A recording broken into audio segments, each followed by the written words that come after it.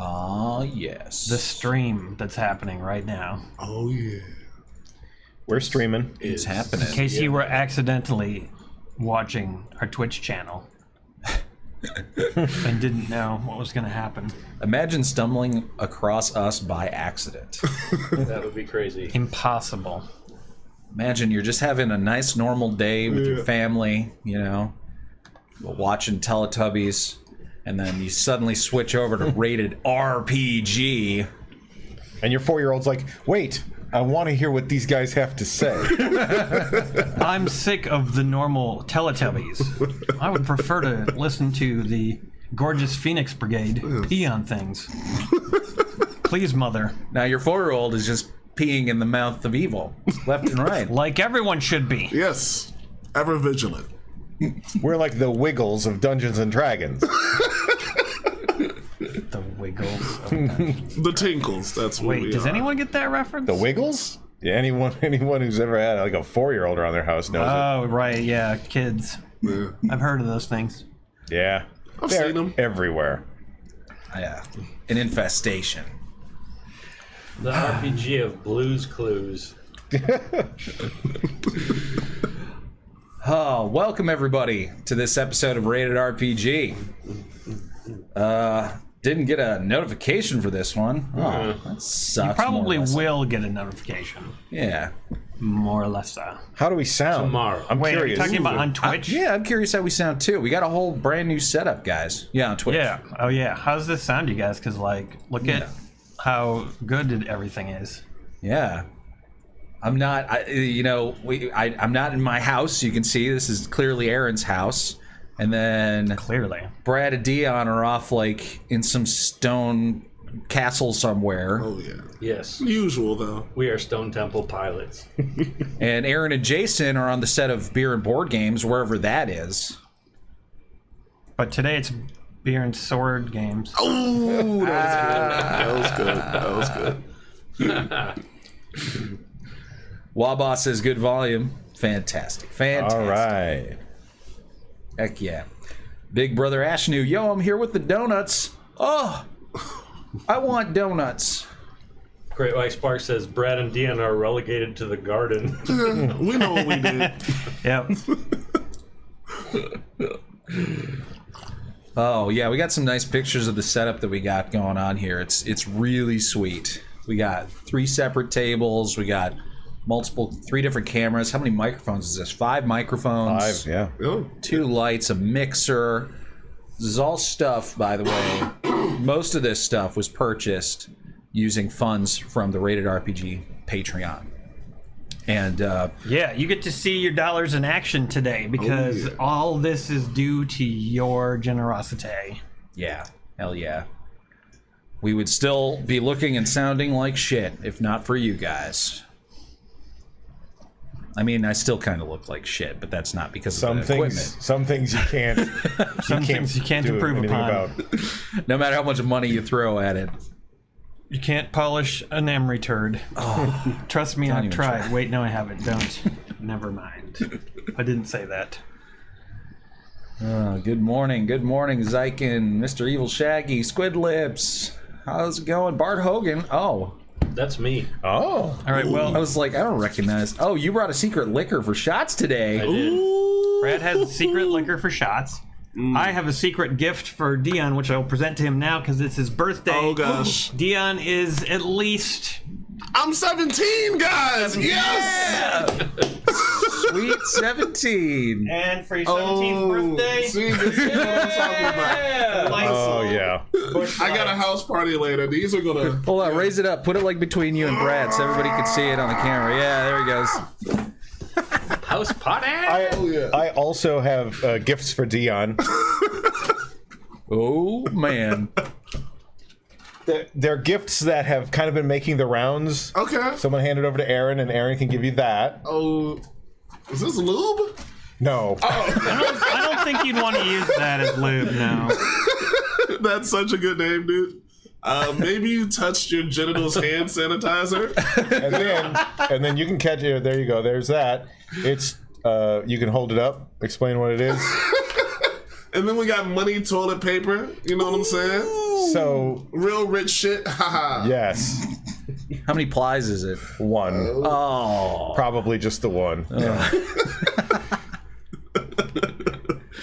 That's awesome. Hell yeah. Thank you guys. Oh, booze, sanitizer, toilet paper. That's, I think, the top 3. Are you gonna go camping? Because Yeah. that's really all you need if you're going camping. True. And we are going to top that off with some shots. Oh, shit. Chris Failed just sent them in. Says Nice. round of shots. So, Brad, whip out your Oh, gosh. nasty booze. Nasty. Oh Nasty boy. Wait, is it? Do we have to drink the nasty shot? Thank you, Chris. By the way, that will pay for all of our food that we just ate. It is Wicked yeah. Pickle Spicy Pickle Whiskey. Oh my God! Why though? All right.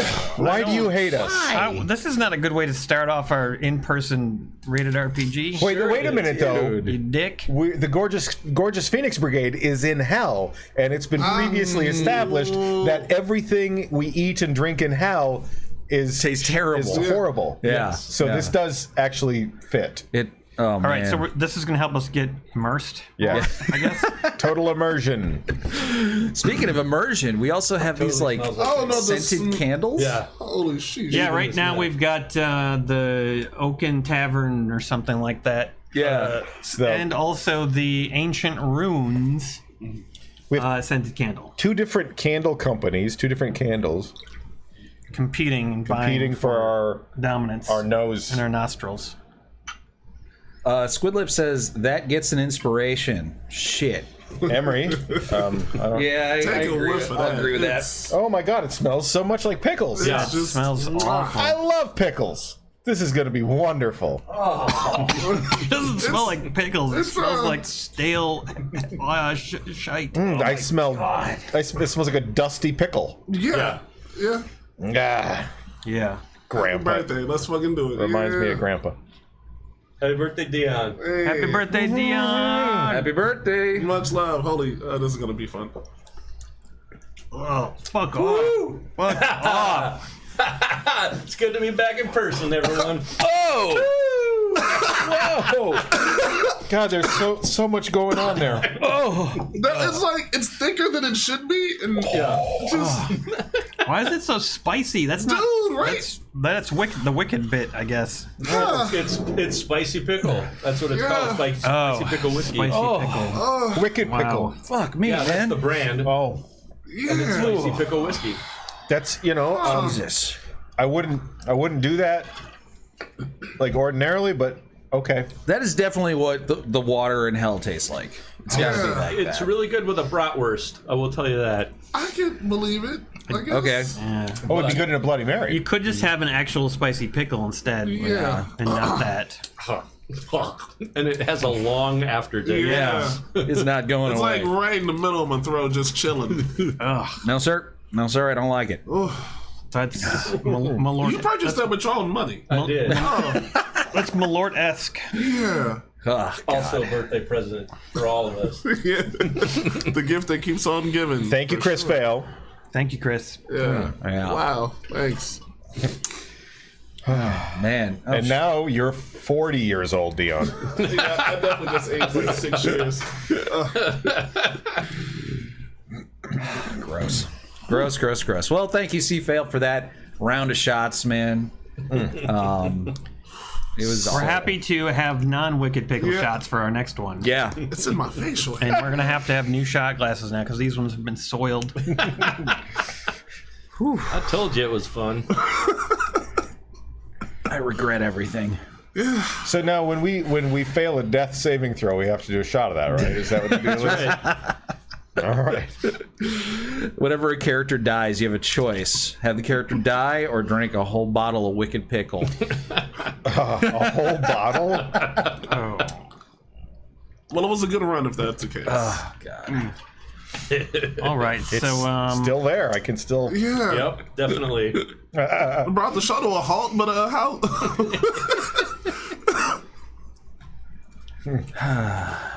blah. All right. Well, we're going to start the adventure here pretty quick. Yeah. Those of you who listen to the podcast, you're going to really enjoy not the next one, but the one after that. I mean, you're going to enjoy the next one. I'm not Yeah. saying you won't enjoy the next one, but you're really going to enjoy the one after that because we got this brand new mixer. I wish you could see it. It looks Yeah. really like futuristic and from space. It's nice. And it records all of our voices on separate audio tracks, which then can be manipulated as needed. There's no like cutting out because of like bad internet connections in Discord and stuff like that. It's going to sound like a professional podcast. Yeah. And we couldn't have done it without our Patreon supporters. And if you'd like to support us on Patreon, patreon.com/ratedrpg is where to do it. Well, and it's not totally true. We could have Well, taken right. out one of those high interest loans. or bought some scratchers. We could have invested in some scratchers or donated some plasma. Or if we had invested in Bitcoin a few years ago, we probably would have been able to. Right. We could have invested $100 in GameStop in January and been That's like true. millionaires. If Right? only we'd known. Or you Yep. could contact the Yakuza. Oh, that's the best option, definitely. By the way, that reminds me, blurps are not working today, so don't do blurps if you were thinking about it. We never have blurps enabled during Rated RPG. No, because we're recording a podcast. And there's more PayPal. We're really starting off this party. Yeah. Anybody else still feeling that shot? It's just, Yeah. it's in my It's soul, there. man. It stays. I have if you heartburn. noticed, it was open, so I tried a couple. They stay a long time. Yeah, like, and I can do a shot, but that just, it was like girthy. That's the only way. Would you rather do Malort? It's You know, this might be the first time ever. I might, maybe. I don't know. I was like, this is going to rival Malort. It's- Well, It does. Dion, I've got great news for you. Oh boy, yeah. Speaking of Malort, Strath PayPal'd us and says, Dion, I'm glad you showed off your pussy last virtual FolksCon, Jesus. but this time it's your birthday, so have a Malort on me. Oh, how generous! Nice. What a just. It might be the only thing that drowns out. No, Wicked I think it's Pickle. about to cut it, and I'll be completely sober after both of those together. Right. that is amazing. No, that's a back-to-back championship bad shot for sure. You might as well keep using the same. No, yeah, it's We'll call it a shat glass. oh shit, Mr. Strat, thank you. Yeah, kind of cut it. Fuck it. Oh my God! Look, Great White Spark highlighted message says Jason has his radio DJ look, so can Costco give the recap on Hell FM. I told you yesterday that you look like a radio DJ. There's Yeah. something about like, just you have that look about you. I did it for a long time, like professionally. So I get a set of cans back on in front of a microphone, and hey, it's 12:50, 10 minutes to 1 o'clock here in Hell. We have with us our guest, Coslow Ferngrove. It's nice to be here. I'm with my friend, the Gornish Brigade. All right. Well, have you enjoyed your stay here in Hell? Have you talked to Mad Maggie? Yes, she's nice. I made friends with Golem. Mickey, his name. We're going to get married sometime in May. All right. Nice. We got to find a nice spot in Hell for that ceremony. What segment's up next? Hey, we're going to play Make Your Mama Cry. That's where you call your mom on your cell phone and you give her bad news and you try to make her cry. You've got 60 seconds, and hey, if you do, you'll win a free 12-inch pizza. I still quote that to this day. It's one of my favorite. Classic. It's a classic. Yeah. Did you do your Malort shot? Oh, I did. I just got it out the way, and it really did cut it.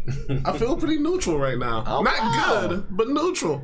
So they kind of cancel each other out a little Yeah, bit. yeah, because if one is like paint, the other one's like paint thinner. Yeah. and it just, Neither one you want to drink. no. Maybe they'll fight each other. Yeah, they are. Stratham says Jason's Russian accent needs improvement. I'll have you know we have 2 Russian fans, Well, Stratham, Maybe. that love his accent so much. I have to clarify that we had 2 downloads of the podcast, 2 episodes of the podcast downloaded in Russia, which probably just means that somebody in Russia downloaded 2 episodes and they listened to it and they're like, that don't sound anything like that. We also have 3 Bugbear fans. Really? Yeah. Where are they from? Moldova. Okay. Good to have that Moldovan fan base. It's really tough to get good internet there, though. Too many mountains. Yeah. Ron says, will Kozlo be grilling inside and burst into flames? Maybe. I hope not. That maybe. sounds like more of a Jason's sim type of behavior. Aha. You actually killed a bunch of Sims by starting a grill inside the house. Yeah. Does that sound like something you might do? If I was hungry, yeah. It was under the stairs, so it was a bad place for the grill. It was like an iron, like grated stairs, you know? Okay. Like, and there was a grill right underneath it. Okay. Very poor choice of grill space. We're still grilling K on that. Yeah. Grilling. Yeah, literally. It's like, no, I will not do that. Why would I do that? That's just crazy, Zyken. Tyken always does that. He likes to suggest horrible things that he won't himself get for us, but he knows that somebody else will. Oh, shit. All right. Oh, damn. Here we go again. Chris Fail sent another round. Oh boy. Oh, This wow. time, we can have good shots. Hey! Oh, I thought he was going to do... More pickle? I thought he was going to do pickle malort mix. I think the glass would catch on fire. Yeah. You know, if you had one of those great big state fair pickles, you could core it out and turn that into a shot glass. Oh. And then you could do the wicked pickle shot from a hollowed out pickle. Well, Yes. couldn't make it worse.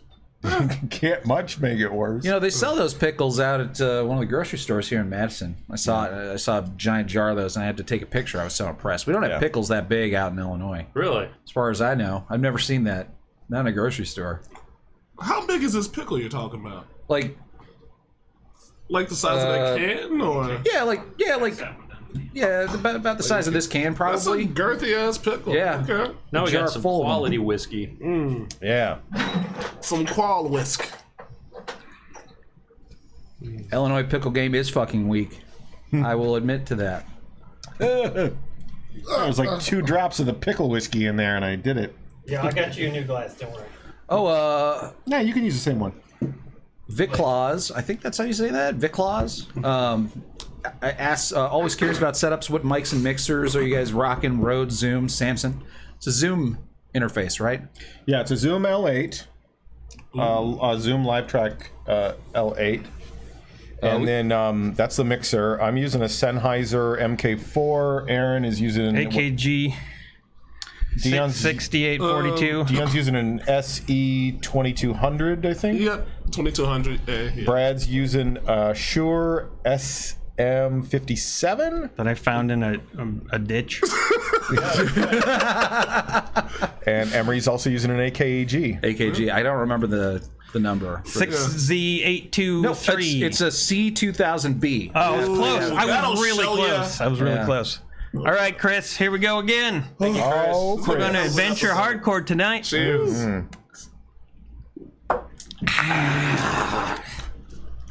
that is more like it. Yeah. Whoa. And Chris is drinking in solidarity. Hey, Fantastic. join the wave, Chris Fail. Let's go. This is a real party. Yeah.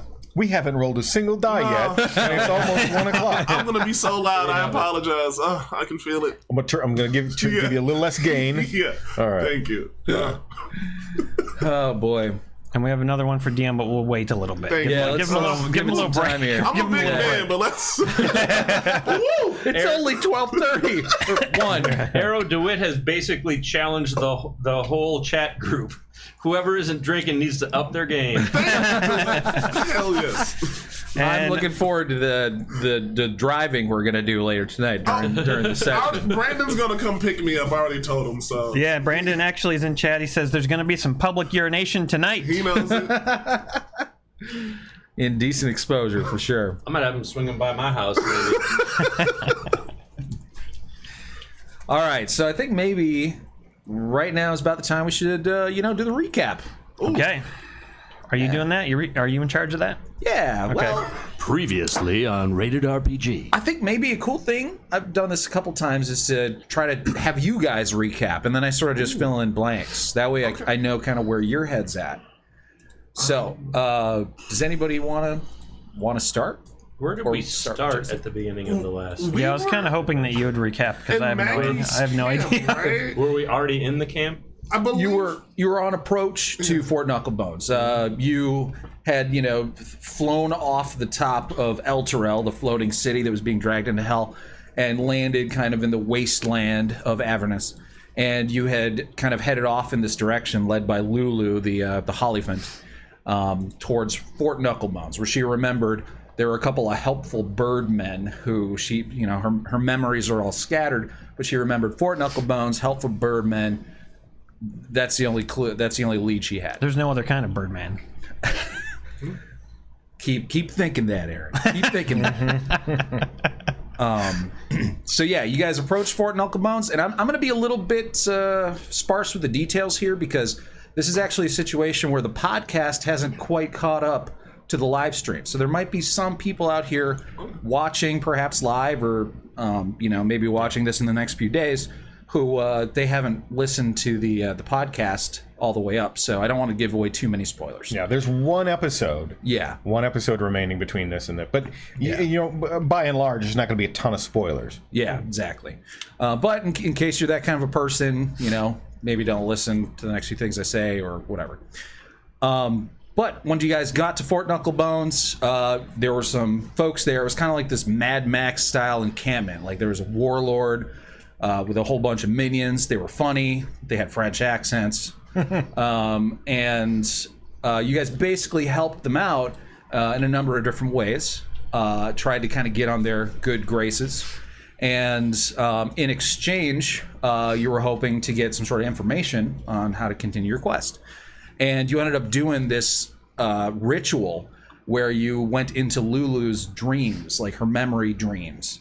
And there you learned where you're going to head to next, which is Lulu thinks that she knows where to go next. And so, yeah, that's very vague, but that's basically what happened. And so now, you passed out. DeBobby, remember you got sucked into the mud during the race too? Yeah, because I was a gorilla. I remember, and then I died as a gorilla. It was bad news. You guys got sucked into the dream mud and that's right. Passed out, and there was only a couple of you left in the dream. But it ended up being okay, right? Yeah. Yeah, as long as at least one of you guys survived to see the end of the dream. I missed he stepped good. out. Yeah, they both escaped. That's and right. then we had the rest. Yeah. Yeah. Well, you guys haven't had that rest yet, but when you escaped the dream, Mad Maggie was incredibly happy that you guys managed to get through the whole thing. She was able to see the whole dream, and that's sort of where we left it off. A couple of you guys are passed out, and yeah, we'll skip an hour ahead. DeBobby, you wake up. You have 1 hit point. You're no longer unconscious. Same with you, Race, and Koslo and Glubjeg. You guys have been sort of just sort of guarding them from the various red caps and mad caps that, even though they're sort of your friends, they're troublemakers. And you've caught more than one of them sneaking up to try to steal a look at Race's penis or kind of take the wrench off of DeBobby's belt. And you just kind of kick them away, make sure they don't fuck with your friends. But now they've both woken up. Mad Maggie has gone off into her tent. She is, babbling something about, how excited she was, and she's going to add this to the tapestry. You keep hearing her talking about the tapestry. You're not sure exactly what she's talking about. But what do you guys do? Let's see. What can I do to help my friends? Should we? Well, are we going to do a long rest, or? I guess we don't really need it. I'm barely alive. Oh, right. Pretty sleepy right now. I can hut it up if we want to stay in the area. Oh, Leoman's tiny hut. That was creepy. Yeah, you guys are still in this compound. It's got walls, you got a lot of people to defend you, and nobody seems hostile to you. So, as long as we don't try to do any art, Yeah. and they'll kill us. No crocheting or it's all over. Did we talk to Lulu yet to see what she remembers now? yeah, she's awake. She woke up around the same time that DeBobby and Race would have actually, and so she's coming to. She's like, Oh, wow, that was a crazy dream, wasn't it, boys? Well, let's get going. Oh, Lulu, we can't leave our friends here. They only have barely a breath of life left in them. Should we do a short rest? I mean, it's only an hour, and then you guys can use hit dice. Oh, yeah, fair enough. I have like 5 hit dice. I guess Yeah. I could use all of them and try to get close to my. Get closer, and then points. whatever you don't have, I can do a cure wounds or something. Well, how are we doing on spells? I'm down a few. Wait, so is Maggie there? She has wandered off to her hut. But it's in the same compound, so you can just go over there. Where are we talking about going? Sword, aren't we? Yeah. The place that Lulu saw in her vision. She knows the way. It's supposedly it's the citadel that sprung up around Zerial's sword. Spontaneously? Yeah, kind of. Yeah, her memory's a little bit fuzzy on how exactly that happened. Well, let's see here. I could do Goodberry, but that's really only going to give you a 1 hit point back for each berry. Yeah, what about like all the spell slots that we used? Yeah. Is this really like super smart? I'm not showing that I've used any spell slots. Oh, yeah. So whether I used Shillelagh, I don't. Well, that's cantrip. I Yeah, used I mean, I that's- used 4 spell slots. Yeah. Use 2. I haven't used any. Yeah, I don't remember you using any spells, but well, as you guys are like sort of debating on how long you kind of want to stay here, Lulu seems like she's kind of anxious to go, but she always is sort of like just high energy, Yeah, suddenly you guys hear like this rumbling of like a deep mechanical sound. And it's like a revving of like some sort of, for lack of a better term, engine. Even though most of you probably have never heard that before. Oh, did they get that thing started? You look over in that direction, and you're talking about the giant infernal war machine that you helped fix. That one isn't rumbling, but there's this cloud of dust that appears on the other side of the hill that's inside of Fort Knucklebones. I'll zoom out a little bit to sort of show that. So Fort Knucklebones is this like massive complex that has a hill that's sort of shaped like a hand out there. But from the other side of that hill, hand-shaped hill, you see this cloud of smoke and dust start to billow.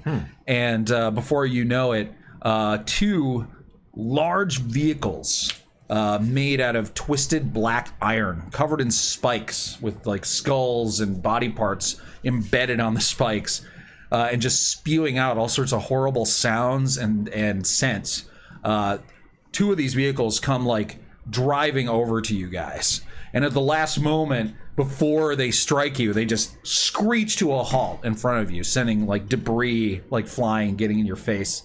And the 2 birdmen hop out, one of them out of the larger one, the other one out of the smaller one. And the more talkative one comes up to you guys and says, "These are yours. Take them if you want them." Well, I'm not a big fan of rolling coal, but okay. I think they're infernal combustion engines. Okay.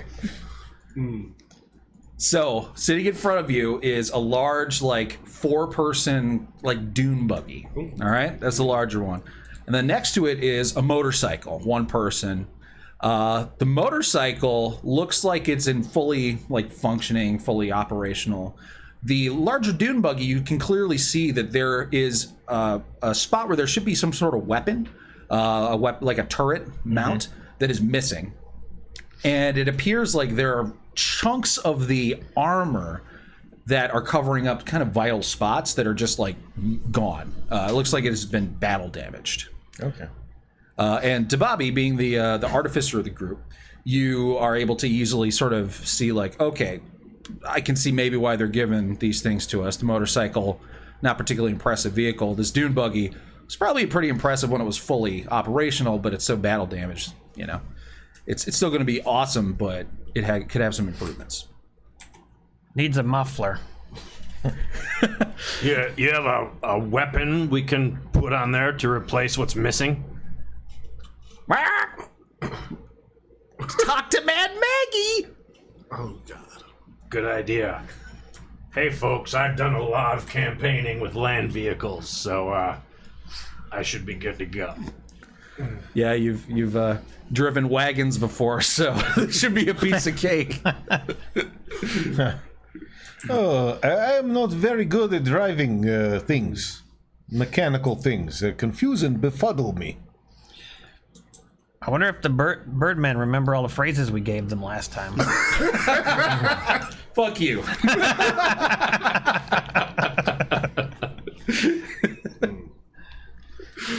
I remember one was about a gourd. I think it was, hand me that gourd over there on the table.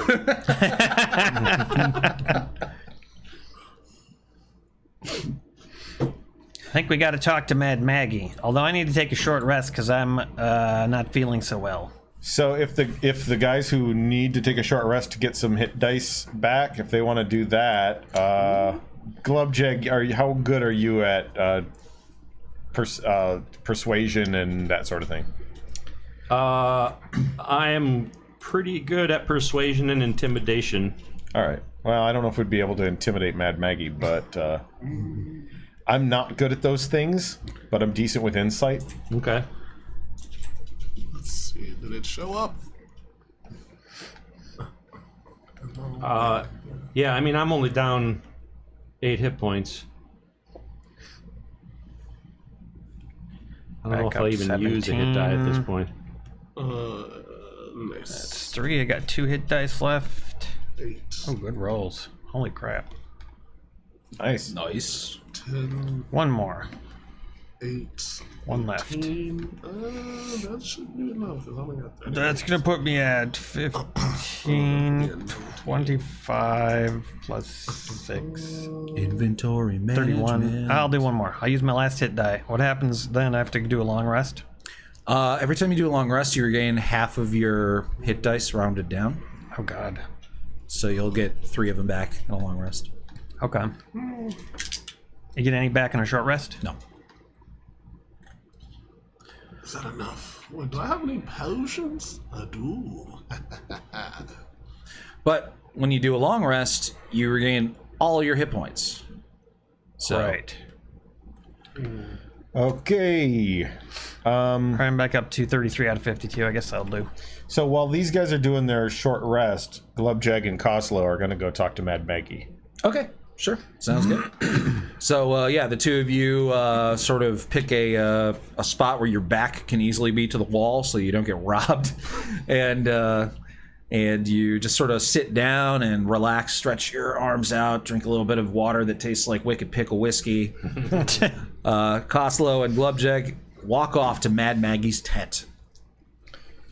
So you guys enter the tent, and it's kind of like a Doctor Who situation where, like, it looks kind of small from the outside, but when you go in, you realize that it's like this really sprawling tent, and it's just festooned with all sorts of junk. Like, it's like a hoarder tent.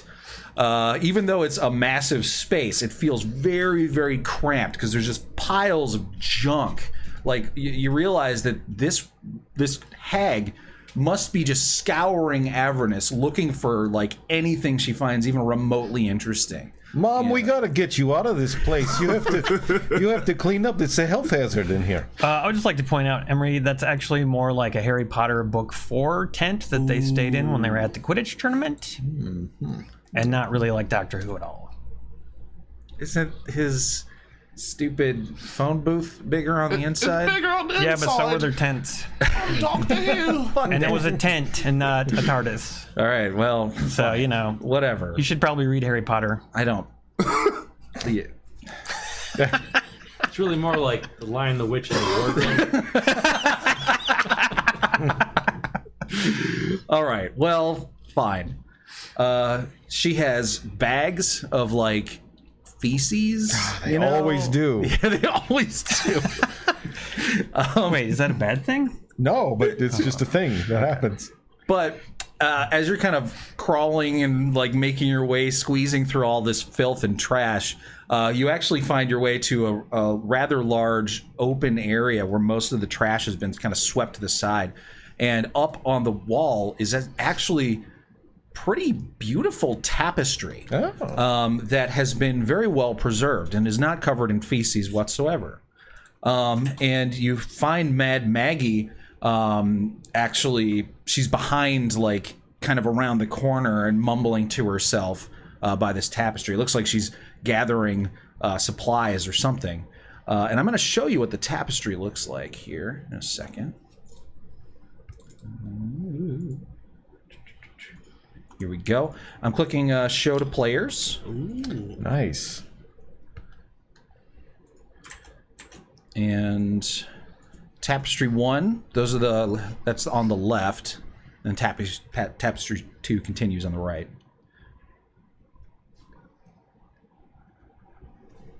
Don't move those, Mad Maggie. Things might come out from the back of them. While you guys make religion and history checks. Does she have stuff stacked in front of them, or are they all cleared out? It's all cleared away. Oh. Yeah. All right, so 14 on religion. Religion and history? And history, yeah. People who are resting don't have to make these checks. Oh, whoops. So it's just going to be Jason and Brad. Ah, secondary tapestry. Yes. Tapestry 1, tapestry 2. Tapestry 2 is more frightening. It is. All right, so let's see. We got a 14 on the religion. All right, so Costello, you look at this tapestry, and it's pretty clear to you, both of you, that it's telling a story. And looking at the first tapestry, you realize, like, oh, that is an angel, most likely Zariel herself. Mm-hmm. Did you roll a history check? I didn't do a history check, just did a Go religion. ahead and roll it. All right.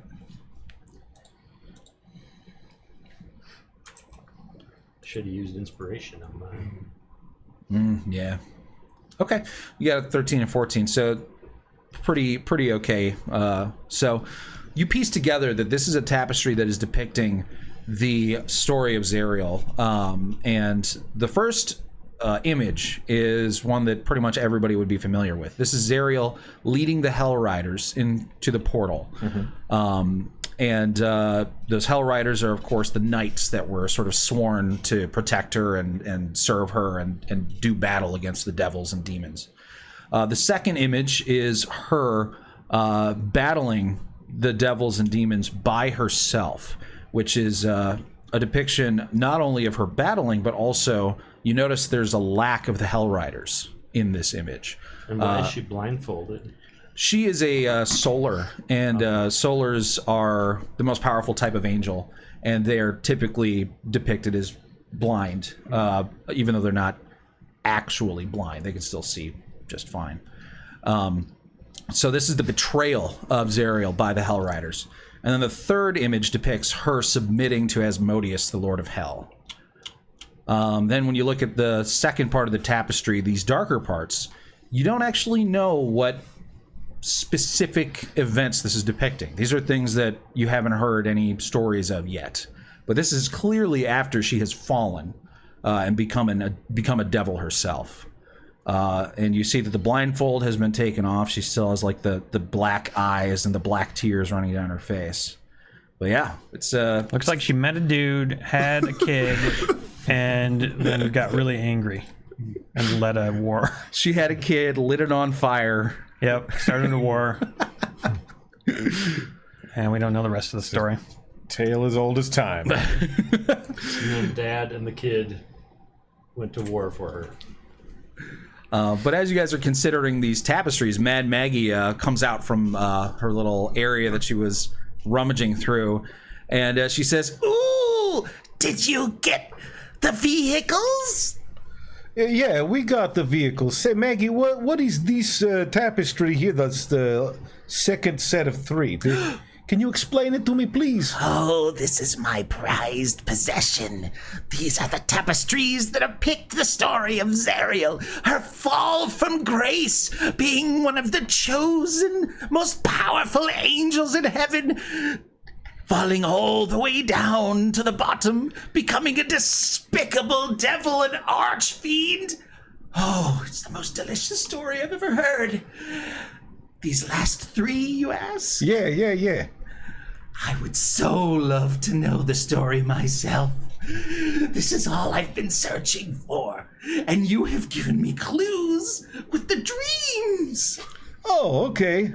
So you don't know what it means, but you're Correct. very excited. I can tell you are having a hell of a time with yourself. Yes, I must reward you for what you have given me. Oh, my reward is in heaven. So you do not desire a reward? No. I mean, give it to the other guys. I don't need your... I'll take the reward. All right. Maggie, I must comment on your wonderful dung shui in this place. It's great. Thank you. They don't have dune buggies in heaven. They have dung buggies in hell. Wait, are you talking about something in addition to the vehicles, or were those our reward? The vehicles were one reward, but you have done so much for me and my gang. I would be remiss if not to offer you these. And she reaches into this black bag that appears to be made out of sewn together skin. And she pulls out 3 very large iron coins. She says, take these. Soul coins 3. Soul coins? Yep. You take them into your hand. Whoa. What is happening? Aaron has gotten up from his What is- chair, and he's very excited. Oh, soul coins. Those are perfect. Yes. Dead Max sent those about 2 years ago Wow. in anticipation of this moment. Am I too quiet? Is that what's happening? I'm too quiet. What do you mean? What are you talking about? JWM said, Emery, get closer to your mic. Oh, okay. So, I don't know. Well, yeah, you can. I mean, Take these. Soul coins 3. Can you kind of see him? Anyways, What do they do? before you ask that question, I need to take a look at your stats real quick. And actually, I have put the soul coins information in all of your journals. Oh. So you can actually pull up the soul coin page if you wish. Journals. Uh-huh. Where's the journals? It's So it's on our character sheet? it looks like a newspaper. It's on the top right. It's at the. Roll 20. is it in right. roll 20? Oh yeah. Oh, it's- right. Yeah, the journal. Got it. Okay, yeah. Yeah. You see soul coins there? Soul coins. There it is. Next to pipes of the sewers. Soul coins. Yeah. All right. So, what's your Constitution modifier there, Glubjack? Mine would be 0. Are you evil? No. Okay. So as soon as you like hold these coins in your hand, you feel a weight that is more than physical. It is on your very soul itself. You start to feel the despair and rage that is trapped within these coins, and it quickly overcomes your fortitude. This doesn't hurt you in any way necessarily, but as long as you have these coins on you, you feel like you're going to be just less effective at most things. But they don't make me feel very good. Really? Well, then you should spend them quickly. Spend them on what? Oh, many things. You can use them, for example, to run those vehicles I've given you. Oh. So many of the denizens here in Avernus use them as currency. Okay. Say, we noticed that the vehicle, the bigger one, maybe once had a weapon on it and it doesn't have it anymore. Could that be replaced? She sort of like I could add to your bags of dung. she she looks a little bit angry at you for requesting that, but then quickly sort of like reverts to her sort of kindly, overly kindly demeanor. And she says, Well, I was thinking of giving you a silver weapon instead, but if you insist, I can attach a harpoon launcher.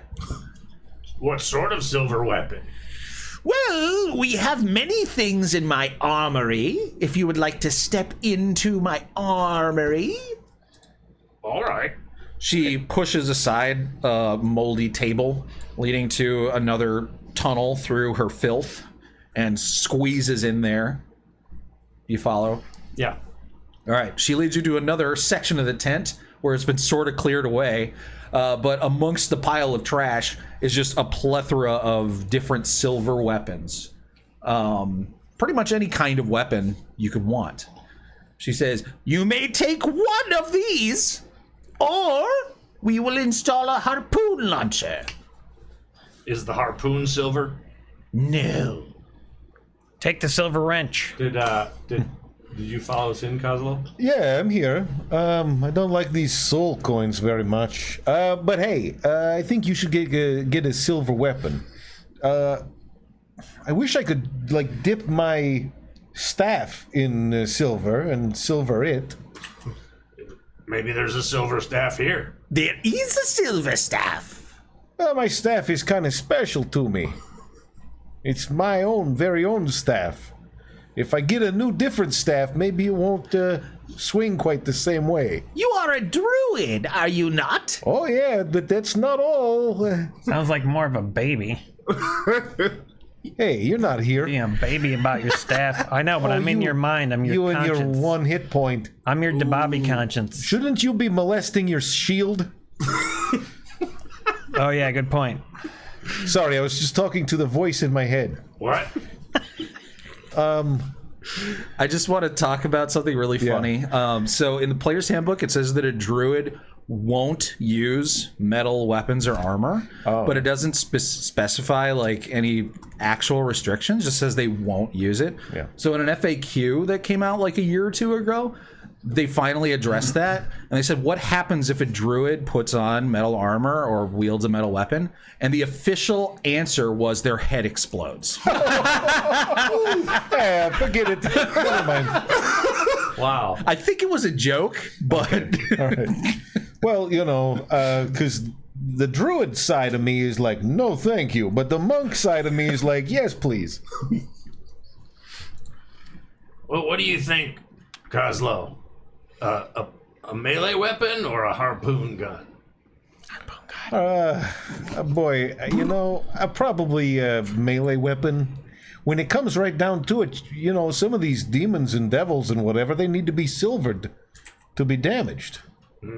So a harpoon, yeah, you get one good shot, and then what? Many of these demons and devils can also be harmed by magic. So, if you have magic at your disposal, you have less of a need of the silver. That's what I'm talking about, Mags. Can I call you Mags? Mad Mags? Okay. Do we all have magic weapons, don't we? Well, Kozlo does, and I do. My Bobby. mouth is magic, so. Yeah, his mouth is magic. Race can just use his words, but he might, you know, Race could do with maybe like a silver short sword or something. The last time I used a rapier, I got mummy rot, so Yeah, like, I don't really know if I'm getting close again. but you can also polymorph, so there's another true. angle. maybe you should sell that rapier just to like remove the again. temptation. Need a silver armoire. Ooh. Well, we're very pleased that you're offering us these wonderful gifts, but Are there other gifts you might have as well? Jesus. Wow. Well, I mean, we're all set with magic. Well, let's see. I can offer you some food and water. 2 weeks of rations for each. You know, guys, we're good on that. I'm a druid, you know. You are? Yeah. Okay. Perhaps some pertinent information about other warlords of the wasteland. What do you think, Glubs? I mean, information can be valuable. Yeah, that's probably going to be best for us. Otherwise, I am proficient in glaives. Oh yeah, you get like with a bugbear and a glaive. Do I they get a get 15 15-foot range? Yeah. Is it a silver glaive? I don't currently carry one. Is there a silver glaive in her? Yes. Okay, so what if Glubjag does the silver glaive, and then I get some information from Maggie, and then our two friends can come in and select a nice present. Oh no. You either get the glaive or the harpoon launcher. This is not to be debated. Okay, well, yeah. I still have a war to fight. All right, no, I'm not trying to screw with you. I'm just saying It seems like you're trying to squeeze me for every weapon I've got. you just seemed really orgasmic about the information that you got out of our friend, and you wouldn't have got that if it wasn't for us coming here. We had to lick Race's penis to get inside the gates. Give us a little something extra. Definitely didn't have to do that. But we did. Fine. Well, I will give you this bit of information for free. In your travels through Avernus, you may come across the Smiler. Smiler, the Defiler. He's a friend. Or they are a friend. I'm not sure the gender. Okay. The Smiler is a defiler, and they are a friend. Smiler the Defiler is a friend. Okay, that's useful, I think, maybe. We just need to name drop you. Indeed. Tell them Maggie, not Max, that's trademarked. Mad Maggie sent you. Okay, can I do an insight check to see if she's full of shit? Yeah. Okay. Because I don't want to name drop. The last time Kozlo name dropped somebody, it was a bad idea.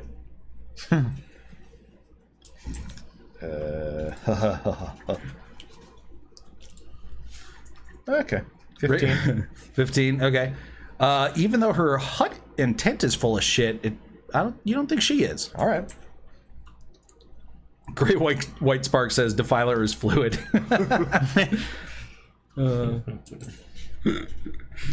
Well, thanks for the glaive. So you're taking the glaive and not the harpoon gun. Harpoon gun might be good against large things. Yeah. Yeah. You will need. I will also give you 7 harpoons. But if you lose or break them, you'll have to replace them on your own. How difficult is a harpoon to shoot? I mean, is it going to be effective? Basically, you just point the gun at the thing you want to shoot and then press the button. And it automatically loads the new harpoon in. Does it take like a turn to do that? Around? It requires you to spend your action. Got it. Thank you, Maggie. Are they tethered or loose? This is the part where I tell you guys to look in your journal for the gorgeous, Devil's Rod?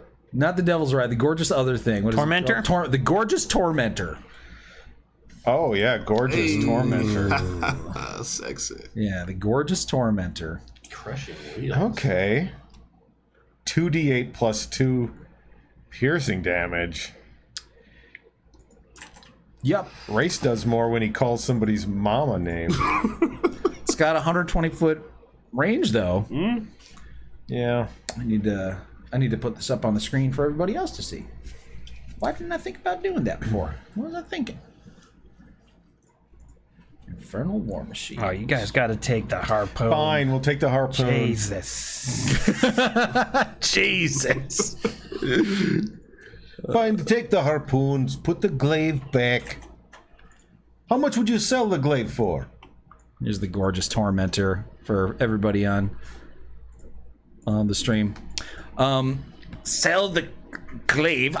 It's not for sale. It's for, well, okay, fine. I'll sell it to you for a 50% markup. Well, that doesn't tell me anything. Markup from what? A silvered weapon. I don't know what that costs. I'm a simple druid. Okay, hold on. A glaive costs. Where is it? 20 gold. Silvered costs 100 gold. So 120 times 1.5 is 180. 180 gold. Okay. I'll give you 180 gold for it. How do you have so much money left? I've got over 1,000 gold. What? I'm not so broke. What have I been doing? You bought a bunch of stuff. No, I did. I went where? Never mind. What? Where? What? Never mind. All right, so the Tormentor and the Devil's Ride are right there. I have no gold either. I have 5 copper. Like, I have 4 silver and 1 gold piece. Where'd Mr. Moneybag so then? Did you invest in The real last estate in hell or time- something? The last time we were in a town, you guys bought stuff. No, I gave my money for other people to buy stuff. Oh, maybe I've got the coin purse for the whole party then. I don't know. Oh, you know what it is? Jason invested in soul coins. When they were at like $1 a share, now they're like 30,000 a share. So how much does she want for this glaive? 180 gold. You understand, because gold isn't worth as much down here as it is where you're from. Here we mostly use soul coins. No, you're good. There's your gold. You don't have to explain your rate of currency exchange. Here you go, Glubjig. Thank you. You're welcome. I don't see the option to put in silvered weapons from the compendium.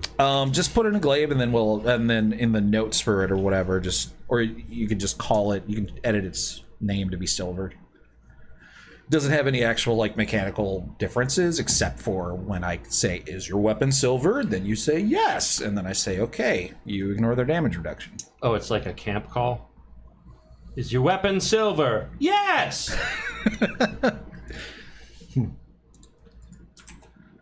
All right, so you guys leave the tent, and she gets a hold of Clucka and Clank, or whatever the hell those birdmen's names are, and they start scrambling all over the war machine, trying to attach this harpoon launcher to it. And she says, well, this could take a while, because they're going to need to scrounge up the parts for this harpoon launcher and install it. Could be looking at 12 hours of work, so you might as well get comfortable. Ooh, long rest. Yeah. Sounds good. Trying to waste all my hit dice. Because, we got sold. I'm long resting. I'm definitely long rested. Now my polymorph's back. I'm turning into Bob Haskins. C. Jensen 486 says, why does Brad get all the new weapons? It's a good question. Well, I don't. Kozlo doesn't really use weapons. I have a wrench. I'm the only martial character. Really. Yeah, like literally, you guys don't even use weapons. Nah. I mean, you do, but Yeah, not. So Great White Spark makes a good point that I still owe Race for him loaning me some money. And he suggests I craft him a buckler. Ah. I don't Magical buckler. know if you're proficient with shields. I didn't even know what a buckler was, but yeah, I'm probably not. I don't know. Let's take a peek. What would I find it in my core? Are bucklers a thing in 5e? I don't think they are. Just rapier is all I said, but it doesn't mean I didn't put it in there. I forgot. A shield, just a regular shield, a small metal shield would work. Would increase his armor class. Yeah. So shields are there's just shield. That's all that there is. And unless you're proficient in them, then you can't really use them. Great White says he uses a rapier. A buckler is a free +1 AC. I looked it up. That is not an official thing. That's like a homebrew thing. There's no actual official buckler in 5e. Really? Yeah, no. It's kind of weird because they're definitely a thing in 3.5. So there's no way for me as an artificer to craft him something that would help protect him, like AC wise. What kind of armor are you wearing? Just light, I believe. If you're wearing, if you don't have studded leather, you can. I do. I have studded leather leather? +1 actually. That's the best you're gonna get then. Well, fuck me. Yeah, you can't craft him anything. I mean, if you got +1 studded leather, +2 studded leather, whatever, there's some magic items that he could wear that could increase it, like a cloak of protection or various other things. He could cast spells to help him out defensively. I'd highly recommend getting some defensive spells like Mirror Image or. Okay, I got Dispel Magic, but that's probably not Misty helpful. Step's pretty good for getting yourself Check in and out out of stuff. that link that Great White Spark put in the chat. Meanwhile, Dion and I, we got shots. Hey, Dun, pull dun. a titty out. JK Siege says, "Happy birthday, you glorious Dion of the Guild of Green." Cheers. So that is going to be a shot for you. Not Pickle though. No, regular. Thank Pickles are green? No. Unfortunately, I have to have a pickle shot. Oh. Hell yes. Thank you, Matt. Dun, dun, dun, dun, dun. Where is that pickle It's shit? my, Emery, hand it on over. Oh God! Send the death knell. No, just to me. Oh, It's only going to me. it's only going to you. Yeah. Well, you're far away. Yeah, it's just middleman it. Thank you. Yeah, this is a homebrew thing. Yeah, Gray White Spark, the link you sent, if you look at near the top of it, in giant words, it says homebrew page. This page was created by a user of D&D Wiki and is not official content. Talk to your dungeon master before you use it. So, can Race use a shield? Or a magic hat. He's not proficient in So bards are in 5th edition the squishiest of like all casters. Yeah. And there's a type of bard you can be that's proficient with like shields and stuff, but All right, cheers to Manflesh and JKC. Cheers. Thanks, Much love. guys. cheers. Where everybody... Actually, no thanks for this.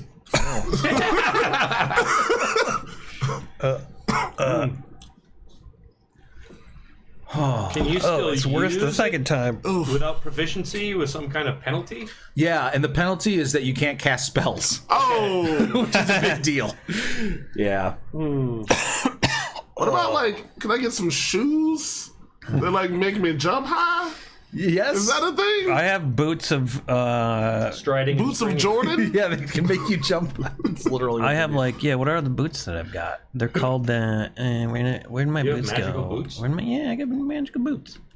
I got boots of the winding path. Huh. I can teleport up to 15 feet as a bonus action to an unoccupied space that I can see. I must have did you occupied get that those? space at some point during the current turn. Holy shit. It's an attunement or whatever. Have you ever used that? I don't think I remembered to. So artificers, they can infuse non-magical equipment and temporarily make them magical. Yeah. So you Could I infuse his shit? I think you can infuse anything. I don't think it has to be something you're wearing. No, it doesn't. I could give you my enhanced defense and take one off mine and give you one. Yeah. Instead of having an insanely high AC that is impossible for me to hit, you can spread the love around. Yeah, you'd like that, wouldn't you? You'd fucking like that. These are the ones you want if you want to run faster and jump farther. Boots of striding in spring. All right, Dion, I'm going to enhance your defense. You get a +1 to your AC. Happy birthday. Oh yeah. Now I'm down to a 22 AC. Damn. Woe is me.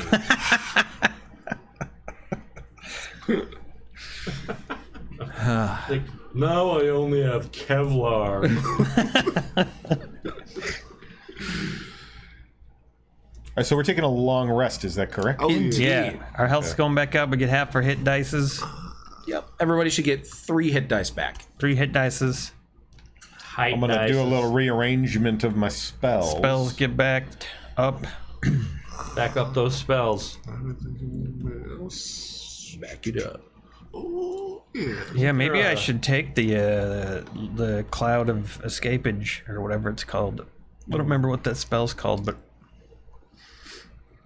Cloud of Escapage. yeah. Step? No, the one where you climb up a rope into another plane Oh. to escape Rope trick. horrible So situations. piss up a rope. Is that what it's called? Well, Dion's already got He's got the Leo. hut. He's got Isn't there the. a, which is just better. What was our name for that hut? We had a name for that. A Leoman's. No. isn't there? I don't know, some sexy shack? I just heard it. Sexy it was, Shack.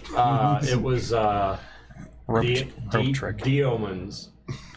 That was your name. It was Diomans' Dion's secret hut. secret shack. Secret Shack. Yeah. Diomun's That Secret sounds Shack. about right. All right. Isn't there a button for long rest in Roll20? Is there? I don't know. I don't think so. That would sound crazy convenient, but There is in D&D Beyond. Yeah, there is. There's the one oh D&D Beyond. No, there's not one on the other one though. Okay. All right. So what I'm doing, I'm just changing out a couple of spells. I'm going to keep Create or Destroy Water, Cure Wounds, Entangle, and Goodberry for first level. I am keeping Moonbeam for a second level, but I'm taking Summon Beast at second level, and at third level, I'm adding Revivify with Call Lightning and Dispel Magic. Sounds good. Actually, Well. I might, because Dion, I think, has Dispel Magic. yeah. So I'm going to swap out Dispel Magic for Conjure Animals. Ooh. Nice. Could buy us a few seconds if we need to gather ourselves. I have Conjure Beast as well. And I get my charges back. Hell yeah. You've got Conjure Beast? Summon Beast? Summon Beast, yep. Alright, then I don't want Summon Beast. I want my own stuff. Healing Spirit might be good. That's a really good out of combat heal. Yeah. Manflesh says, does Kozlo have the components for Revivify? He swapped it out at the beginning of last session. Yeah, because I didn't have the... Yeah, I don't have like the $300 gold diamond. Okay. Well, I have some diamond dust that I can sell you for a 50% markup, of course. Well, of course, Maggie. So what is it? 350 How much is it? gold? I don't know. You do the math. I am a druid. Should haggle. Tell her you only give her a I was 25% awake. markup. But I'm not like that. Okay, so it'll be 450 gold for a diamond worth. That's Maggie, we're such good allies now. I mean, you think that's pretty steep markup? Watch your tongue, young man! Can I do Yeah, a watch your persuasion tongue, check? Glubjig. This is Mad Maggie. go ahead, do a persuasion check. Oh, man. Sarah Smith, gifted Critical. 5 tier 1 subs. Hey! Oh, wow. Natural 20 persuasion.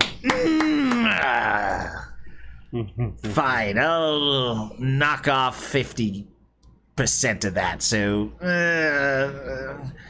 I'll sell it for 375 gold. Deal. Thank you, Maggie. You're a doll. A peach! I like that you rolled that crit at the same time that Siren Smith gifted us 5 tier 1 subs. Yes. Thank you, Carrie. All right, so I've got Revivify. If I have to use it to bring one of us back from the dead, it'll cost that diamond dust will disappear. And then for second level spell, Are you saying our lives aren't worth that? no, I'm just saying that it's, we don't get All we don't get a second did chance. to get rid of your mummy rot. I'm saying that we can only do it one time. All right, so I think I'm not familiar with the sword of Zariel, so taking something like locate object, I don't think it's going to work. Never know, though. We very rarely take divination, it seems like. They don't become super powerful until a little bit later, I think. But But yeah, divination can be pretty useful.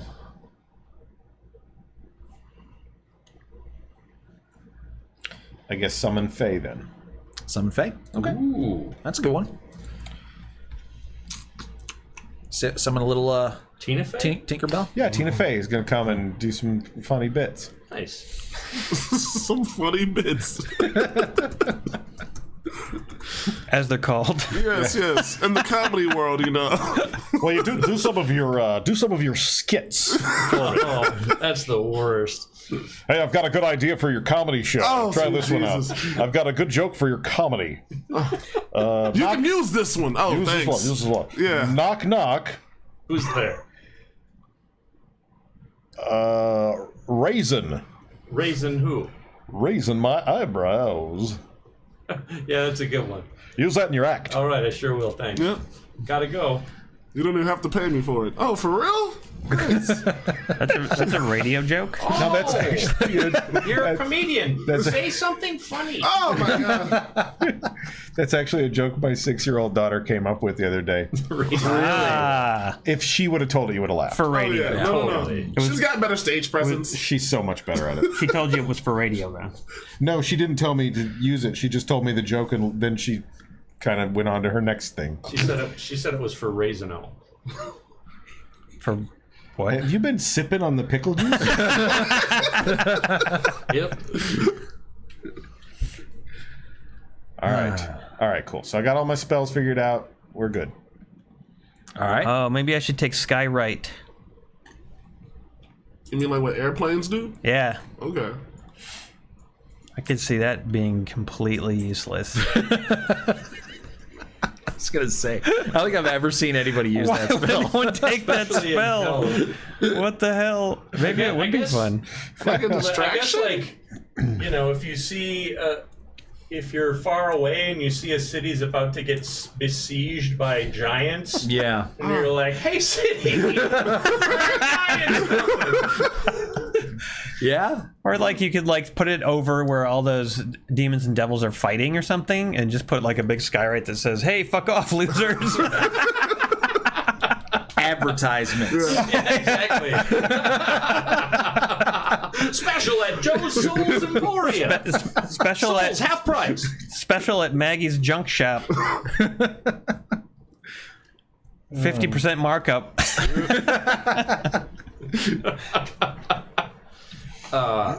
Looking for a more satisfying way to torture? All right. Well, if everybody's prepared, you guys have your demon engines. You guys have all your hit points. You have all your spells, and you have a destination. And we have a Lulu compass. Yep.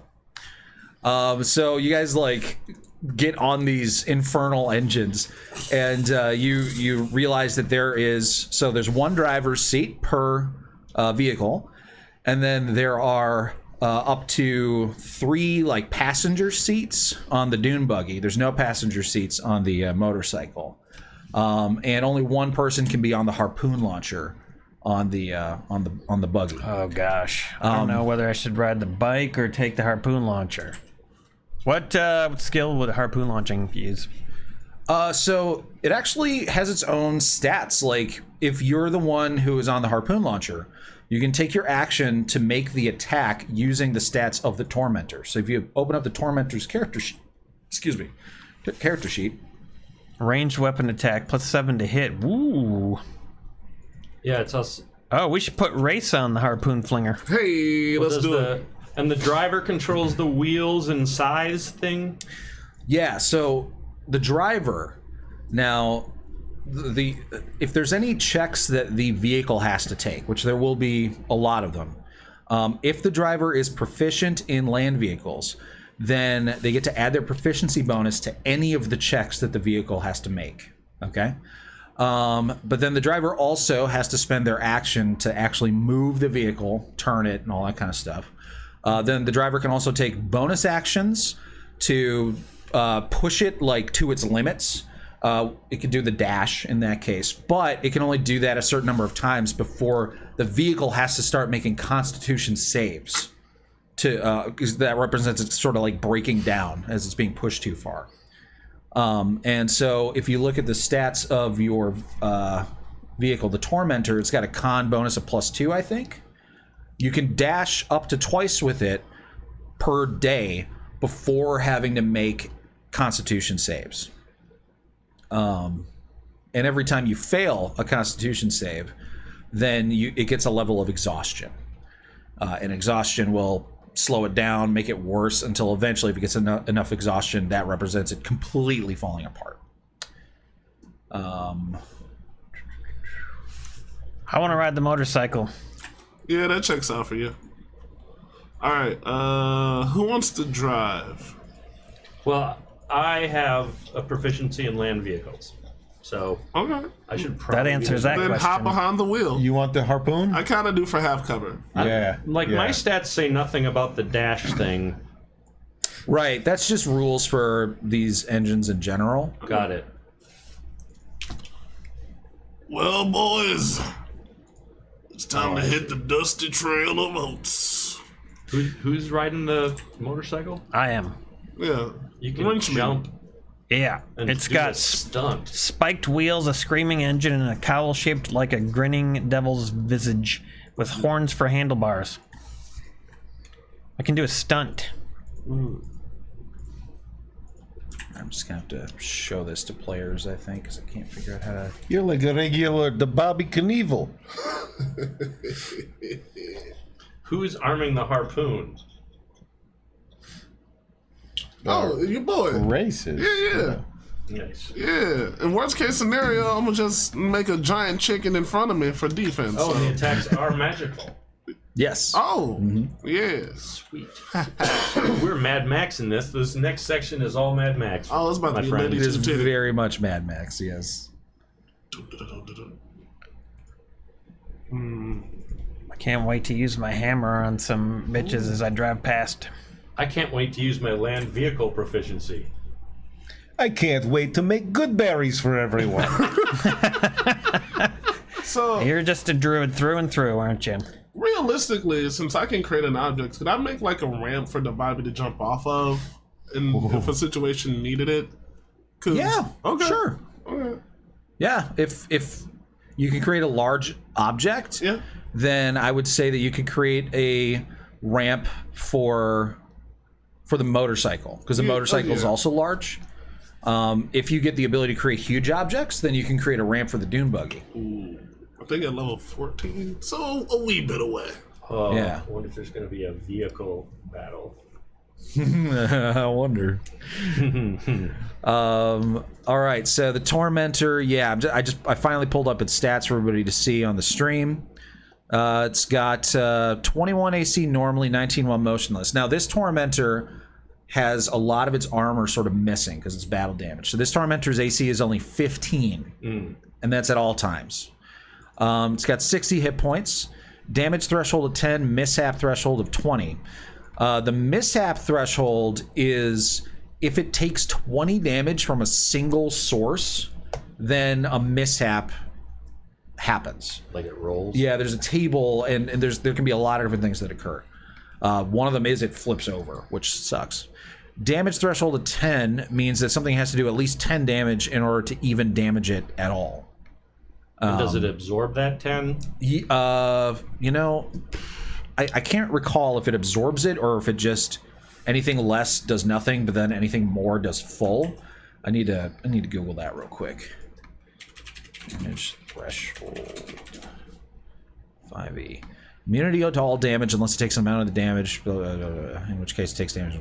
Yeah, so if something does 10 or less, it does 0, 11 or more, it does full. Okay. Okay, so it's immune to fire, poison, and psychic damage. It's immune to various other conditions, blinded, unconscious, etc. It has a capacity of 4 medium creatures, 1 driver, 1 gunner, 2 passengers. It can crush things by moving into them. They get a save, and they can jump out of the way to take less damage. Oh, right, it's prone deficiency. If it ever falls prone, which is kind of rare, then it can't right itself. You guys have to flip it manually. Magic attacks. Raking Scythes. So if it moves within 5 feet of a creature that isn't prone or another vehicle, on the first time in a turn, it can try to slam into them with the blades on its wheels and do a bunch of damage to them. And then, yeah, it's got the helm. If you're at the helm, you have 3/4 cover, because you're basically enclosed with only like arrow slit sized openings for things to come and get you. And then it has the harpoon flinger. It seems like the only person who has 3/4 cover is the person at the helm. Everybody else is kind of open. All right. It can juke as a reaction. If it's able to move, then the driver can use their reaction to grant the Tormentor advantage on a Dex saving throw. So yeah, that's something you're going to have to keep in mind, Brad, if you're piloting. Now, the Devil's Ride. Let's see. Gorgeous Devil's Ride. Oops. This is a motorcycle. It's only got a 23 AC, so... Hey, there you go. Yeah. Very difficult to hit because it moves so freaking fast. But it has low hit points. Only 30 hit points with a damage threshold of 5 and a mishap threshold of 10. So if something gets lucky and like crits this thing, it could be toast. It does have 120-foot speed. The other one only has 100-foot speed. It's got a lot of the same immunities and stuff. This one only has a con of +1, so it can only do the dash once before it has to start making Constitution saves to avoid taking exhaustion. Let's see. Oh, it's really good at jumping chasms and stuff. And stunt. Ooh, you can do a free vehicle stunt by spending 10 feet of movement. You do a wheelie, a burnout. You got to make a dex check in order to succeed at this using the bike's dexterity, so +4. And then if you were proficient in land vehicles, you get to add your proficiency bonus to that check as well. If you fail by 5 or more, then bad stuff happens on those stunts. All right. So it doesn't look like the Devil's Ride is very good at combat, but it's very fast and pretty good at doing tricks and stuff. So. And could I attack from the bike?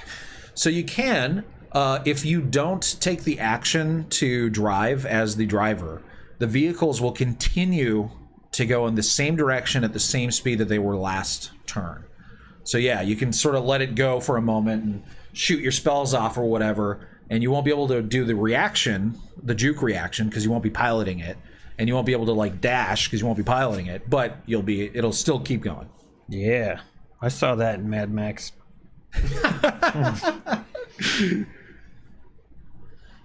All right, so this is a new system. I'm sure we're all gonna have some questions and stuff while it's going, but at least now you guys have a general idea of what these things are capable of.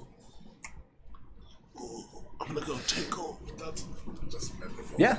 I was actually going to ask that Great White Spark, but then I heard that the bike has 23 AC, and I figured I didn't need to wrap my shield around on the front of it and do anything crazy in case I need the shield.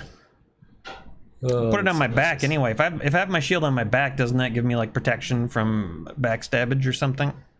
Not for the AC, just for Can you looks. wear your shield while driving? You know what? I don't think it has any rules about that at all. Well, a Great White Spark's actually saying the fear aura would be good for the front of the bike. Oh, right. The if I could attach your my shield can to do it. a fear thing. Yeah, I forgot about the fear aspect. Interesting. Okay, so maybe it would be really cool to attach the shield to the front. It doesn't say anything about you needing like your hands free to steer these things. I feel like it makes sense that you should have to have at least one hand free in order to steer them. Right. So I'll say that you can have your shield strapped to your other arm, and then the one hand on the joystick or whatever. That's what I'm gonna do. But then what if I want to smack somebody? So you'd Okay, so here's what I want to do. I want to talk to the Birdmen about creating a little attachment where I can have the shield like on the front of the bike, but then have it so I can take it out if I need it for something. Detachable. Equipping a shield is an action. Yeah. So you can definitely attach it to the front of the bike or just strap on your back or whatever. Yeah. That's fine. Yeah. The shield, or the bike isn't going to get any sort of AC bonus from having the shield like attached to it, though. If that's what you're. No, I'm not looking for that. No, okay. But the fear bonus could be useful. Yeah. Because I forgot that it has a fear radius. That's true. What is the radius of that anyway?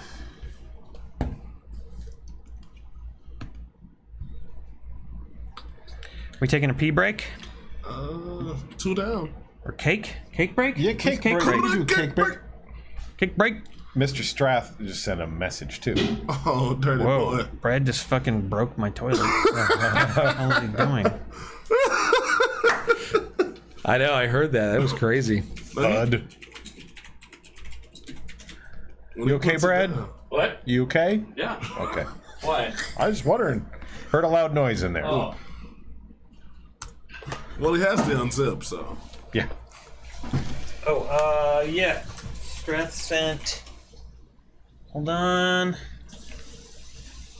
The shot for Dion for birthday. Sensational. And yes, and Strath just bought a pack of joints, and so he's buying you a shot. I am so proud of you, man. Hell yeah. I wish I could just like buy pre-packaged joints. Ah, what a world. Thank you. Salute. You're welcome. What a world! What a world! Oh yeah. You know, the whole thing about stunts, I'm not seeing any official rules on what a stunt is. So we're going to be a little bit like creative when it comes to people trying to pull off stunts on that motorcycle. Theater of the mind. Yeah, if you come up with a cool idea of something you could do on a motorcycle by pulling off a stunt with it, then I'll just have to come up with some rules on the spot for what that could do. But that seems to be like the only like main benefit of the bike is that it has this like ability to do stunts. Right. And it costs movement to do it, so it should have some sort of like cool thing that it does. Maybe you can do some stunts and then some old ladies will call the cops on you for doing stunts on their street, and then I don't know what the benefit to that is other than you get a lot of attention. Well, I think you could avoid certain obstacles by doing stunts. Okay. And so, maybe an obstacle is coming up and you're like, holy shit, I'm going to expend 10 feet of my movement to do a wheelie or to try to do like a slide, like under a truck type of slide, Right. And then if you're successful, and if you're successful, then you avoid that obstacle. Or if it doesn't make sense to avoid it completely, I say, okay, you have advantage on your check to avoid it. Yeah. So, yeah. You could even conceivably do something that would intimidate your foes, I guess. Potentially, yeah. Yeah. You bringing the cake over? Sure. We got to show it off to the camera because it's a special cake. Oh, yeah. Zyken, the reason I can't forget buy mine. joints is because in Wisconsin we're a backwater state, so I have to get my joints the old-fashioned way with blood, sweat, and tears, man. Where's your cake, Brad? His is on the counter over there, I think. It was frozen, so I let it sit out to thaw. And then I got a package of forks over there too, Thanks. and paper bowls, so you don't have to do dishes. Why are you giving this to me? You got to show it off. Oh, shit.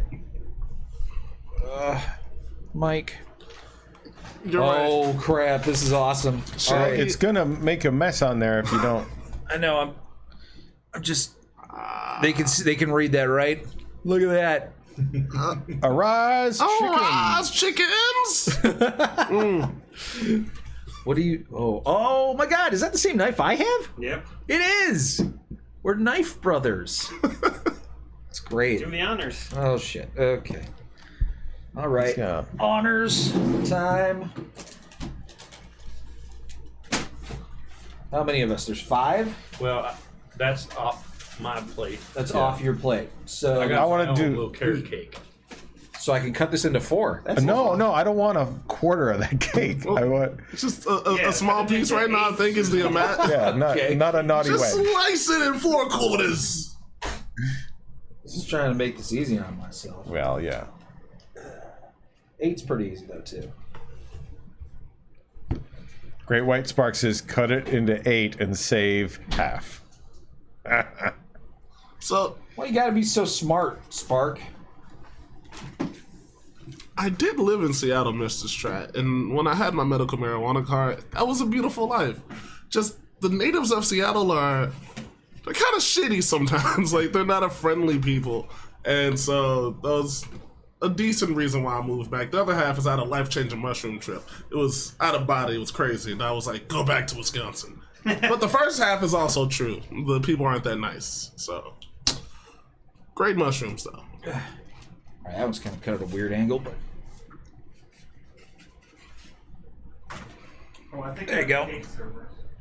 You got forks? Yep. No. Somewhere there on the counter, I brought a box of forks. He's somewhere become a middle-aged man without having forks.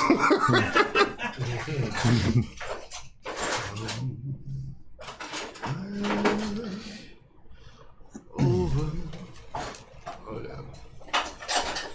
Singing Judy Garland, I'm definitely tipsy. Skies are blue. You can take the knife away too. Take the knife away from Emery. Thanks. Brad, I really want to know, can you drink Guinness without problems?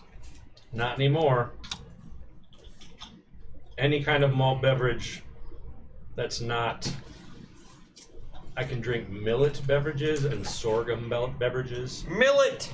Mullet. I had a sorghum beer once that was pretty good. They're not too bad. They're not awful. A little bit skunky, but Yeah. I still just drink PBR mostly, But- man. Eh. before I discovered that that I couldn't have gluten, I love Guinness. Dion, do you have this? Do you have the stream up for the comments? Oh, yeah. You got a question or a statement? No, Mr. Strat, here's the thing. I know there's a thing called the Seattle Freeze, and after a while, because I lived with some like natives from there, I got their energy. It's just when I first got there, it was like being an Odie in a world of Garfields. They were like, calm down, motherfucker. Why are you saying hi to me? I don't know you. And then you work with them, and it's all good. Plus, You I and do Dion. stand-up, so if you hang out with the stand-up comedians, you kind of know someone who speaks your language.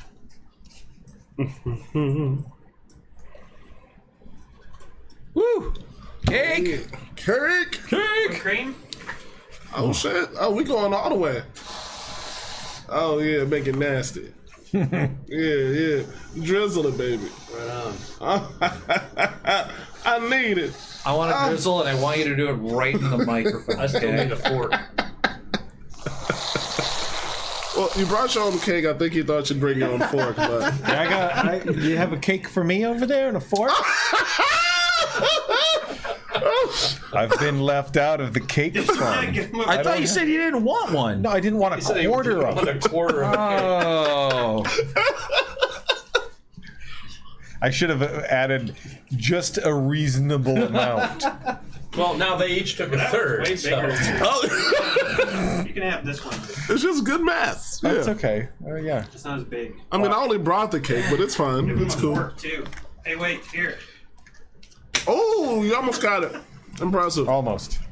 All this shit in the way. There's too much shit on me. Oh yeah. I got CH chickens.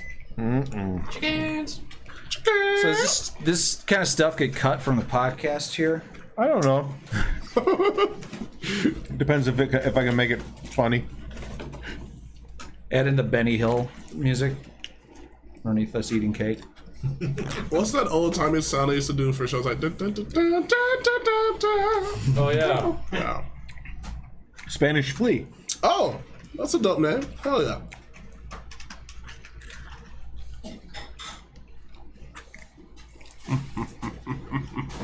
Sometimes we also did Winchester Cathedral.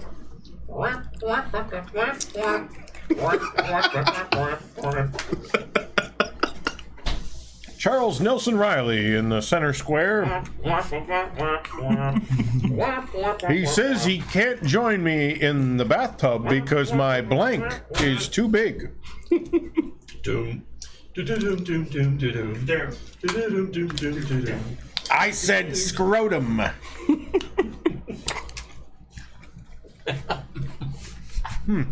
Very good questions from Patreon.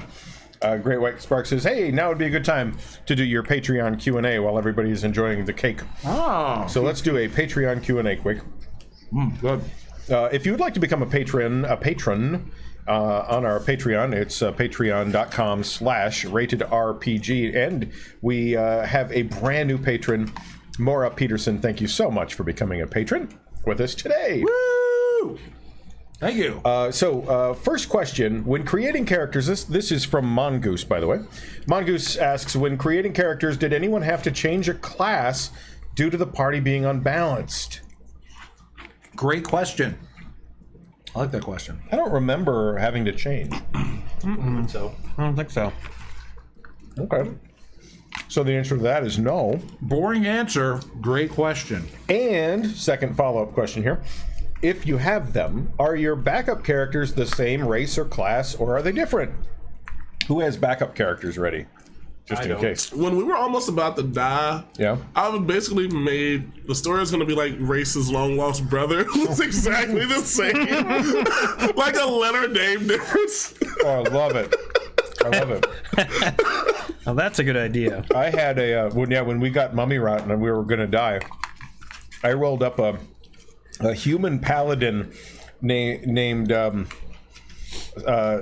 Reginald Hamstone, and his deal was that he was just a really big, rotund man, Yeah. and very prim and proper, and would have hated Glubjag because of his filthiness. Definitely would not have peed in the mouth of evil. That would have been hilarious. Yeah.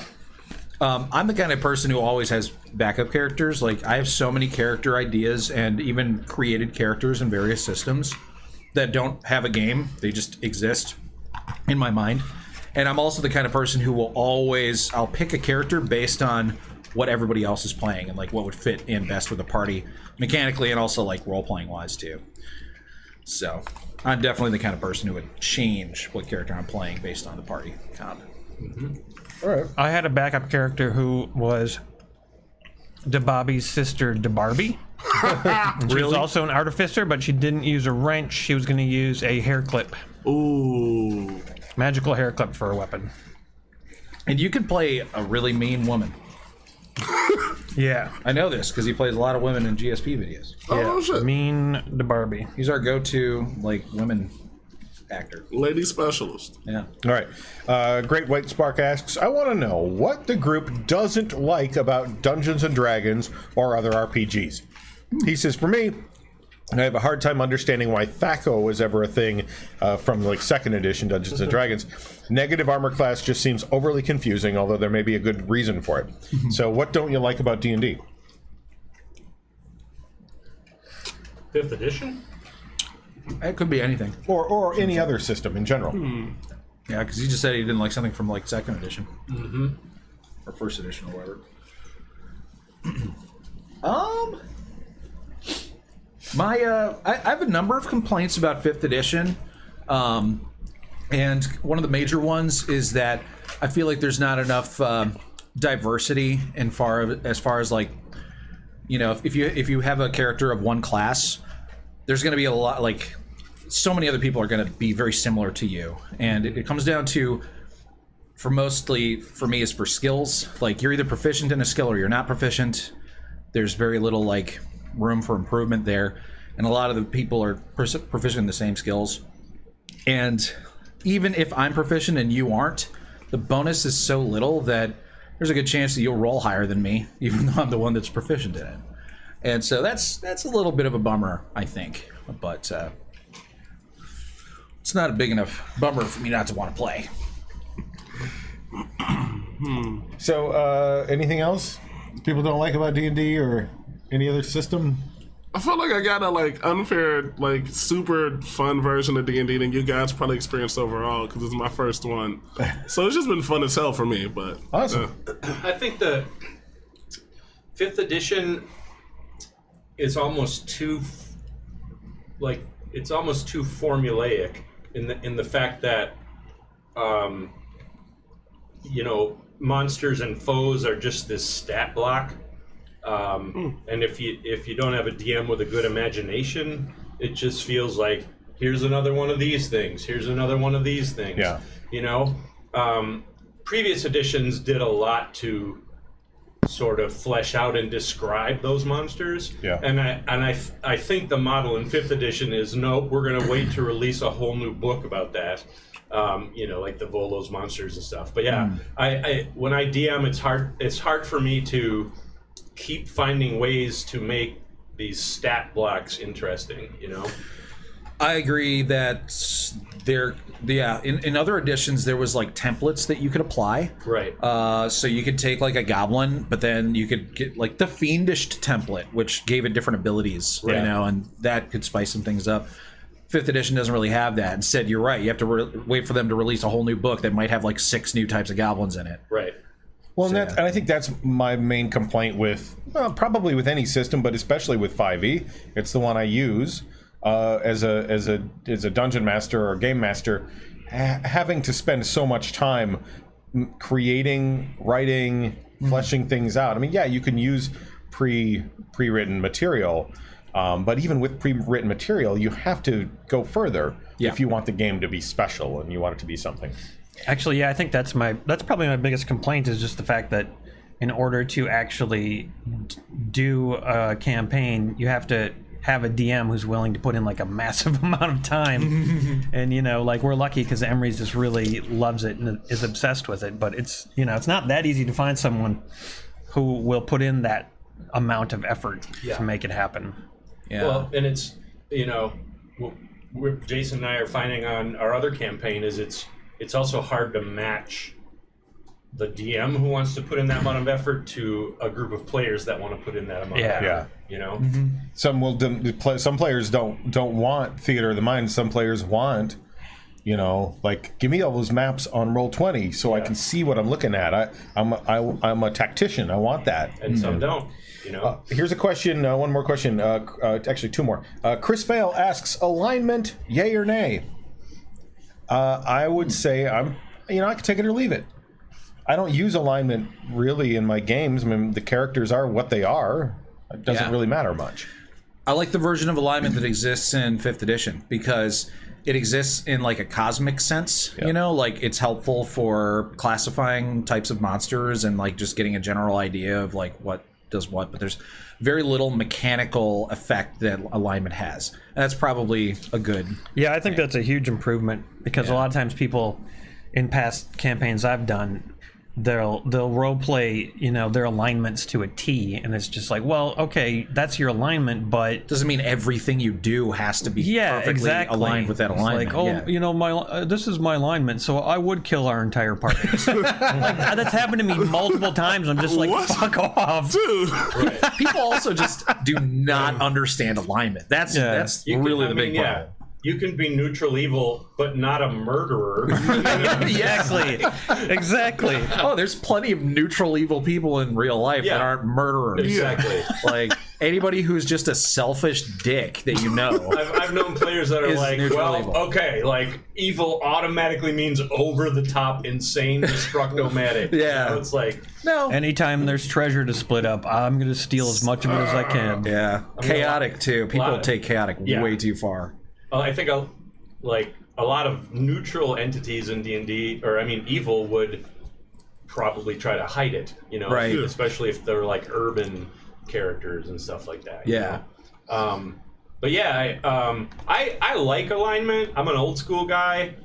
I like the fact that you can role play it if you want, but I also like the fact that it's becoming more flexible. And I still love the fact, like you said, that there are monsters and creatures out there who represent that alignment. Yeah. And that's what makes them not a humanoid. Right. Is that there's this alien thinking of this is how I approach things. Yeah. You know?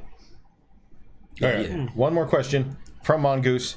He says there's still some way to go with Descent into Avernus, but looking to the future, will Rated RPG focus on Dungeons and Dragons or play different systems? Can you repeat that? So Mongoose says there's still a little ways to go in this campaign. Yeah. But if we continue doing Rated RPG the way we're doing it, are we going to stick with Dungeons and Dragons or are we going to go into something else? I'm really open to anything, but I'm open to anything. 5th edition D&D though is like super popular, so we It's always have accessible. to- yeah, we have to know. consider that too. That's a good point.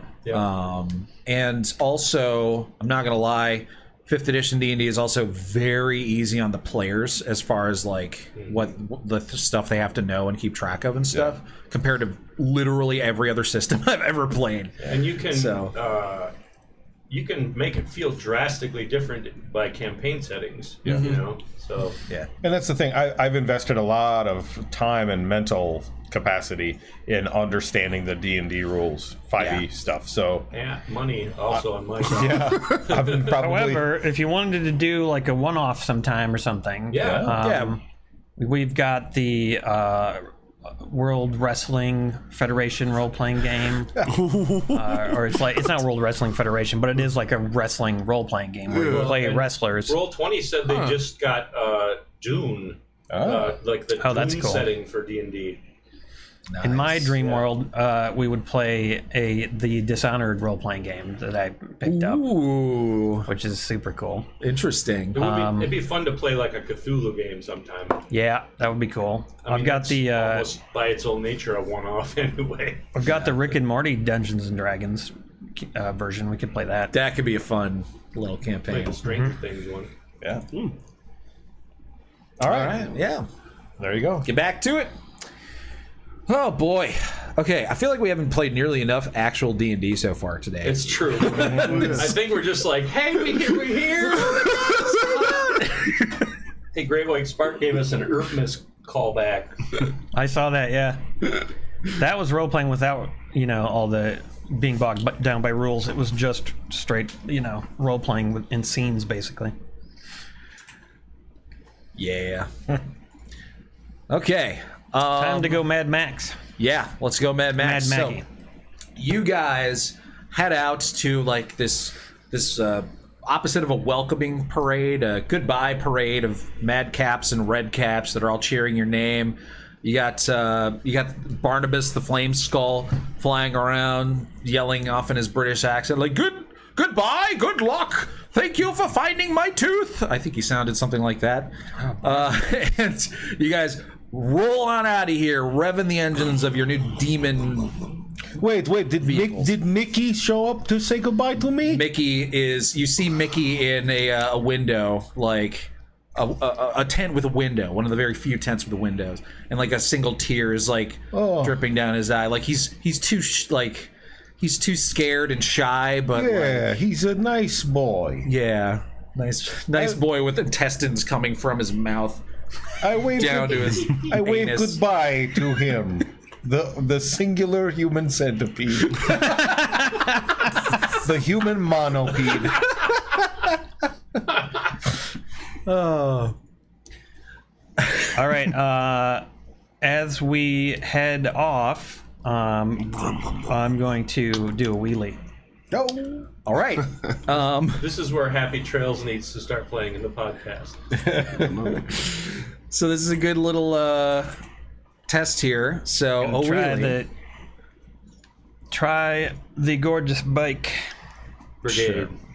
that is Bike Brigade. a DC 10 Dex check using the bike's dexterity. Was it really called Gorgeous Tormentor in the?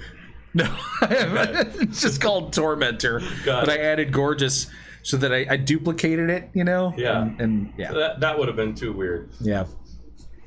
Right. So how do I roll the gorgeous Tormentor's dex? Just click on the You're not on word the dex. Tormentor. You got to be on the character sheet. You're on the devil bike. The Devil's Ride. The devil's ride. Yeah, that's what I was. The That's what Gorgeous I'm Ride. on. Right. Oh, I might have. I think I actually have the wrong ones out in the field here. Let me put the right ones out there. The gorgeous. Oh, click on that and then roll. Okay. On character sheet.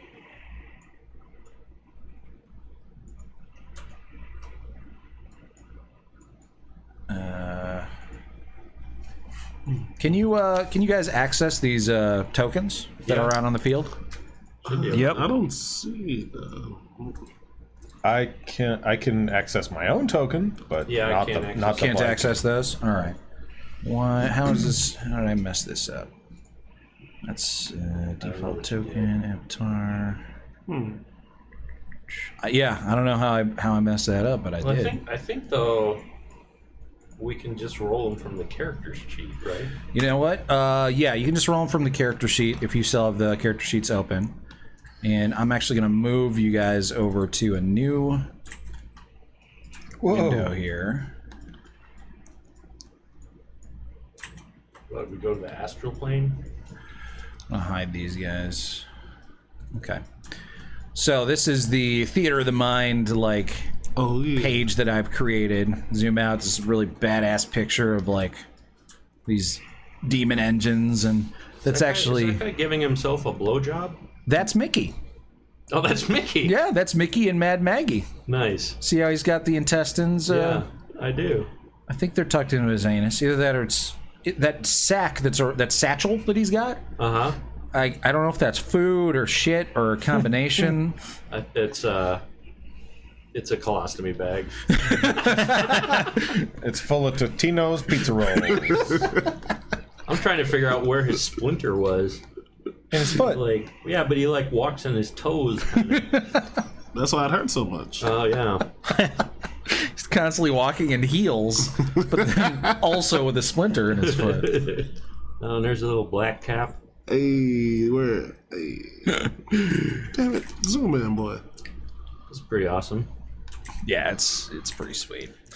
That shouldn't have took me that long to figure out. Jesus Christ, Dion. I was like, how come the screen won't go up? Press the up arrow. Oh, I see what they were trying to get at.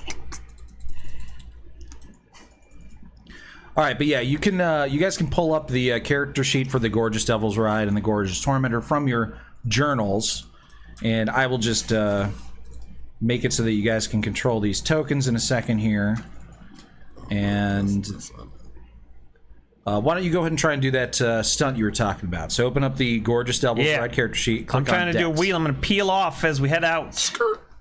Stunt. Cool. Oh no, that was Brad's 22. Never mind. All right, so you got a. I don't see a stunt. 15. I don't see it. I think it's just showing. Oh, for you him. whispered it to me. That's right. It's a secret stuff. These fucking things are set to always whisper, aren't they? Yeah. All right, yeah, you got a 15, so that is a success. Nice work. I'm gonna juke. All right. Oh, that didn't work. You use your reaction to grant advantage on the next dex saving throw, so you don't even have to make a check for Oh, that. got it. Yeah, it just automatically works. Let me see if crushing wheels works right. Never whisper rolls. Nope. Okay. Tormentor, Gorgeous Tormentor. I guess these aren't just like. Why did I get logged out? I'll yell, to hell and beyond, as I drive off doing the Oh, wheeling. yeah, the harpoon works. All right. Try doing another wheelie, Aaron, in 3 seconds. Oh, yeah, I do another wheelie. All right, try it now. Okay, I'm going to try it as soon as I figure out where I put the character sheet on my...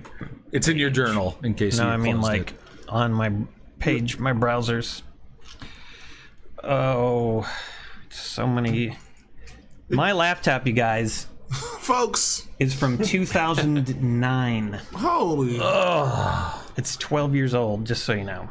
And it still works. This one's not much. newer. 12 years young, guys. Yeah, Actually, exactly. they look very similar. Yeah. Okay, going to the dexterity. But that's the good thing about now I can't do anything. What did you do to this? Yeah, like, I got logged Wait, no, out, by the way. I got it. But I did it. I rolled it. I got it. All right, a 6, so that would be a fail. Yeah, because like it had asked me to like put in my password again, so I'm not sure what's going on. All right, well, that was only four under, so nothing shows- disastrous happened. You did that. I just didn't do it, right? Yeah, and you didn't fail I'm by not more than driving 5. anyway. So no, Okay, thank God. Okay, wait. no mishap. Or Christ is whatever. averted. Send me some tasteful news. But yeah, if you fail by more than 5, then You probably get you prone. suffer a mishap, and then you have to roll on a table. Oh boy. All right, Looks like my stuff is still Whisper. Did you fix that? try it again. I think I maybe just fixed it. I'm a private whisper. Oh yeah, I see it. Okay, Crushing wheels. I crush your wheels. groovy. Where did Jason go? I hear He, some grunting. yeah, he went to do some grunting. All right. All right, well, as you guys are sort of like traversing the wasteland on these vehicles, you hear sounds coming out of the engines of these things. It literally sounds like the wailing of tormented souls. And you're looking at the fuel gauge, and the fuel gauge is saying that you will have 24 hours before the fuel runs out. And the only thing that you see as far as like where to put fuel is the slot. Yeah, that looks like it perfectly fits the soul coins. Oh, so they run on soul coins? Indeed. Is there a slot machine arm next to it? Yeah, do you want to pull it? Yeah. You pull it, and you hear like a mechanical like injection sound, and then like a beeping, and you turn and you look, and there's actually this other sort of like hole that opened up, like a lid popped open. It looks like you can insert something else in there, but you're not entirely sure what. Huh. Well, Well, don't do it, Glubjeg. what just happened? What'd you do? I lost power in my laptop. Oh, my my God. batteries do not hold a charge at all, so it has to be constantly plugged in. Oh, so even just slightly unplugging it Oh wait, here we turns it go. off. Yeah. What year is your laptop from? 19, I think. Year 19. That's a very old That's laptop. a PC laptop, folks. No offense. It's better than your piece of crap. It is, but I can use this until I'm dead. Yeah, but have you dropped yours like 3 times? No. So his problem is that his battery sucks. He can actually replace the battery. Good Yeah. luck replacing a battery on a Mac if anything happens. Exactly. To that. Yeah. Good luck Yeah, replacing anything Right? on our Mac. You can actually. You can replace batteries. For $10,000. Yeah, proprietary batteries. Yeah. I mean, I wouldn't want to try to run it on the battery much anymore. I can go to like Bill's bootleg battery shop. Thing is, it does still run on the battery. It's 12 years old.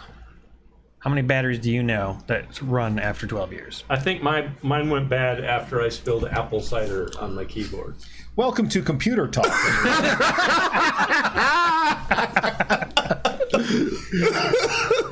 All right, so No, actually, it was more like here's how Brad ruins his laptops. Talk. Yeah.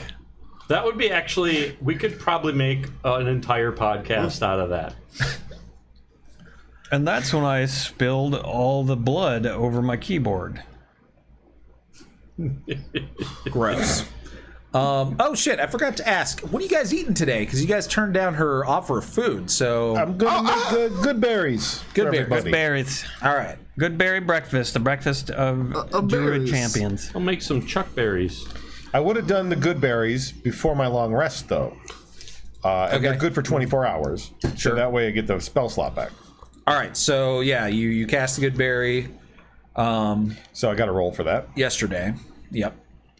So, sounds like we're going to start tracking food now. Oof. Sadly, yes. I have 4 rations. I'm gonna use 1. Shouldn't be much of an issue though, because of the good berries. Well, we got good berries. Oh, never mind. Then I'm gonna shut the fuck up. So you guys like are driving, and your stomach start to sort of like rumble, and it gets to the point where it's louder than the vehicle that you're in. So you're like, wow, we really need to pull over and have a bite to eat. So you just passed a large crevice that smelled like farts, And so you go a little bit past that. You pull over next to what appears to be the femur of some sort of massive chicken or something, some bird-like femur. And you sort of park like behind it in a valley between a couple cliffs. And you start eating your good berries, eat your rations there, Race. And as you're finishing up your meal, you guys start to hear the sound of another one of these demon engines. Here we go. So real quick, I did 4 batches of good berries because I was having poor rolls, but that would have been all 4 of my level 1 spell slots from pre-long rest. Okay. So I've got 16 good berries. If everyone eats one, that still leaves me with 12 good berries. Sure. Okay. They're good for 24 hours yet. Well, 14 or something. So as the proper halfling, Race eats one of your good berries and is like, Man, what about second breakfast? But yeah, you guys hear the rumbling and screaming of another one of these demon engines. Uh-oh. What do you do? Mount my bike and get ready to take off if needed. I load up a harpoon.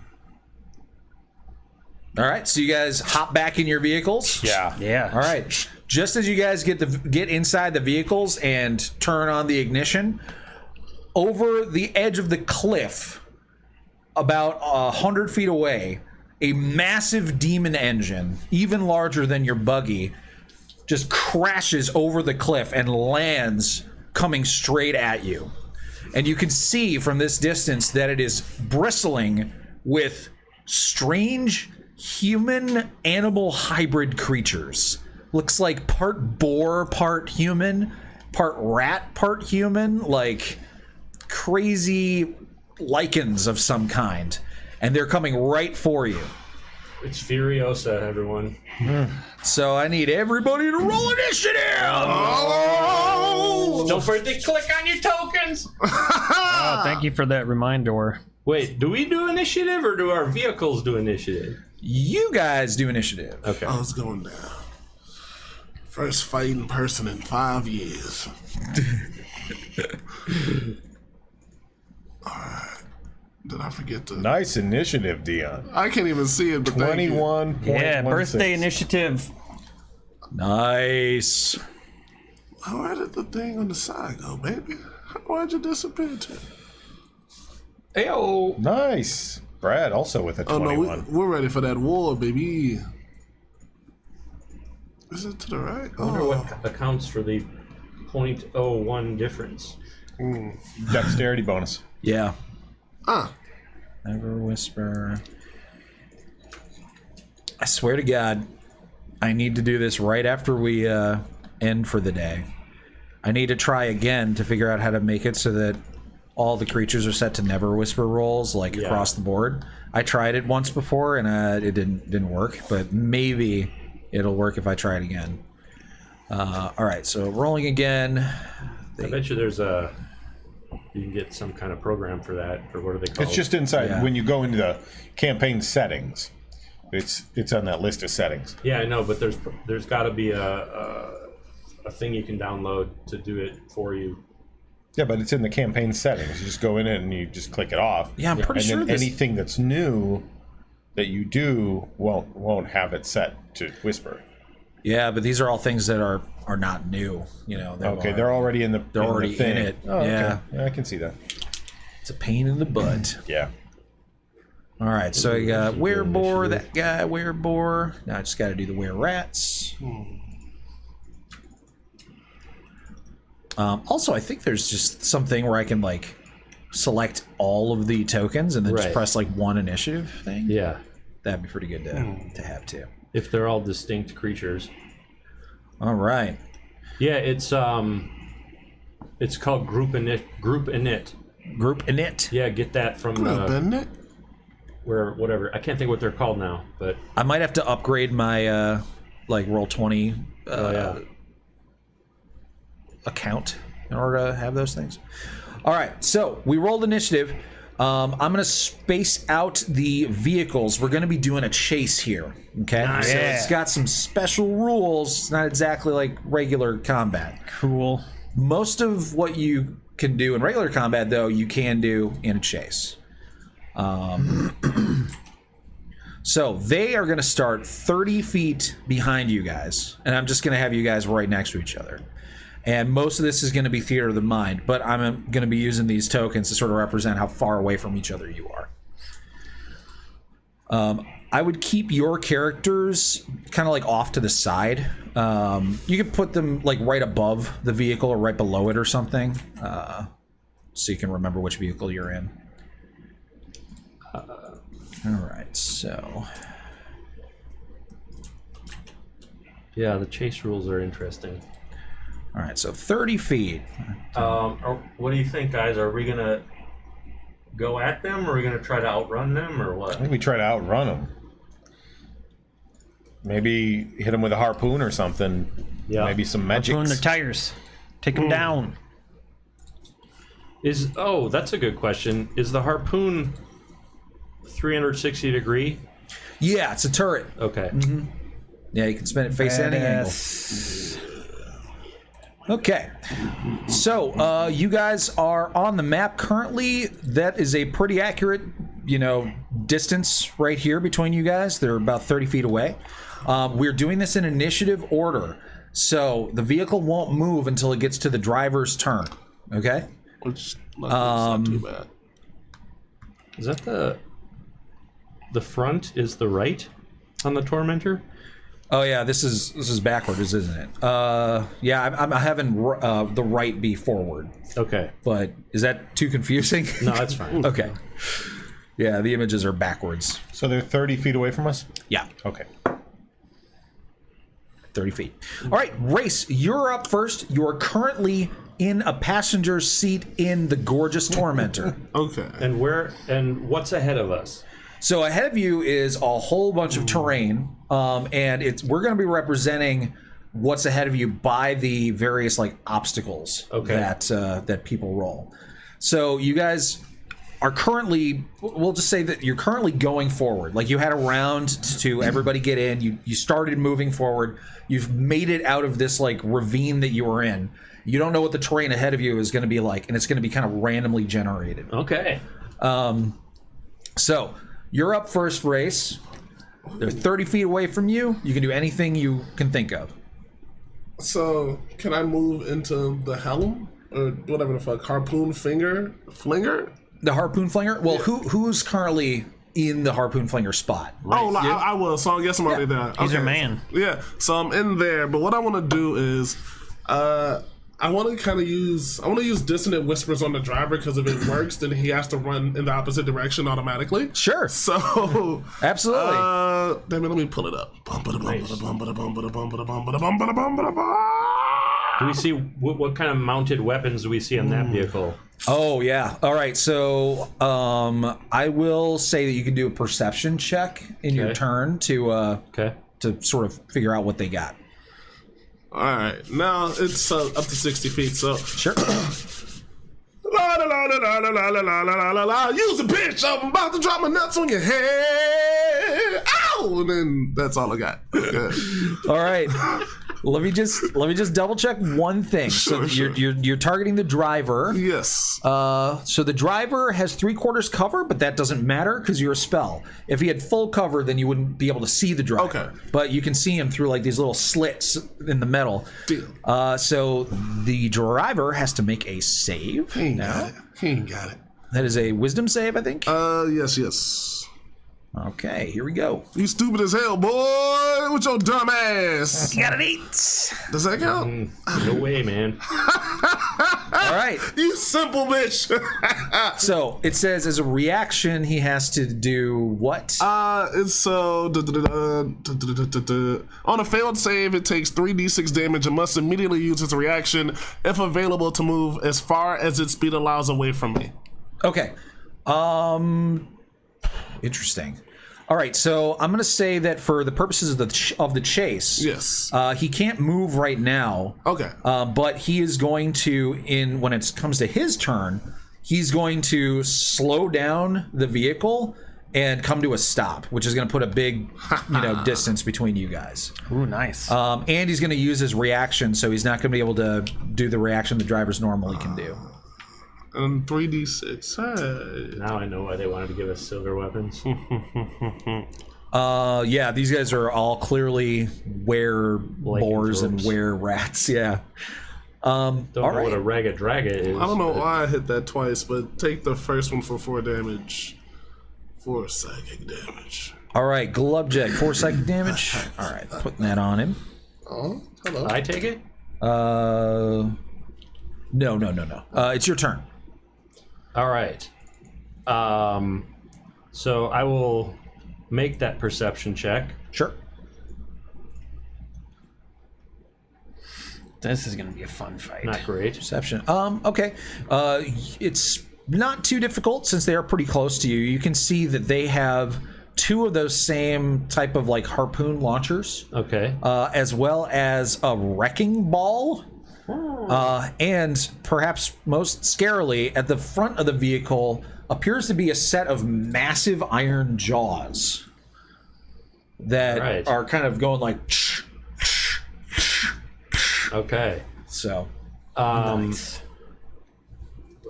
And can you tell me those rules about dashing again? Yes.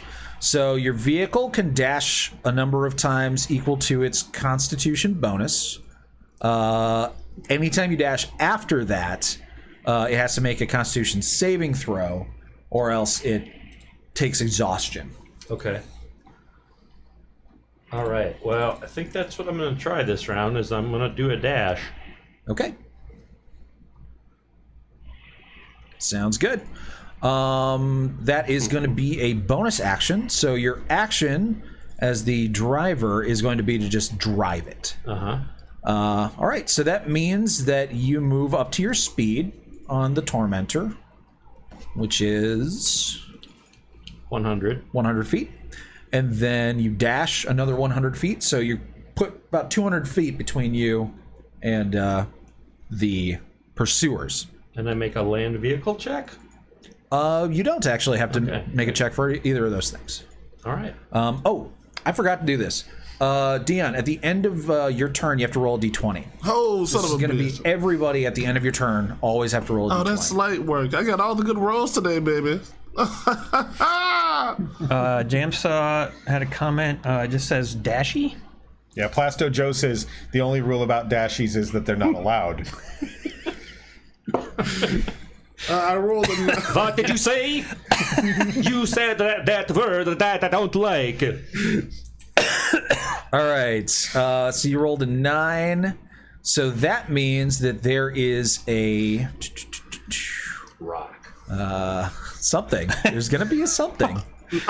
something? Oh, no. A complication at the beginning of Brad's turn. All right. So before you're able to drive, the vehicle is still moving, and you reveal the new terrain that you're running into. And there's something in the way.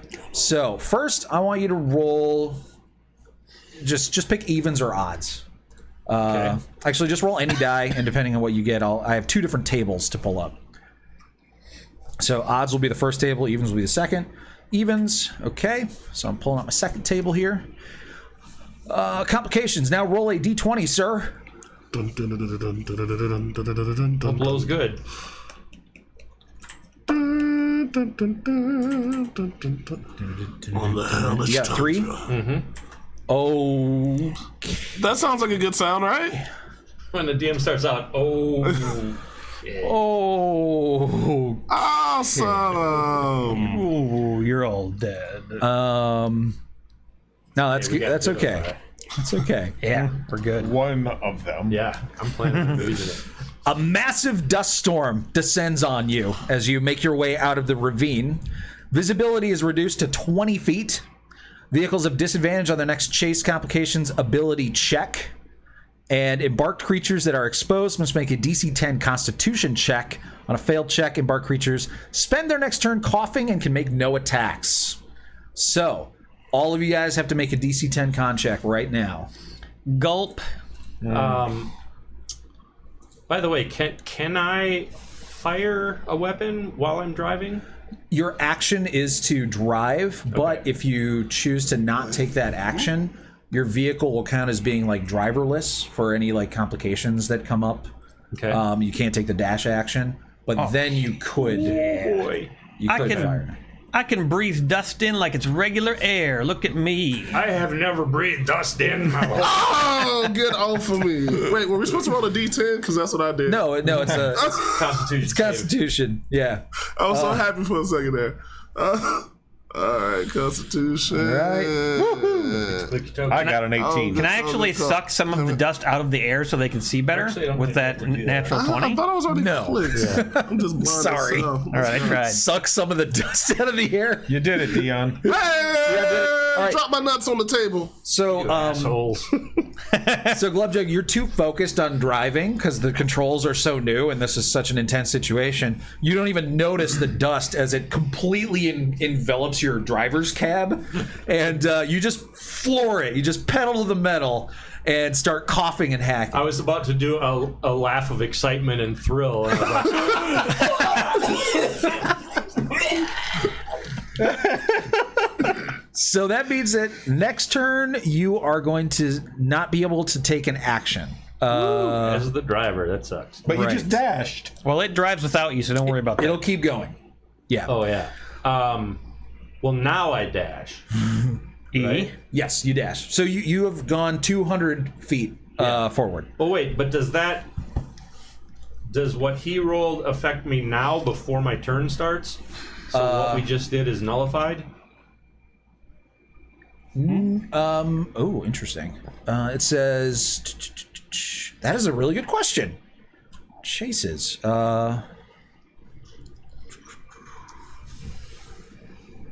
Oh man, good question. I need to look that up real quick. So Time to look up rules. While you're looking up rules, I'd like to thank some of our patrons. Hey. So we have a bunch of patrons who have been patrons on Patreon with us for a year or more. And so I'm going to go ahead and get those names.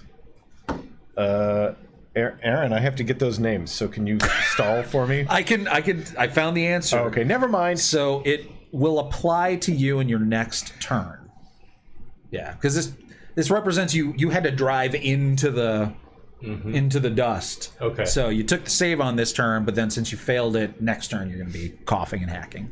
Got it. And now back to Jason finding names. Thank you very much. We'd like to thank Cheesemaster 007, Danny Bell, Valentine Crowley, Manflesh, Alex Schermerhorn, Tony LeBlanc, Mongoose, Uglaset, Sean Henry, Jerry Veit, H.D. Burke, Random Guy, Joseph Doherty, and Chris Fail, all in our one-year club.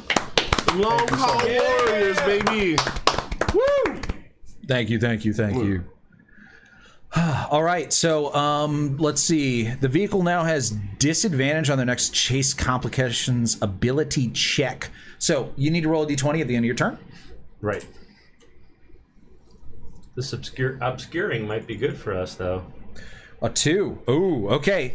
The next person in initiative is the Were-Rat, so this is going to affect some of the bad guys. Okay, so that was table 2 again. I'm going to roll a d20 to determine whether it's the first table or second table. It's going to be the second table. And then I'll roll a d20 to see what happens to them. They get a 3. Well, that is really... The same thing. Makes sense. The same exact thing happens to them as they follow you into a dust storm. Okay, so everybody on board has to make a Constitution check, so I'll just do that real quick. Choke them out.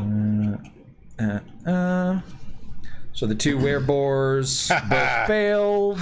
Eat our dust. Yeah. They're not going to do anything next turn. Pocket sand. Ragged Draga passed. All right.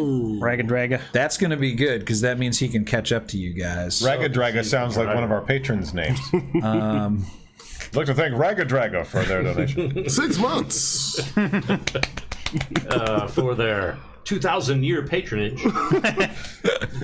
All right, so the were-rats and rag-a-drag all passed, but the were-boars failed. The were-rat, so their visibility is reduced to 20 feet. They can't shoot you guys. Nice. So, Nice. nothing for the were-rat. Now a d20. A 19, so nothing happens to the were-boar. He can't do anything. He rolls a d20. 7. Okay, this is going to affect Koslow. What? Yeah, Koslow. You are... Roll a... just any die. We're taking the number 7, but it's going to be from either table 1 or table 2. Table 2. You guys like table 2 a lot. Number 7. Piles of bones from some ancient battle litter the landscape in great mounds as you guys escape the dust cloud. The rumbling of your infernal war machine threatens to cause an avalanche. You guys have to make a dexterity check with disadvantage because of the dust cloud that you guys just ran through. On a fail, you trigger an avalanche and take 5d4 bludgeoning damage, and the terrain counts as difficult for the next 40 feet. Oh, so does we each individually have to For move me it? on the motorcycle? So, no. So far, this is just the Tormentor. Yeah. Okay. So, this is where your And piloting skills Land. come into play, Clubjack. Land vehicle master. Right. So, you have to make a dexterity check with disadvantage, but you get to add... You're using the dexterity of the vehicle plus your proficiency bonus. Okay. And something bad will happen if I fail? Something bad will happen if you fail. you got this. So, brother number 1, believe. Oh, but we got disadvantage. Disadvantage. So, we're going with an 11. But I didn't add in my proficiency, my dex bonus, or proficiency bonus. Which one is it? Your proficiency bonus. Okay, so it's a 14. So 14. I think that is a pass. Yes. Oh boy. Yeah, feels like it. Oh boy. It actually doesn't have a DC here for some freaking reason. So Weird. I have to look at the other DCs of similar things. They seem to be either 10 or 15, but 15 seems to be for like repairing stuff.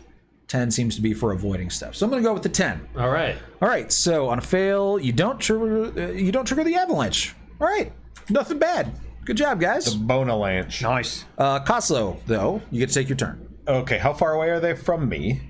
So he used his reaction to he's gonna come to a stop, and you guys are 200 feet ahead. Okay. So 230 feet. Okay, so there's not much I can do. So I will hold my action until... I want to hold my action until there's a moment that I can use my help action with something going on in our own vehicle. I don't know if that's going to happen, but that's what I'll do. You guys are so far ahead. Just holding your action. Yeah. Okay. Do you have to set like a triggering event or something? So if one of my party members needs my help with an action, I will give them use my the help action. Okay. Yep. Fair enough. Roll a d20. Me? Yep. At the end of your turn. Oh, right. And What is just what gonna is roll this? before. What is this? So this is That's table a 1. D20 is a 20. I got a 20. You got a natural 20? Natural 20. Very nice. No complication for DeBobby then. I like. Your turn, DeBobby. Right. Where am I though? You're on the Devil's Ride. You're 30 feet away from the From the bad baddies. boys? Oh baby. And they're not moving currently, are they? they are moving, but I'm gonna have them come to a stop in his turn. But they're still moving right now. Yeah, they're moving currently. Yeah. Oh my! I assume the vehicle has some sort of a Constitution saving throw, like ours do. Yep. Oh God! I think I have to try this. I'm going to try to reduce the size of their vehicle. Oh my god. I'm going to tinify it. So you're casting enlarge/reduce? Yep. Oh god. If they fail, it's going to be so funny. Okay. Yeah. A creature or object you can see within range. Choose either a creature or object that is neither worn nor carried. Yeah. They can make a con save. Whoa. Target size is halved in all dimensions. What? That's a nut spell. but That is That's the stuff. ridiculous. You're going to clown car them. That's right. Well, and the thing is that the people don't shrink. No. Nope. Just the vehicle They're gonna does. take damage probably, and And they're going to fall go off. flying all over the place at whatever miles per hour they're going That right is now. awesome. All right. Here goes their save. Please fail. Oh my god. Please fail. pass. I don't want to have to think of what happens. Yeah, if think they of what happens. Think of it. Fail, fail, fail, fail, fail, fail, fail,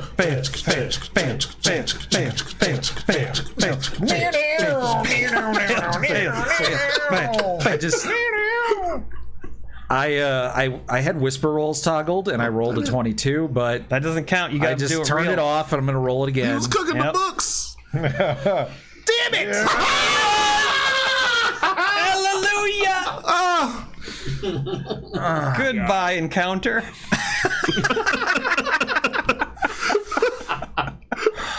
All right. Wow. and it comes to a complete stop. So How fast were they going? How fast were they going? they were going 100 feet in 6 seconds. So I don't know how fast. All right, that let's is do in the miles per hour. Oh boy. All right. So the vehicle begins to shrink, and the people who are in the passenger seats who don't have cover. Oh man. They're going 68 miles an hour. All have 68 miles an hour. Yeah. That's pretty fast. Pretty damn fast. Oh god. All of them have half cover. All right, so nobody's completely covered by the vehicle. All right, I'm gonna give them all dexterity saving throws to avoid taking. Actually, it's gonna have to be dexterity saving throws to avoid taking Full some of the damage? damage, and then they're gonna have to just like hang on to the sides because they're not able to sit in their seats anymore because they're too small. Okay, boy. What's your spell save DC? My spell save DC is Scroll up on that one. it's 15. Yeah, 15. that's Okay. right. Second They're actually losers. like momentarily they're just hovering above the vehicle. It's like a Tom and Jerry cartoon. They're gonna have to grab that side of the small vehicle. Natural one, werebore. Oh god. He's dead. Oh my god, they all rolled They all terrible. failed. All right. Oh my god. So they're not expecting this whatsoever. Nope. You missed a werebore, I think. Oh, I rolled. Yeah, I only rolled the constitution. I saw 5 rolls and I was like, that's all of them, but one of them was the demon grinder. All right, here we go. All right, all of them failed. Wow. Okay, well, let's pull up a damage table here. I'm gonna have to make something up. What a wonderful spell I took. Yeah. Really? That was Like, it was designed for this moment. Yep. It's a pretty. what made you decide to take it? I don't remember. Just had a gut feeling. Just because it would be fun. Just for trolling. Just for trolling. Yeah, that's a nice thing about prepared spellcasters is you can change it around so much, you know. All right, Debabi, roll 8d4 damage. They're all gonna take that. Okay. I can do that. Whew. This might kill some of them. Okay, we got 8d4, you say? Yeah. I'll just roll 4 twice. Or can How you- long does that last? Lasts for up to a minute? Wow. Oh, God. First half? What? 20. There it is. 20 damages apiece. That was a good first roll. Yeah, hell yeah. All right. Oh, wow. You can target any sized object with this? It doesn't even... Man. New favorite spell. That's ridiculous. Let's go back to that question about what you don't like about 5e. I can cast Reduce on a building and kill everyone inside. It's like super powerful. It gets a save technically, but that's ridiculous. Never seen that happen before. 20 damage to everybody inside as they're squeezed out of their seats, and several of their bones break to make room as they get ejected. But they all manage to sort of cling tenaciously to the vehicle, and they're going to be able to operate their weapons. Just the controls are much smaller, and the weapon damage has all been decreased while they're smaller as well. It reminds me, when I was in high school, I had a friend who had a Chevette. And we used to pile like 8 guys in this Chevette and go riding around. Just like this. Oh. His name was Ragadraga. Okay. Anything else to Bobby? Are you moving? Well, yeah. You can't. Your vehicle's just going to move its normal move. Right. Because you used your action to cast the spell. So your vehicle goes up 120 feet.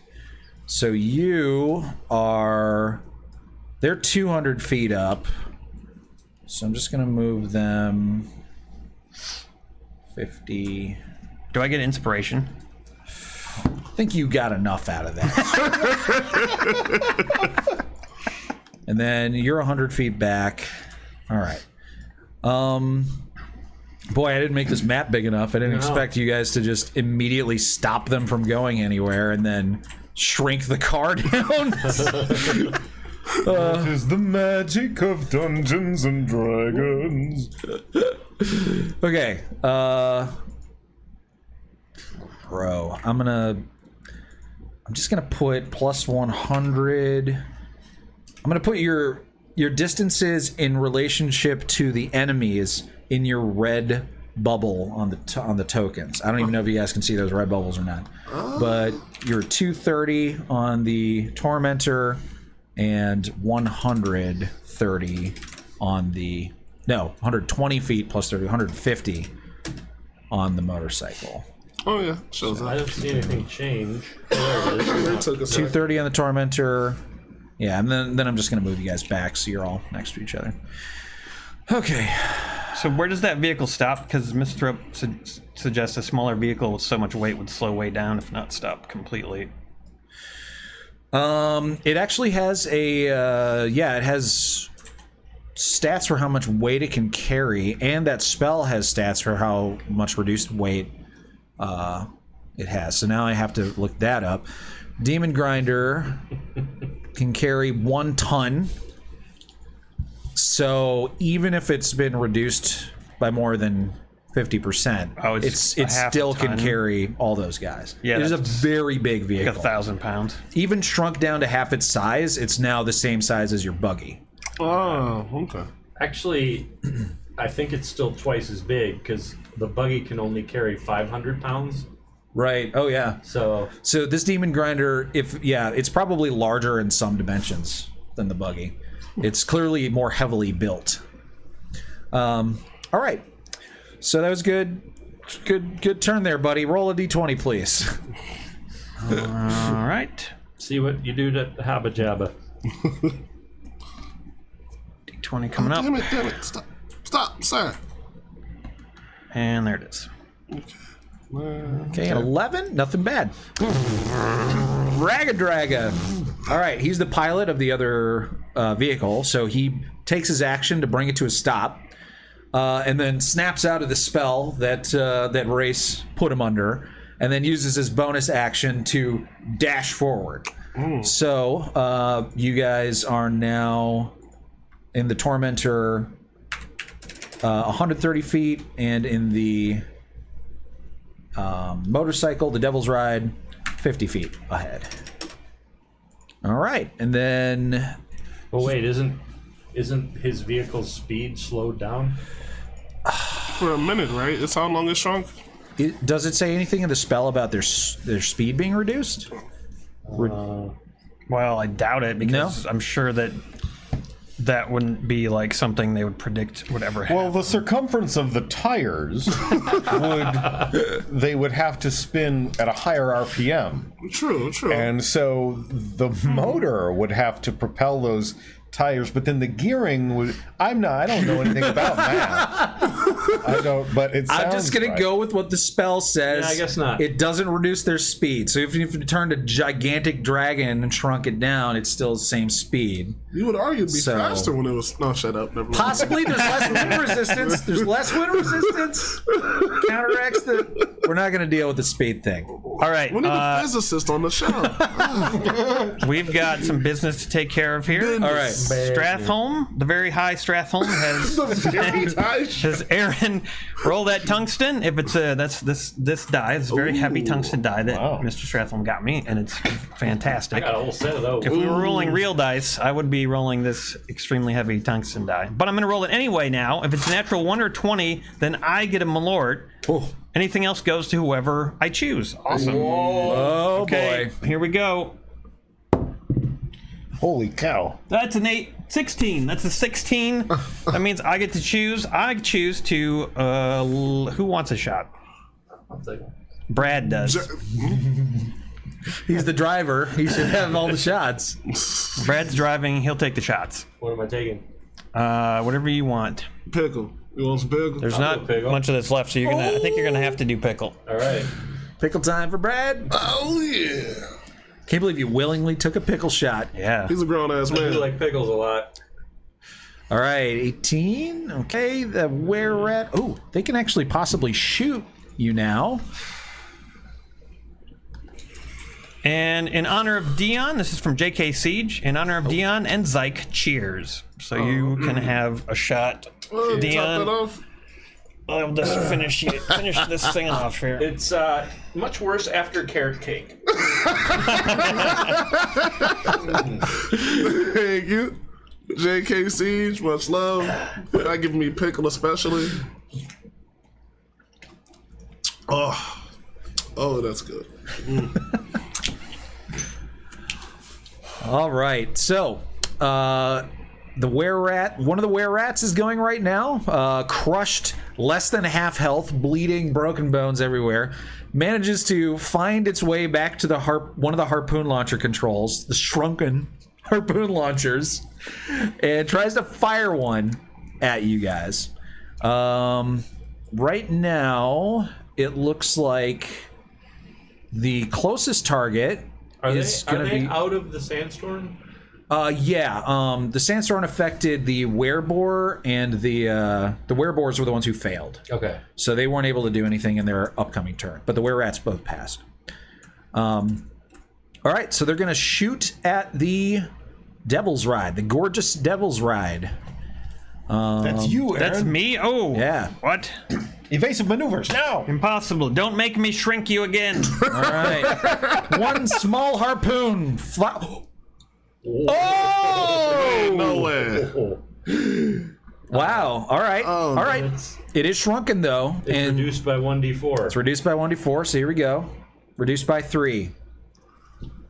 'Tis but a scratch. That doesn't cover your damage. That doesn't get through your damage threshold. So it hits the motorcycle and just deflects off his armor, doing nothing. Oh no, a toothpick. All right, next up is the wereboar. Ooh, and there's a complication. I rolled a 10. On which table? Oh boy. The even table. So a 10. So on the wereboar's turn,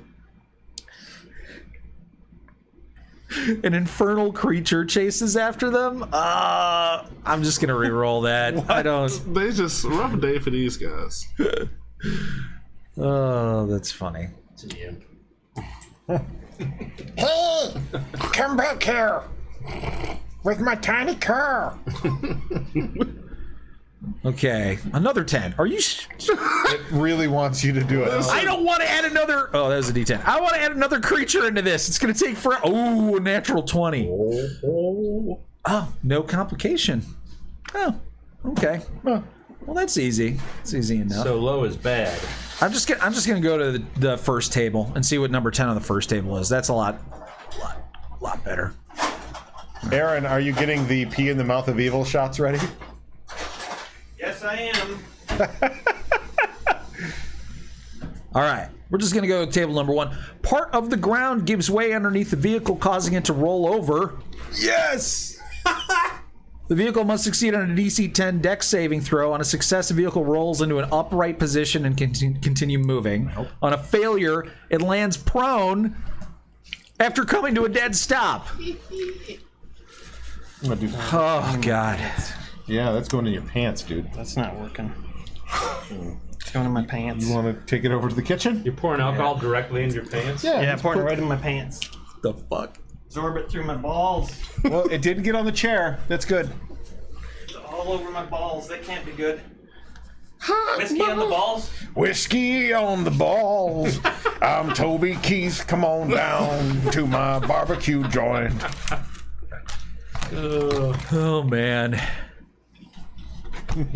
All right, well, depending on what I roll here, this chase can be just totally over at this point. Yeah. So if I roll less than a 10 on this D20, that's how chases go. The chase is over. So here we go. You guys ready? Yep. Finish him. Is it 3? Is it 3? Yeah. So the shrunken vehicle, covered in lycanthropes, clinging on it for dear life, hits a bump in the road, which at full size wouldn't have been an issue whatsoever. But for the smaller size is now a ramp that launches it into the air. It flips upside down, sending were-rats and were-boars flying in all directions, and lands flat on its back. And this dust cloud just billows everywhere. And you guys kind of look in your, rear view mirrors, and you're like, wow, those guys suck. Yeah, you don't mess with the Gorgeous Phoenix Brigade. That's going to be a sweet time for some sound effects. Oh my goodness. Yeah. Oh yeah. That was about as stupid as I was hoping. That's like our level. Yeah. Oh god. Now I'm gonna have to go online and be like, so DMs of Descent into Avernus, any of your players ever use enlarge reduce on demon engines in the middle of a chase? Anybody ever try that? Well, gents, I think that calls for a round of shots. Courtesy of Man Flesh. Man Flesh! Oh, we're going to have to turn around and go Birthday pee on him. timing for your Man Flesh. No, we can't. We can't go pee on him, because if we go do that, then something bad's going to happen to us. Yeah. Oh. Man Flesh, What, can we do a drive-by pee? did you have a message? Me? Oh, sorry. Did I? No, I asked Man Flesh. Oh. Fleshman? Flesh Man. Flapjack is driving. Cosmo, you're the only one free to pee. And I peed before I left. Oh, you always do. I went to party before I went on the car ride. And the Bobby can't drive a one-handed motorcycle and pee. That's just dangerous. Thank you. Haters gonna hate, lovers gonna love. I don't even want none of your love. I'm gonna piss on you. It's true, I'm gonna piss on you, gonna pee on you.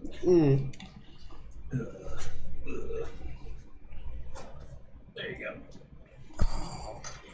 That sucks so much.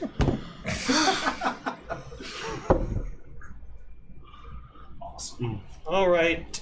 We need like a beer wench. Yeah. I can see why you guys have one of those for a while on beer and board games. Yeah, it's handy. Manflesh said, just love the clown car moment, so round of shots.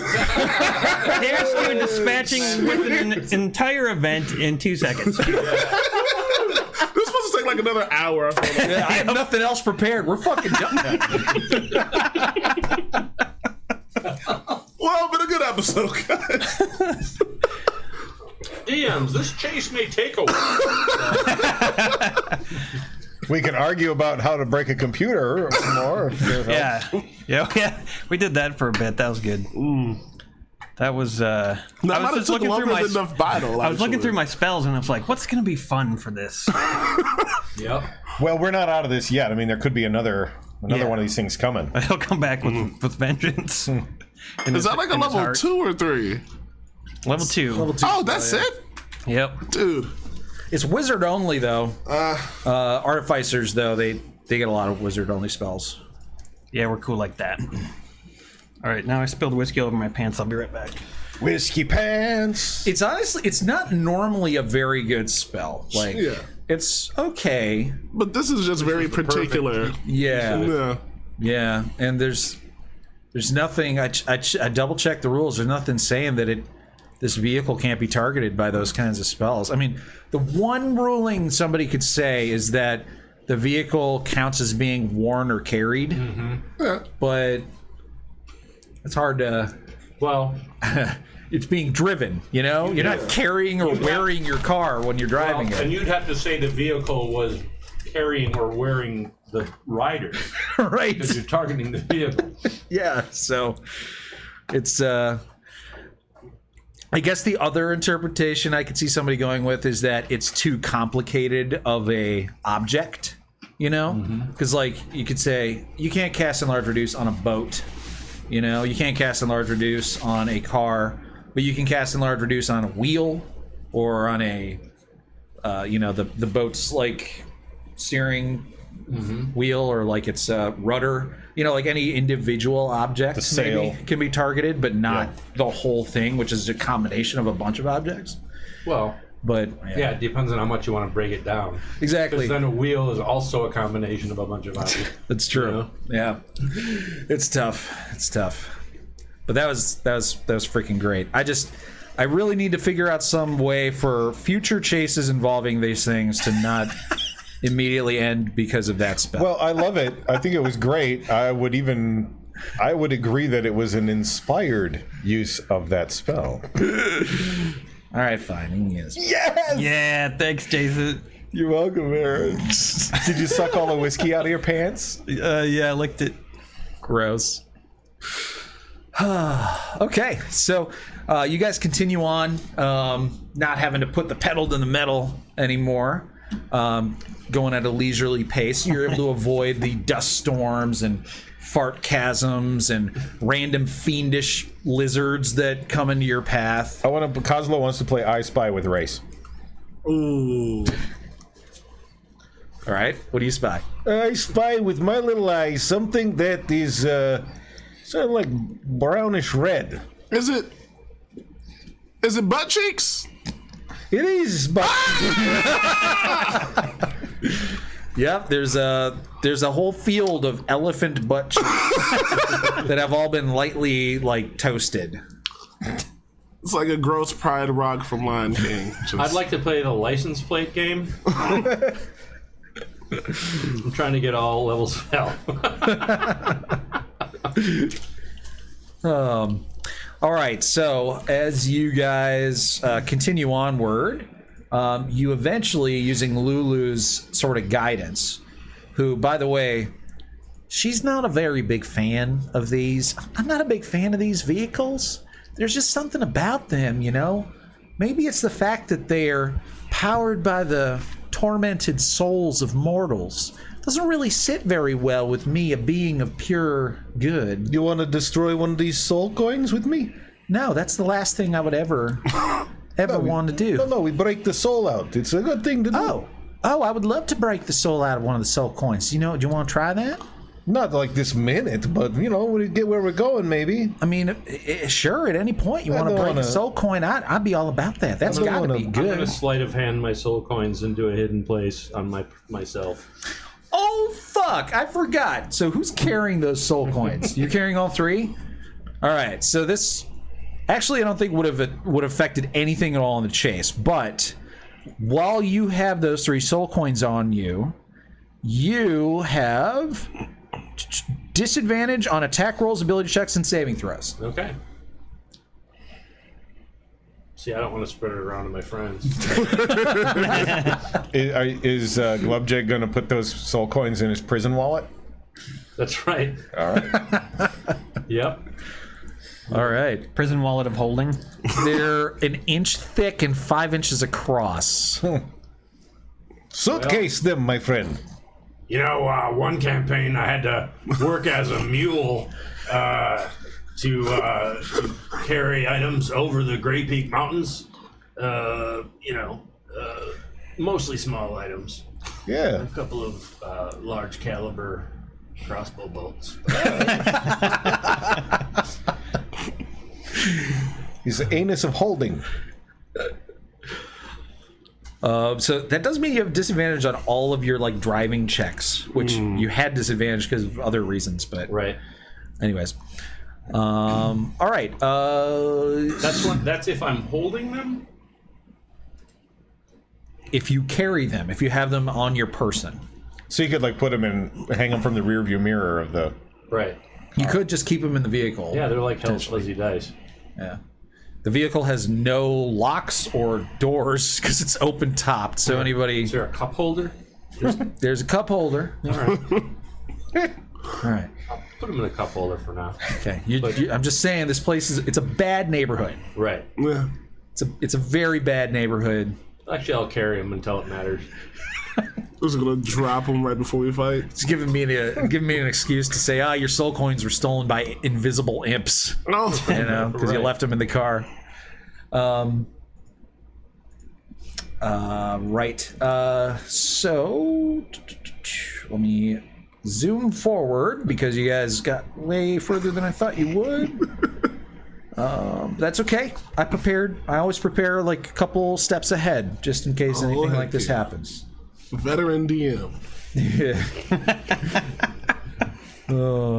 I don't know what you're gonna do to skip these next two things that I have prepared, though. Oh, we've got a variety of spells. We can get real silly. I'm gonna throw good berries at them.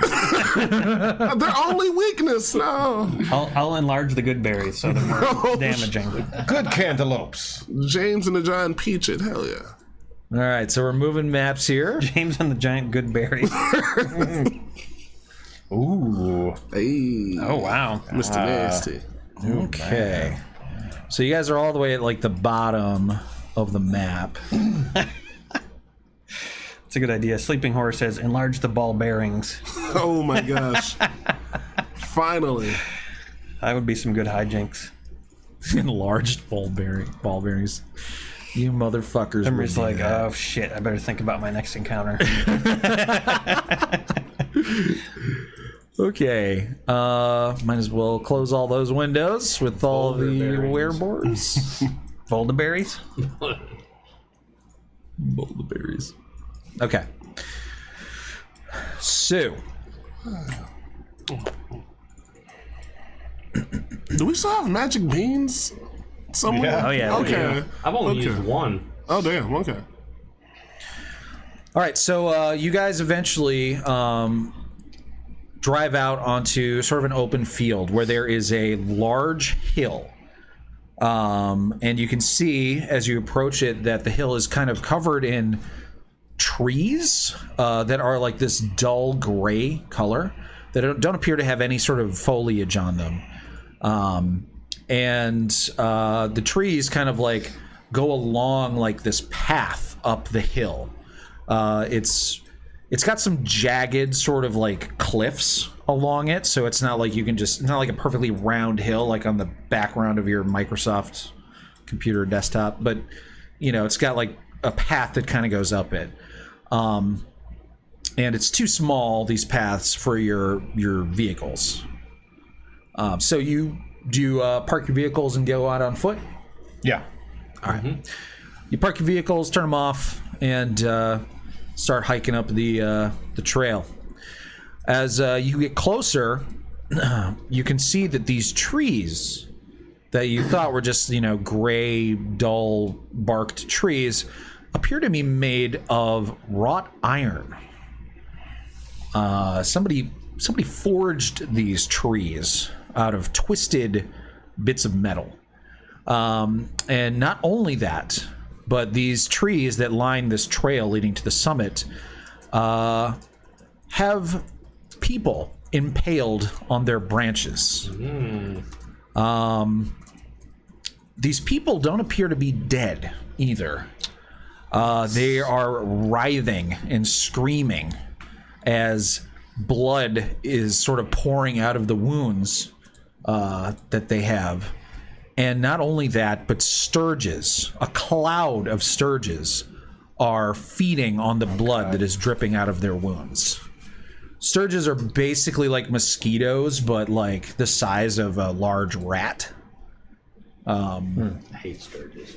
Yeah, they're in large groups. They are very scary, actually. But yeah, there is just dozens and dozens of these trees going up this path, each one impaled with several of these people. What do you do? I would cast Pass Without Trace, but I didn't prepare it.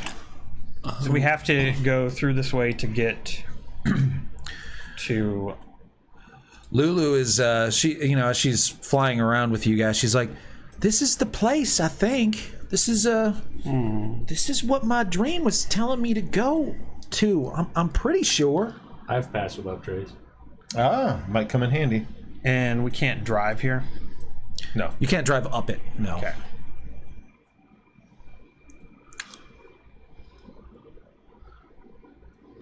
Do you guys want me to shrink the vehicles and bring them up to... To the top of the hill. We might need that for the drive home. Yeah, you're right. Yeah, I mean, if we're gonna sneak past all this I stuff, got invisibility and enhanceability could help. I don't know, but I don't have any spells to offer. I'll for cast this. pass without trace. is that just one person or the whole party? A whole party, as long as we're within 30 feet of Glaive. Oh, never mind. Yeah, let's try that. Let's get it popping. Gives us a +10 to our stealth. Sure. All right. So, Glubjag, you worried about perhaps being spotted or heard by something ungood. Something foul. Well, I'm worried about them being spotted. You decide to cast. You weave some magic to sort of silence their footsteps and cover their tracks. All right. Do you start moving up the hill? Yes. We do. Okay. So yeah, you guys should be able to move yourselves. And I'm just going to move Lulu kind of with the group here.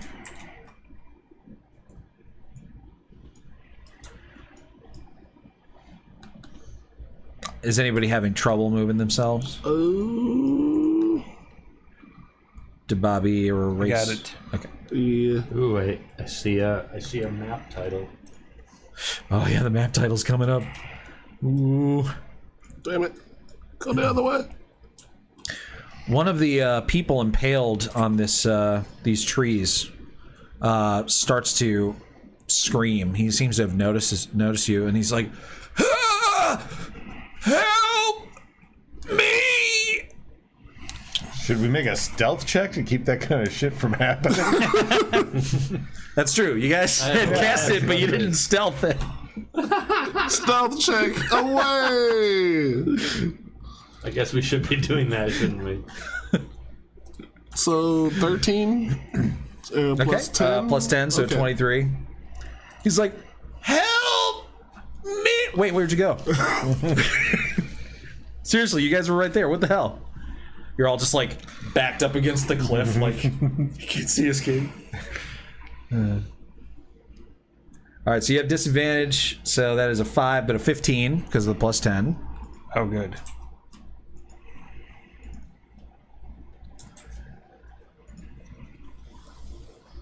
And then, holy shit, a 31.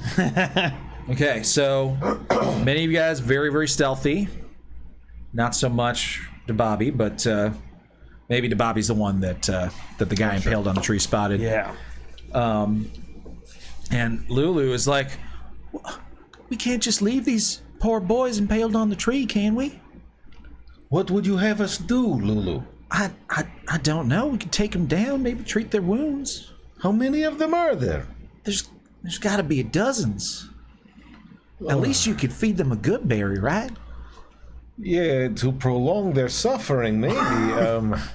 Guys, do we want to help these poor souls out? In a way, I want to help everyone, you know? Maybe come back for them.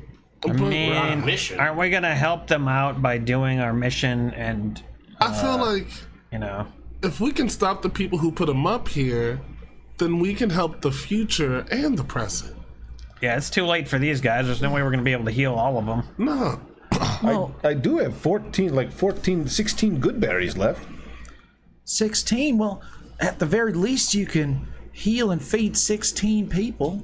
Well, you could do that, Lulu. Here, take the good berries.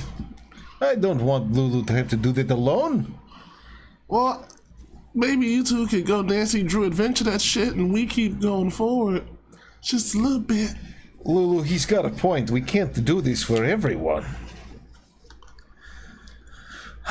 All right, you guys are the boss. You can tell that she's clearly very sad. I am also sad by this, but I hate have this. no choice. I mean, aren't these people who were sent to hell? Yeah, but there's still people. Those just not good ones. So, like, Hold on. we'll reprieve their pain, and then it'll go back to infinite pain forever. Let me just. I think I see something. She flies up to one of the people impaled on the tree, and he's like, "Oh God, save me! Yeah, you can see me, right? You're real." And she's just like, "I'm sorry, dear. I can't. Wait, what's this?" And she's like, "It says his name is Brandon Fabulantis. Brandon Fabulantis. He was a knight. He was one of the Blood Riders, and his crime was betraying Zariel." Oh, Hellrider. Yeah. Oh, yeah, he needs to go on that tree then. He needs to be there. He betrayed Zariel. Yeah, he did. I guess he did. I think all these guys did. She starts flying between the other men impaled on the trees. Turns out that each and every one of them has a little piece of wood sort of like nailed onto these iron trees with their name and the deed that has caused them to have this punishment. And it's all some form of treachery to Zariel. But wait, though. Treachery before she became evil or after? Well, it doesn't say. Ooh. In that tapestry, they weren't with her during the second part of the fight. So does that mean they betrayed her first and then she just quit after? We didn't get a lot of details from Max. I know it's all so hazy. I wish I could tell you because I was definitely there. Oh, that's What if we pulled one of them down, gave him a good berry, right? Gave him a little bit of health, and then really grilled him on it. Okay. Yeah, I suppose we could do that if we think it's gonna be safe. What about all those bugs? Wait, Yeah, bugs. Sturges. Oh, is it worth it? Like, what information could he even give us? We know that he pissed off Zariel. We know that Zariel's evil. So what is he gonna fill in the blanks on that's important? Well, Mad Maggie wants to know this information. It's worth a lot to her. Yeah, but she's also got like piles of literal shit in her house. I don't trust her judgment all the way. Don't you want to know what happened? Honestly, I'm just along for the vibes most of the time. I pee in people's mouths. I get some chuckles. I get laid. I mean, that's what I came for. That's why I came to hell. Hey, these are all good points. Well, they are soldiers, so I feel a little bit for them. I mean, then let's pull one down. I'm with the team on this one. I mean, if you guys think it's worth it, let's do it. I want to ask Lulu, what do you think's going to happen when we take one of these guys off their pain tree? Do you think Zariel's going to be like, oh, nope, they have to be on the tree? Well, I sure don't know. I surely don't know. Maybe we don't need to bother with them. Maybe they'll talk when they're on the tree. Yeah, that's true. Give him a good berry on the tree and then see if he'll give you some information. All right, I am purely a non-player character whose purpose is I'm gonna to go up and give a good berry. assist you. I'm gonna climb up. I lack agency and I'm unable to make decisions for myself. Well, we feel the DM wants us to notice. But if said DM were a real individual, they could also be trying to trick you into doing something that wasn't helpful for you. It's happened before. Are Sturgis? So it's hard to know, Turnip isn't farmer. Oh yeah, that son of a biscuit. Are Sturgis a tough creature to fight? Not particularly, but they're very small. We get beat by dumb shit a lot though. Yeah, we do. Numbers. Big numbers. Yeah, let's not. They sound like Sturgis sound like something that will Like defeat they'll us swarm instantly. us, right? Yeah, defeat us. They'll wanna catch We won't me be in the able to do mouth. anything. I'll choke.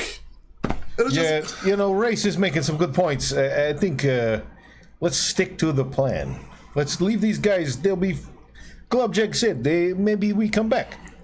I'm down with that. All right, suit yourself. At least you're open to the idea of saving these people, and that's kind of what I wanted to hear. A win-win. Exactly. All right, so you guys continue onward, stealthy, try not to attack too much attention. It's kind of like Jesus and the lepers. You guys ever read the Bible? You guys hear about that story? Sections. You ever heard of that book? Yeah.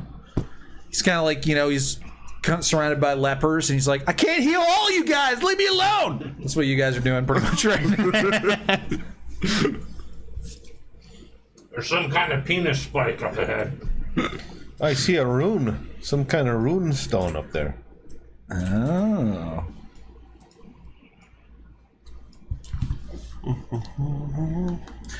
So you guys continue onwards, and you find more and more of these impaled knights on these iron trees. It's sad. Yeah.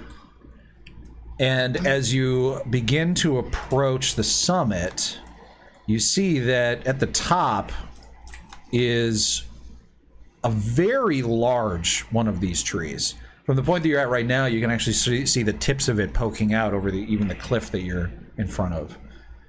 So it's clearly a very large, probably very important one of these trees. Oops, I accidentally moved race.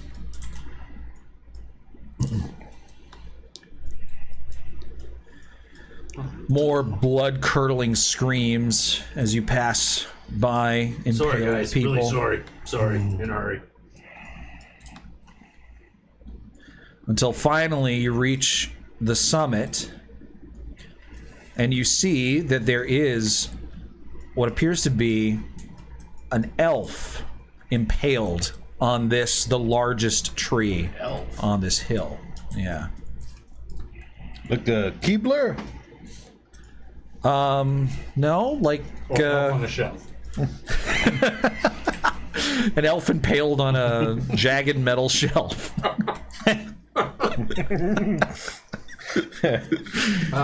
Yeah, what does he look like? Oh shit! I think I can show you. I can show you what he looks like. Just give me a moment here. Let me pull my hand out. Looks kind of like Luke Perry. Yeah.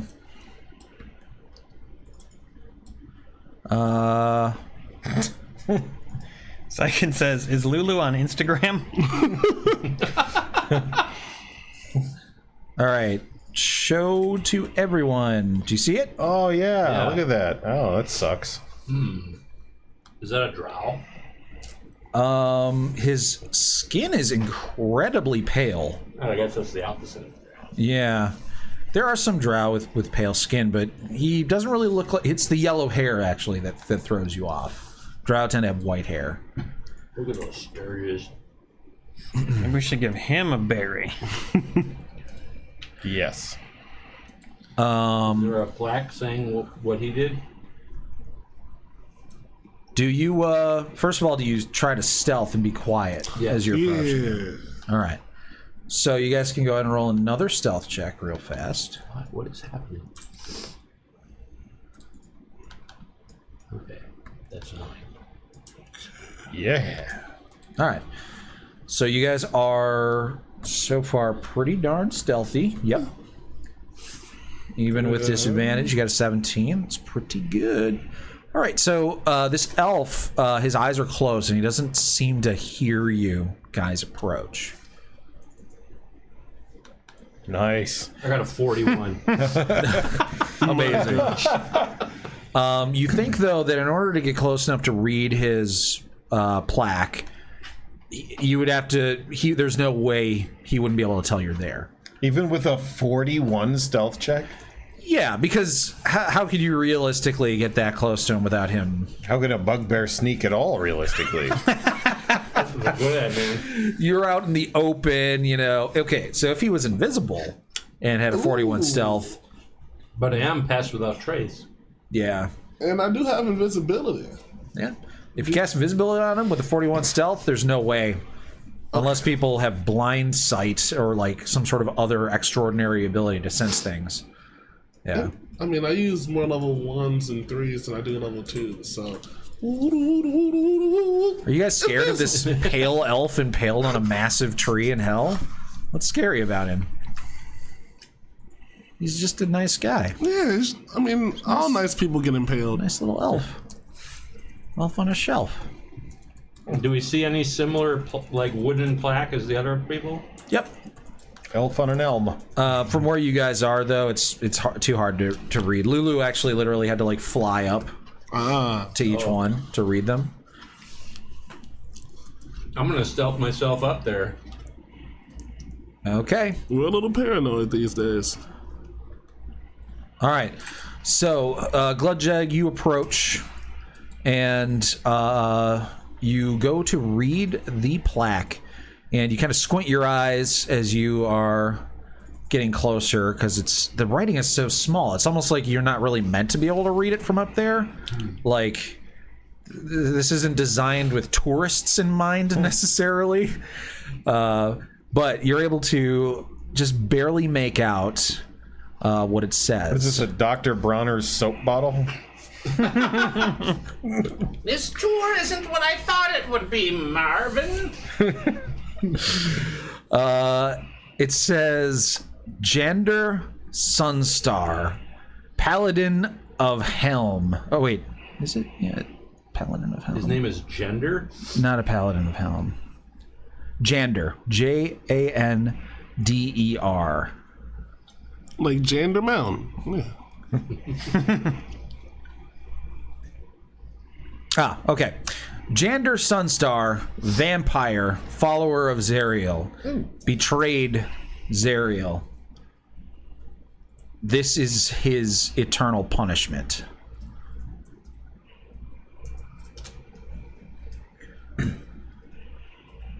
So does Glubjeg come back and tell us what that says? I do. Oh, vampire, I don't... no, thank you. Lulu, what do you think? Vampire? Oh, man. Hold on. You said his name was Jander? Yeah. Jander Sunstar? Jander Sunstar. Oh, my gosh. You remember him? I'm starting to remember some things. What'd he do? Oh, dear. She actually looks over at Jander, and a look of pity kind of crosses her face. And she says, he was a vampire, but he was a good vampire. He tried to redeem himself by joining Zariel in our crusade. But unfortunately he was with Harriman. Yeah, Harriman. And the rest of us when we assaulted Hell. And I remember that he charged through the portal and he panicked. He couldn't handle it. As soon as he saw everything that Hell had, the horrors of this place, he turned around and fled straight back through the portal. He betrayed all of us. I didn't realize, though, that he died. Last I knew, he just ran away. Well, he's not dead. He's here. He's stuck on this metal tree. But, maybe we peel him down and we give him a good berry or bury him Well, good. that's what I'm saying, though. Like, aren't all these people dead? They've been banished to hell. Yeah, good point. Oh boy. Well, I mean, you already know my opinion on the matter. I think saving any of these people is good, but Jander, I mean, he really was trying to redeem himself, and he was a coward, unfortunately, but I mean, it's hell. It's kind of to be expected. Why don't you go talk to him? I could try talking to him, sure. I think I want to talk to him. You want to talk to him? Well, he knows Zuzu. Lulu. Maybe you go with Lulu, then that way she can introduce you, and then race you talk your magic. Yeah. Let's do it. You and Boo Boo go out there. Yeah. I'm in. All Lulu, introduce me, please. She starts flying up to him, and you guys, after sort of observing him being, poked at by the Sturges, you realize that they're not draining blood from him, the Sturges. They're actually draining blood from everyone else and injecting it into Jander. To keep him alive. Oh my god, that's horrific. Yeah. But anyways, she flies up, and the Sturges sort of like swarming around, sort of don't even really seem to notice or care. They just keep doing their bloody business. And she sort of like gets up to his face and sort of like taps him on the cheek with her trunk. And she says, Jander, wake up, buddy. It's me, Lulu. And Jander like opens his eyes and says, What are you doing? And she's like, oh, we're here to rescue you, I think. My friends want to talk to you. And Jander's like, I'm sorry. I'm sorry, Lulu. And she's like, it's okay, honey. And she like pats him on the head. She's like, you did your best. And then he's like, no, I'm sorry. I was too weak. I threw myself into the sun. I couldn't live with my betrayal. And she's like, you threw yourself into the sun? Oh, right, because you're a vampire, so that kills you. And he's like, I couldn't live with what I did, being a coward, getting you all killed. She's like, this is Race, the roaster. He's a funny guy. I think he meant he couldn't unlive with what he did. Buddy, look, we've all been through things we regret. Trust me. I once woke up next to 2 bugbears and an orc. It was filthy. Not proud of it. But you can't live in the past. What we are here to do is to get this place out of hell and maybe fix some shit. I'm fuzzy on the details. We've been drinking and driving. But what I can tell you is this. How about I get you down from there and you fill us in on our blanks? Yes, I'll do anything I can to help. My God, that's what I like to hear. There's not any like booby traps, right? Like if I help you down, there's not gonna be like some spikes coming out of my feet or some dumb shit or a invisible ghost zombie. Like we've had a lot of problems, like no poison. I'm a little, you feel me? Just watch out for Harpoon. Fuck. Okay. Harriman. Where is Harriman? Yeah, he sounds like a jerk. Is he nearby? Is he the one who did this to you? Yes. Shit. He was one of Zariel's most devoted Hell Riders. He followed her into hell and followed her when she fell. Oof. He rides a steed made of fire and shadows. He's beyond any of you.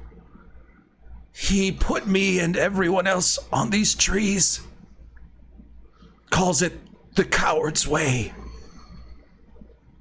I mean, he followed a woman and betrayed his own religion, and he didn't even get to sleep with her. Who's really the coward? Anyways, let's go ahead and get you off of this tree, and we'll deal with Harpoon later. no one's beyond. Also, my name is Race. This is my squad, the realest niggas in the city, Gorgeous Phoenix Brigade, and we're here to set shit right. Let's get them off the tree. Shouldn't we ask him what happens when we take him off? Oh! Well, this one wanted someone else to come, but hey, what happens if I take you off the tree? Does that sound like a bell or some fireworks or something that Harriman's gonna show up and say a long monologue about he's the true justice and whatever villains do? I haven't been off this tree since I got put on it, so I don't know. Has anyone ever been freed from here is a good question I should ask. Not that I know of. What did all those other guys do? We are all cowards or traitors or both. Traitors as in they didn't follow her into evil? Well, many of us fled upon arrival. Some of us fled a little while later. Others didn't follow her into her fall. Doesn't sound like traitors to me. I want to check out this rune stone here. See, maybe these are like the alarms that will go off. Like a religion check or something? Yeah, anything that I can do to get an idea. Because if we pull him off and then Harriman shows up, we're screwed. He said he's beyond us, but is he under us? You know what I mean? Right. You gotta do the mathematics. Are we on top of a giant pecan pie? I hope so. What should I be rolling here? You can make an insight check. Insight is good. Let's think. An 8. Okay. Nothing comes to mind. You can make a religion check. Yeah. That'll be my saving grace. Here we go. Those classic Big religion time. checks. Okay. 12. Not really much comes from your. Does anyone else want to do it? I'll assist you. I'll do it. Man, I'm so bad at both I can of do a those. religion check while you guys are chatting. I'll assist you. All right. All right. Hey! Hey. Hey-o! All right. Religion check. I get a bonus for Brad, or is it just You get advantage? advantage. Advantage, Okay, yeah, right. Okay. So religion checks. So if Harriman is, the right hand or one of the hands of Zariel, that means he's probably a pretty powerful devil. You haven't seen him or had any sort of description of him other than that he rides on a steed made of fire and shadows. To you, that sounds like a nightmare. Nightmares can fly. They move pretty fast. They're ferocious combatants, but not really that devastating. But typically, people who ride nightmares tend to be blackguards, fallen paladins, that kind of stuff. Eldritch Knights. Those guys can be They're- pretty strong. I know that their attack and defense are equal to the number of cards you have in your hand. What? You son of... That's some Magic the Gathering. So, from the limited amount of time that you spent here in hell, it seems like it's pretty much like you'll have a powerful devil that is in control of an area, and territory is very important in hell because everybody's lawful, they follow the rules. So this is most likely Harriman's territory. And so the things that are in it probably are working for him. I'm trying to give you some sort of information without giving much away, but So these could be Hopefully like that helps. alarms, these runes. They could be. they just look like rocks to you. But yeah, But you're saying he's got minions, and he's powerful. Yeah, like, yeah. well, If this is his land, he has a lot of control over what happens in it, and a lot of special abilities, tied to his land. He's got why Why do we want to pull him off? Because he can help us. Okay. But do we need the help? I mean, we're here for a reason. Yeah. I think he can help us. Well, I mean, He's being kept alive. If we can bring him back up to his old strength, he might be an ally to us. I don't know. This is the place my dream was pointing me towards. Although I don't see the sword here, and there's no citadel, no fortress. I could swear that that's what I was imagining and remembering. But this is clearly where the dream was pointing. So we must have to do something here. Maybe this is all an illusion. Maybe we need to finish off our friend here. Maybe we need to pull everyone off the trees. That sounds like a lot of time for everybody. Hey, things that are worth it take time. Unless you do it real fast like a Band-Aid. Kozlo reaches up and grabs him and pulls him off the tree. Oh shit! Oh yeah! This is what I'm here for. Yeah. That's how you do it. Yep. All right, then. That's a decision. This is some GPB shit. Let's go. It looks like you made a decision. So Would you like some help with that? there's a pretty large eruption of blood as you pull him off the the massive spikes that are impaling his chest. Hey, he's a vampire. Yeah, and he looks up as you kind of like fall back, and the full weight of him gets on you. It almost knocks you to your feet, but he's able to weakly stand for a moment as he has his hands kind of on your shoulder, and he looks directly in your eyes, and he says, "Thank you." And then he starts to like waver a little bit, and you guys hear the buzzing of the Sturges as they begin to get agitated and kicked into high gear. But more alarmingly, perhaps, you hear the sounds of galloping hooves and a thunder crack. And you look up in the sky, and out of these red-brown clouds, you just see these flashes of orangey light and the screeching of a horse. And you look back at the vampire, and he says, "Run!" as he crumbles into dust. Shit, it's Paul Revere. Run! All right. Yeah, that might be a good Yeah, we idea. run. We run immediately. We immediately cheese it. Actually, you have to roll initiative because 20 Sturges attack you. Oh gosh. We made a decision, though. You can't take that away from us. Decisions were made. That's right. It was the right decision, guys. It was definitely the right decision. It was a decision. Necessary. I regret nothing, man. But I was wrong. His nightmares actually combat and defense are equal to the amount of swamps that he has. Let's go. Let's go. I'm here for that action. Oh, No, I'm not here for that quick action, though. Not for that quick action. Holy Jiminy Oh my Christ. God. My goodness. Wow. Well, Sturge attack. we're about to get sturged up. A sturge up. Oh, wow. There are so many Sturges. Yeah, that's Just, all these Sturges start swarming at you. got a wall of fire, huh? Chris Vale says, Jason, a veteran. Table talk, table talk, table talk, table action. Yes. Although Lulu is very happy because what you actually just did is you freed his soul. Oh. So he is going up to be judged by Knucklebones, the god that determines where your soul goes after you die. And Knucklebones might decide that he gets to go, up to Helm or Torm or whoever he worshipped. Good for him. Yeah. So it's a good thing that you did Like a that. happy ending.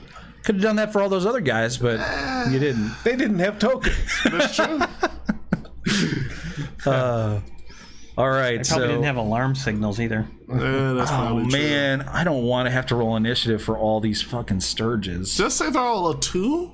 Yeah. Call it even. Give him a 2. We took him by surprise. Yep. I will give them an initiative of 1. And Are you sure you can't just highlight them all and hit initiative? Maybe. Let's try that. Maybe what I'll do is I'll get a group. I'll get groups of like 5 of them, and I'll roll initiative. Yeah. That way. And I'll just that group initiative 11. Did you put 11 of them in there? No, it only put 1 of them in there. Damn it. Oh well. Yeah, you really need to upgrade and get that. That macro. Yeah, I do. All right, so you guys all rolled your initiatives. Race, you got a 6 point, so that's not the right one. Glubjeg, got a 4 point. Oh, so you guys all got pretty low initiative, huh? Yeah. Oslo. All right, so it's all you guys, and then the Sturges at a 2. All right. So the Sturge that I actually rolled initiative for, I'm going to copy and paste him and then move that one away so that when that one gets killed, it doesn't take it out of initiative. And then I'll just have all the other Sturges go. All right. So, Bobby, you are up first. Oh, I am? Yep. So, placement-wise, let's have a look here. So that's the position that they're all in? Yes. Maybe I will cast Wall of Fire with the shield. Oh, they're all 15 feet up in the air. Drat. I can fly right over it. Make a dome, huh? Crumbs. I could just do a fireball. True. This would be a time to do that. Wait, they're 15 feet up? Because the Wall of Fire goes 20 feet high. Okay. So, and then if they had to fly over it, it would, like, take them some time, right? Yeah, they would have to waste some movement going up and over it.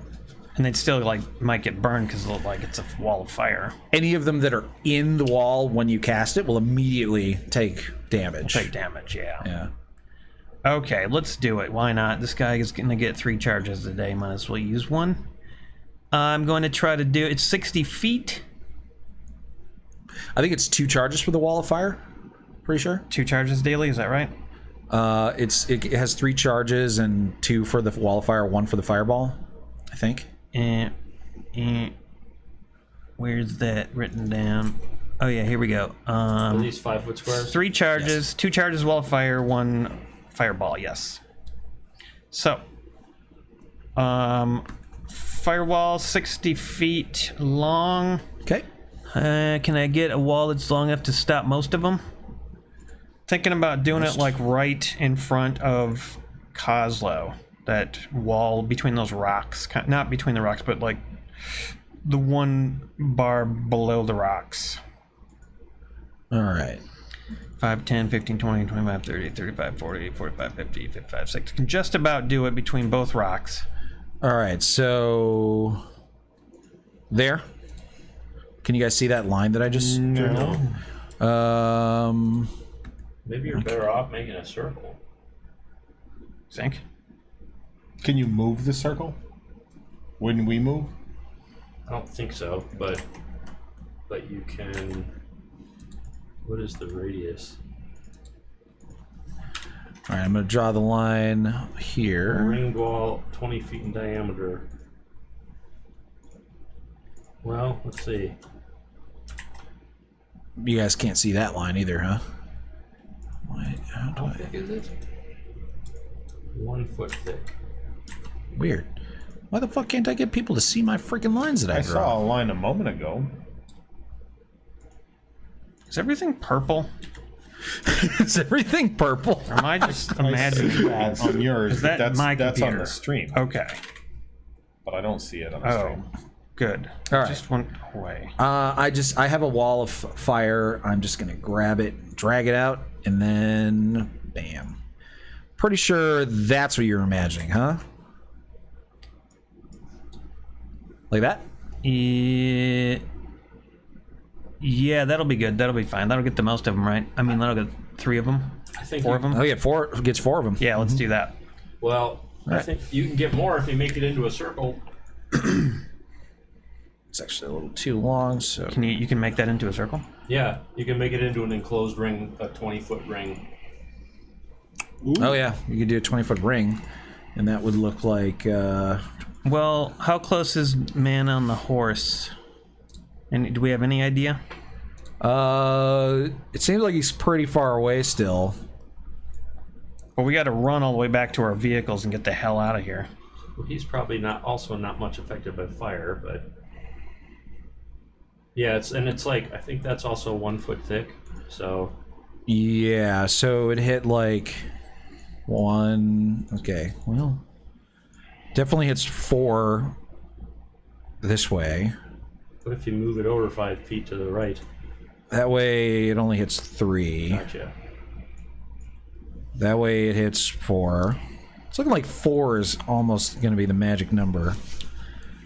And I don't want to waste more time, so we'll just you in 6 seconds make a quick calculation. You're like, oh, there's 4 of them lined up. Wall of fire. Yeah, that's fine. Go and roll 5d8 damage. Okay. And they're going to make their saves, although I kind of doubt that it matters. I don't think they have the hit points. No, they don't. They are instantly turned into dust, ash. Yeah. 18 damage. Yeah. Boom. Okay. Those 4 surges dead. Anything else with your turn to Bobby? I'm just going to start moving away. Okay. What's my movement? 30? Yeah, 30 feet. Can I go diagonal? Sure. Every other square counts as 5 because we use Pathfinder rules for moving, which is an optional rule in the Dungeon Master's Guide. I hate 5-foot diagonals. So, what does that mean? 5. So, if you pick up your character and you start moving them, and then you right-click, it'll show you how far you're moving. Oh, yeah, right, okay. Which I just learned recently.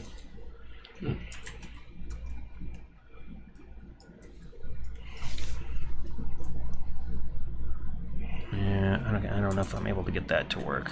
Well, so like you're holding left click on your dude. Yep. And then you just right click as you're moving him. Just like one right click. I might not be able to do that on my laptop. Oh, okay. Oh, Max. There's probably a way, I just don't know how to do it. Might be his lack of a mouse or something. I don't know. That could be. Well, I'll just move you 30 feet diagonal if you want. Okay, yeah, do it. Are you moving, Glaive? Yeah, I'm trying that. See if it works for me. All right. So, Bobby, you light up the wall of fire and you shuffle on towards Race and Lulu. Yeah. Who weren't over there, actually, but... Who weren't over there.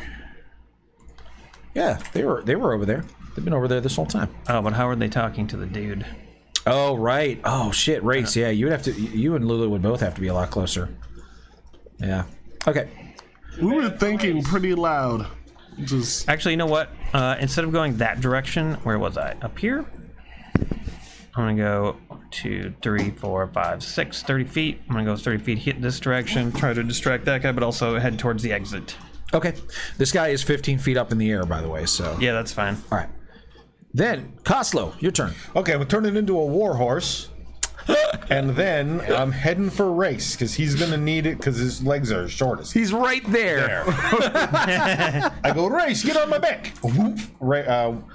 scoops me up with his snout. And then I'm going to run.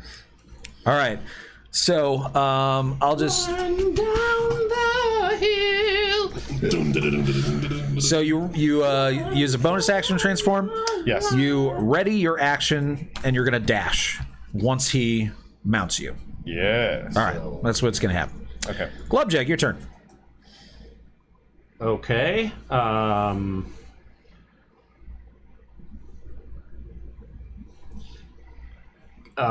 Can we go straight down the edge?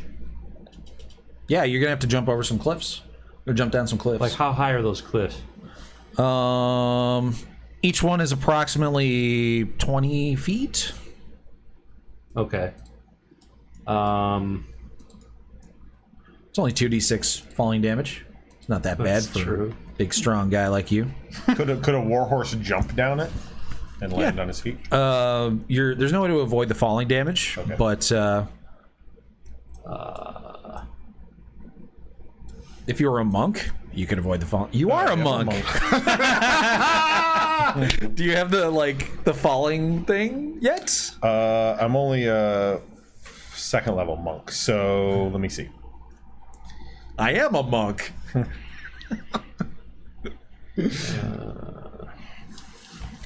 I don't have that. I don't have my climb speed yet. I think that's 8th level, right? Yeah. Pretty sure. I do not have that Darn at this it. point, but my speed is increased by 10 feet.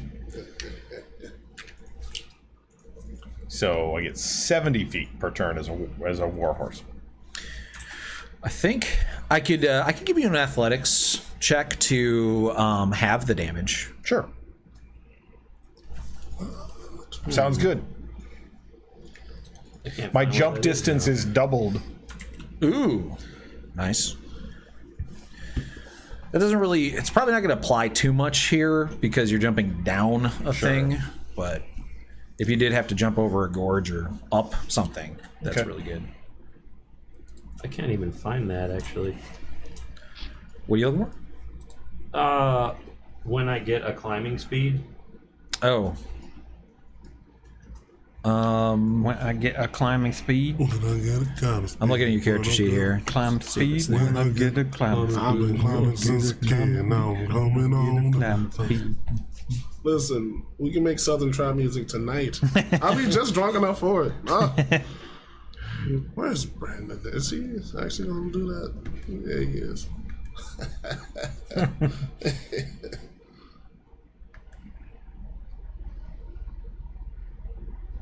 Look at D&D Beyond. It should say on D&D Beyond if you have it or not. Sure.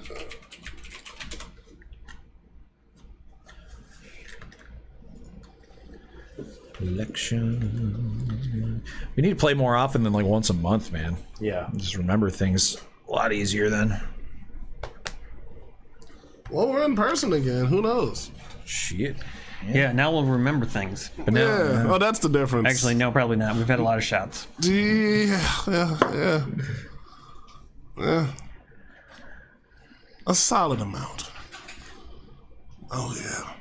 all right. Features Yeah. and traits. 6th level, I got it. Hey, Got it at 6th level. Climbing Sweet. and swimming speed equal to my walking speed All right. from Deft Explorer. So as long as you have at least one hand free, you can climb up and down stuff without having to make checks. Oh, it's been over a Dry rations. He's gonna need one too. I don't need one. I'm good. You're good. I'm good. You're too good for your filthy meats. Too good for you filthy meat. Well, I'm just gonna dash. Thank you. I'm gonna dash towards the vehicle. Okay. Gotta get that vehicle started. All right. Get her I primed. have meat in my hand, so. Can I have a napkin? You said the cliffs are 20 feet? Yeah. I like putting your meat in my mouth, but I don't like the grease that your meat leaves on my hand. I got the greasiest meat. Not grease and milk. Tuna milk. There you go. That don't make sense. Yeah. Wrong the show. Oh, pull. So My now, hands. now I got Jason's meat wrapped in paper so that I can more easily put it in my Protection. mouth without getting. What are you? It's like a condom. What are you making that face for? Wrapping that paper towel around it looks really weird. Why? I don't know. It looks like you. Tony Stark. It looks. Yeah. It just looks like you tried to wrap a bandage around someone's dismembered. Yeah. It does look weird. I see what you mean. Like Yeah. the texture of it looks real humanish compared to the paper. Right. Oh, okay. Yeah. So that just does not look good. Also, it's like 7 shots in, so I don't know what I'm talking about. All right, so at the sight of this massive swarm of sturges plus whatever the hell is coming out of the clouds at you, Glubjack just books it. He just, you guys see him disappear over the edge of the cliff. Only the first time. Well, he said run. Maybe you should let And you listen. let some dudes off the trees on the way down. All right, Race, your turn. I'm on a horse, right? So You can spend your movement to get on the horse, yeah. oh, I thought he just like picked me up. Okay. I'm gonna hop on the horse. Now, is there any way I could animate an object to make him as a horse run faster? Like animate some horseshoes or something? Because I know he'd be able to fly like 30 feet in the air. Because he can lift something. I don't know. I'm just thinking, man. Well, you could definitely animate something for yourself or theoretically a horse to ride on top of. It wouldn't make it move faster, but it would give it the ability to fly. Do you want to fly a horse, Jason? Ramp me down a hill. Ooh! How? I don't know. You're already going downhill. Oh! Like, maybe if I make like, what are those things called when you jump on them and you jump higher? A trampoline? Yeah! What if I trampoline you towards the cars? That'll be safe, probably. It sounds horrible. Oh. It sounds like a death sentence. That one, I mean... I think you're just going to break his horse knees. Oh. I mean, but you're like a strong horse, right? Yeah, but I got little tiny stick legs. Oh. Alright, never mind. I'm just on his back. Sorry, I didn't have my mic on. I have little tiny stick legs You turned your mic off? because I was chomping my meat. Oh. I didn't want people to have Sorry, to listen audience. to chomping my I meat. was more rude than Jason. No, you were good. I was just barking stuff. All right, so Ray's ponders what to do to be useful in this situation as horse Koslow gallops down the hill. What's your speed, Koslow? My speed is, if I'm just running, it's going to be 70 feet. 70? Okay. Bam. So you guys make it 70 feet. Get off the summit and start heading down the paths, and you hear all of the people impaled on the trees. They can all easily see what's happening, and they're screaming, and they're all saying, "Harriman's back! No, save us!" Oops. I don't think we've got time to save you. Sorry. If I could, I would, but I can't, so I won't. Exactly. All right, Sturge time. Well, they haven't really left too many. Oh, I forgot to roll for initiative for Lulu. Unless she gets lower than a 2, I think she'll go right before the Sturges. I always forget to roll initiative for her. Because she's an NPC that has no agency. She can't choose to do anything. She's going to go to initiative count 3. She just delayed her turn until after she saw what you guys did. All right. So she is going to just follow all of you. No, I shouldn't. I could, but I wouldn't. 120 fly speed. Go very fast. Yep. She just books it. And actually, in one turn with the dash, she's able to get down to the demon engines. Start the cars, Lulu. She's like, "Should I start the car? All right, I'll start the car." And she gets to it, and you can see her sort of like trying to figure out how to turn it on, and like it's kind of cute actually how she's like a chubby little elephant thing, like flapping her ear wings. And Sturge time. So now my only target is to Bobby. Yeah, goal achieved. Good luck.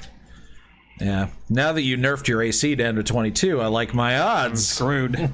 They have a fly speed of 40. Okay.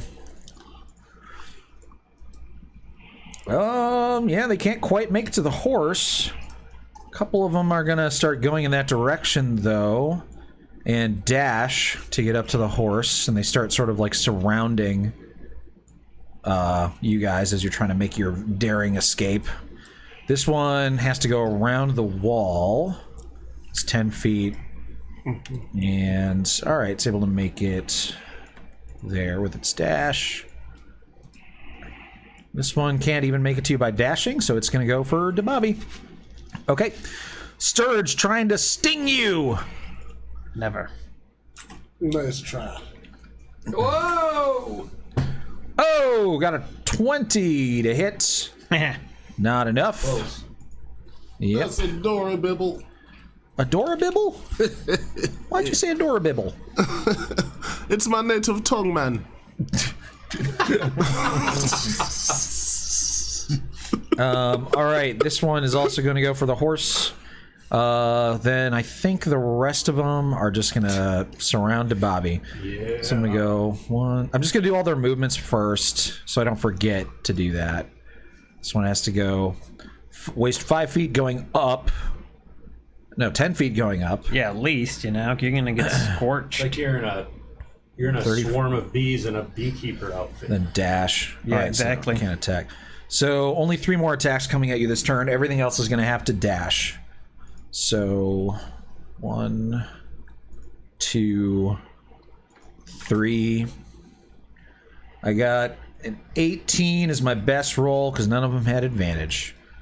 So you escape being hit by any Sturges this round, Suck it, stanky Sturge. but you do end up getting surrounded by Stanky I Sturge? gotta several fight your more way of out. them. No. Yeah. Yeah, so they just dash, which allows them to fly up and over the wall and then pretty close to you. All right, so to Bobby, your turn. All right, this is what's gonna happen, Sturges. I'm leaving, and you can't stop me, so fuck off. I'm going to cast Enhance Ability on myself. Ooh. Myself Cat's Grace. So I've got advantage on dexterity checks. I don't take damage from falling 20 feet or less. And then I'm gonna run like a You mofo. can't run. You're surrounded. Yeah, but I'm gonna run through them. They're two sizes smaller than him, Yeah. so he can move through their space. Squash them. Really? Okay. Yeah. Well, that's cool. They're difficult terrain. They slow you down, but Enjoy your attacks of opportunity, scum. all right. That's provoking from 1, 2, 3, 4, 5, 6, 7, 8. Woo-wee. Here we go. 1, 2. Oh, that first one hit. Holy shit. All right. 6 piercing damage, and as you run, you realize its proboscis has snuck in between the plates of your armor and jammed into your arm, and it is still there. And you realize that the Sturge is coming with you as you're running. That's neat. So 6 points. Go ahead and apply that. All right. There's 3 attacks right there. 4 now. 5.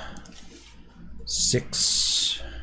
Crit. Ooh, a crit. Another 6 points and another attached Sturge. 7. Sturges suck. 8. Yeah. That's literally what they do. Another hit. Another hit, another 6 points, and another attached Sturge. So if you don't mind, well, actually, you can move yourself. I don't know exactly what your plan is. All right. So movement speed when you're dashing. You can't dash because you use your action to cast the spell on yourself. Right. So you can move 30 feet. And The first is difficult terrain. So you can move 25 feet. okay, hold on. Now you're like surrounded by a swarm of bees in a beekeeper suit, but you forgot to put on your helmet. I'm just making sure there's nothing else. The joke was too good. This is the problem. It was very cerebral. Yes. It was a thinker, man. It's like the Stephen Fry Okay. of RPG. It's like last summer when I tried to get rid of the hornet's nest. Oh, Jesus. No. I made Okay. I made a homemade beekeeper soup, and it got in behind my goggle. You made a homemade beekeeper suit? I did. That's brave. Here's my question. When I teleport 5 feet backwards, do the Sturges stay embedded in me and teleport with me? Good question. Where do you... Teleporting puts you in the ethereal plane momentarily, doesn't it? Let's look at what the Sturge thing says. No.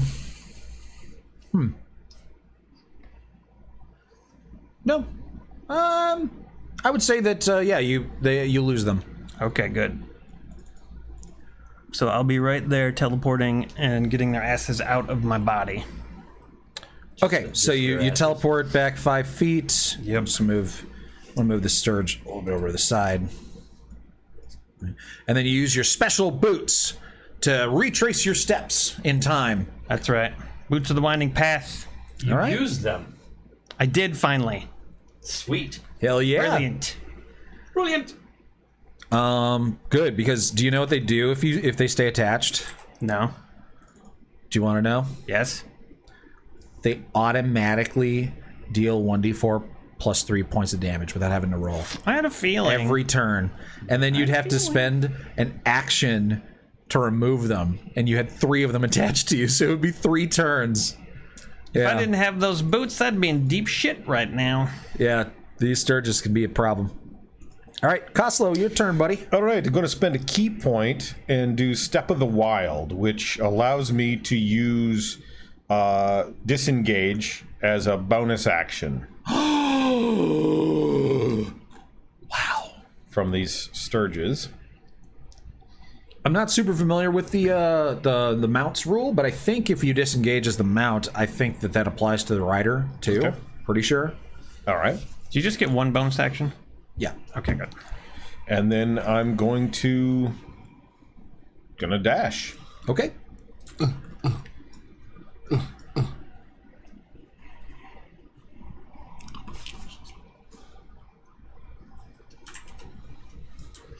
It's getting hairy.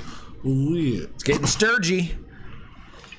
Says a rider never provokes opportunity attacks while using mounted movement.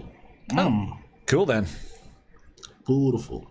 It's funny because the vehicles, that is not the case.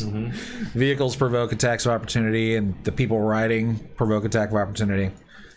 But I guess not so in mounted. All right, did you move your character? I have not. It's like, what's taking so long? 5, 10, 15, 20, 25, 30. I'll go ahead and move 35, race. 40, 45. That's 45.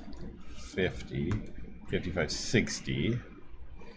65, 70. That's where I would land if I was just using my standard movement. Sure. But if I'm dashing, I get double that, right? Yeah. All right.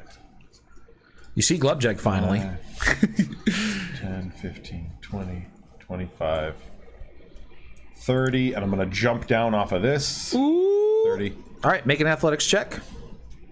35.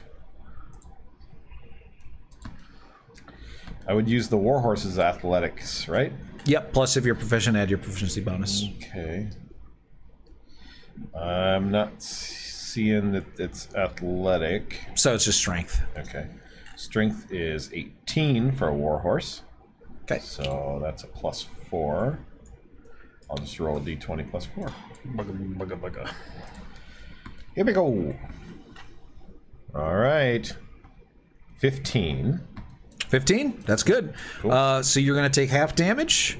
You do fall prone because the rule is if you take any damage from falling, you automatically fall prone. Oh. But how far can you jump? That's the real question. My jump distance is doubled. Right.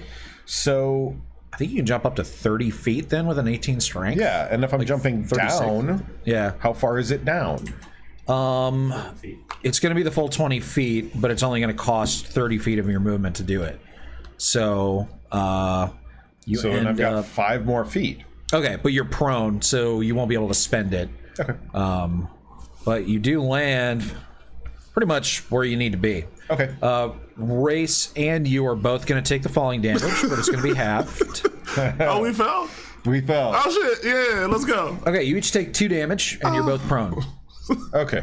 But you made it off of Harriman's Hill in 2 turns. And you go for Reeve. Hey, that's true. I'll take it. And you land like within about 30 feet of the vehicles, and you're like, you were excited because the buzzing sounds of all the Sturges is like way behind you now. Way back where Bobby is. Yeah, exactly. You hear him screaming and like getting killed by Carrying thousands. on as he does. But this other buzzing sound is like really close to you. That's exciting. It's like, what is that? And you look over at the Tormentor that still isn't on yet, even though Lulu was supposed to turn it on. Oh, Lulu. And above the Tormentor, about 40 feet in the sky, you see what appears to be a massive wasp. Except instead of yellow, it's blood red with black stripes. And this huge curved stinger. Oh. And in its horrible and fiendish insect arms, it has Lulu grabbed. Oh my god. And is just booking it into the sky. And it's how far up? It's like 60 feet in the air. Nothing I can do to help her. I don't have. You can make a religion check. Okay, I'll make a religion check. That'll help. That'll help her. It's like, yep, it looks like she's screwed. I need to get up a list of creatures right now. Okay. 5. You have no idea what that is. Oh shit! Lulu got stolen by a wasp. If you were to guess what it's called, what would your guess be? A red wasp. Close, but no. A blood wasp. Not quite. Fiendish wasp. Getting closer. A devilish wasp. Even closer. Hell wasp. Yes! All right, Glovejag, it is your turn. Do I notice the hell wasp? Make a perception check.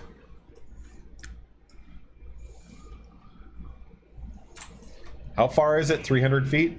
It's 60 feet up in the air. Oh, 60. That's no problem for Kuragul. Or for Kuragul. That was...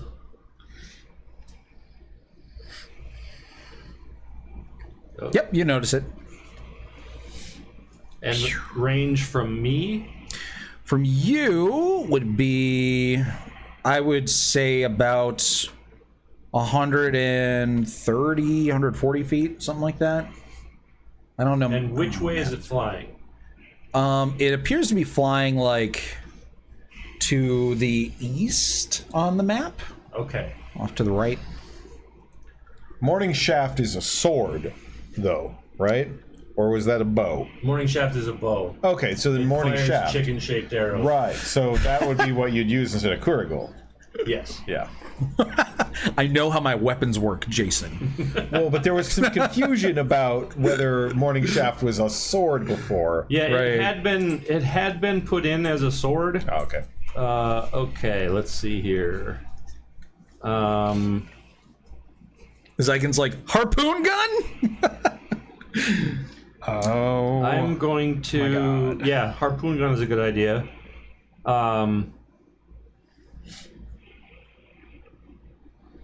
I knew we should have took the Harpoon Gun. We did. We take did. it. Oh, wait, yeah. All right. That's what I would have been saying, though. If we had... This Alternate universe, she was development pissed, but surprised me. So let's see here. Legolas is going to ride the harpoon all the way up. I'm going the to, wasp. as a bonus action, cast Zephyr Strike. Okay.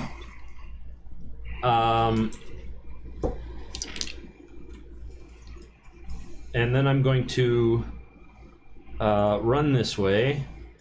5, 10, 15, 20, 25, 30, 35, 40.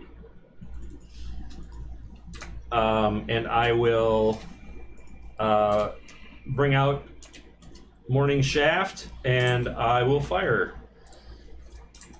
That's what it looks like. Wow. Ooh. Scary. Nasty. That is scary. Scary. How big is this thing? It's large. It's the size of a goddamn horse. Damn. Morning Shaft! Uh-oh. That probably doesn't hit, huh? Oh, and an 11? Oh, unfortunately, no. Okay. On my second attack, I will use my inspiration. Okay.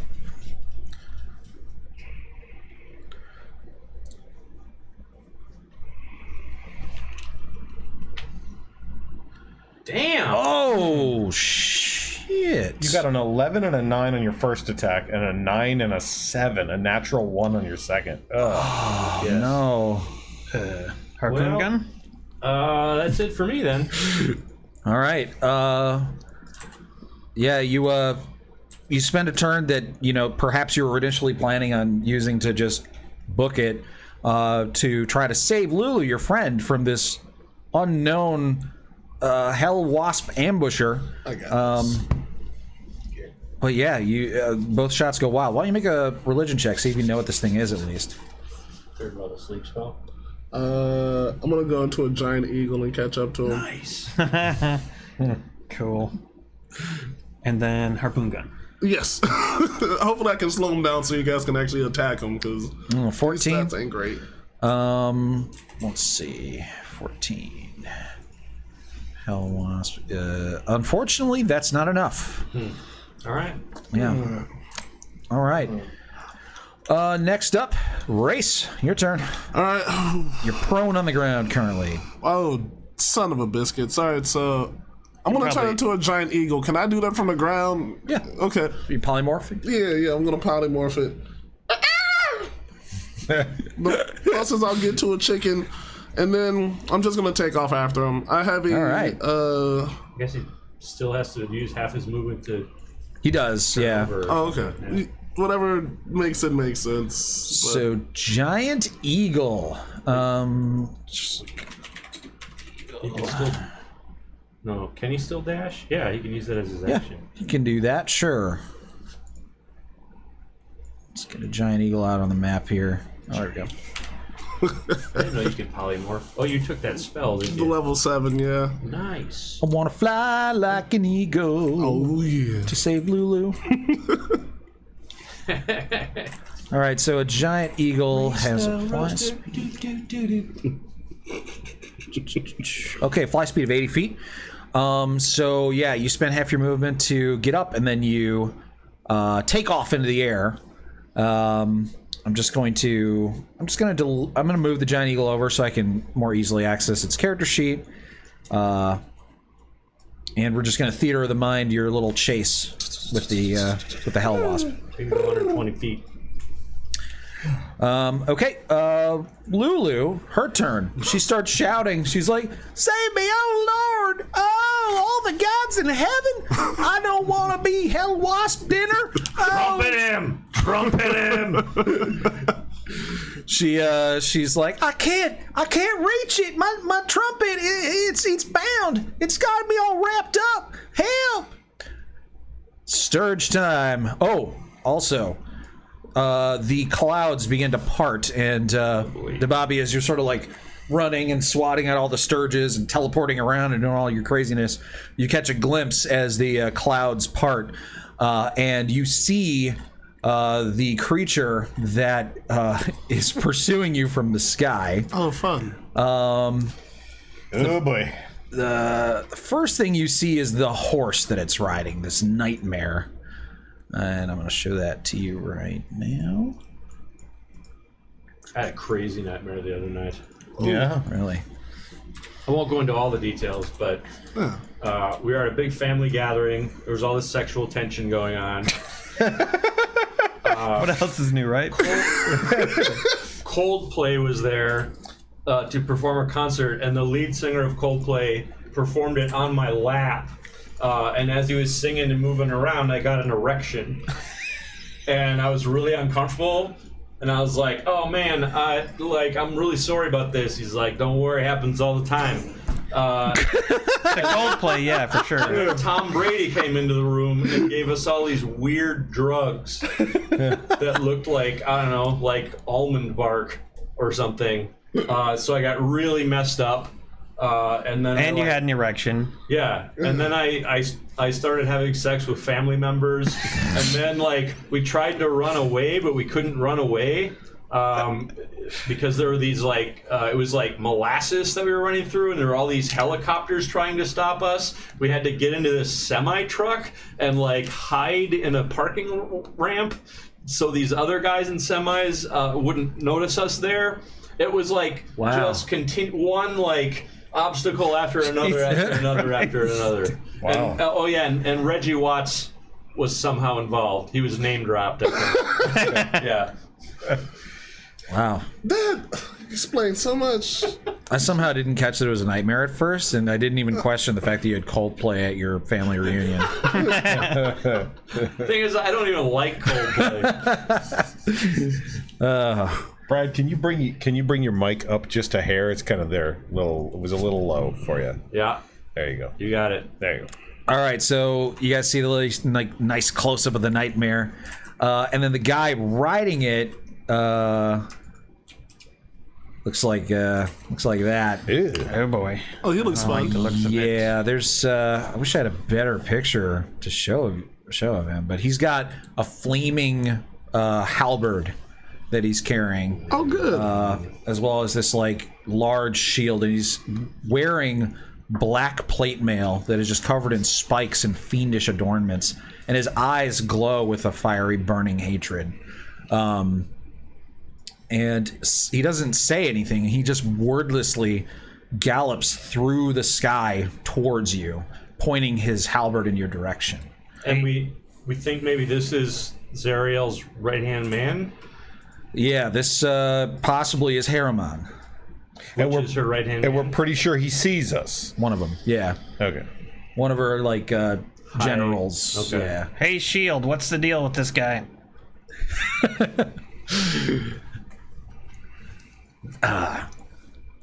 That is Harriman.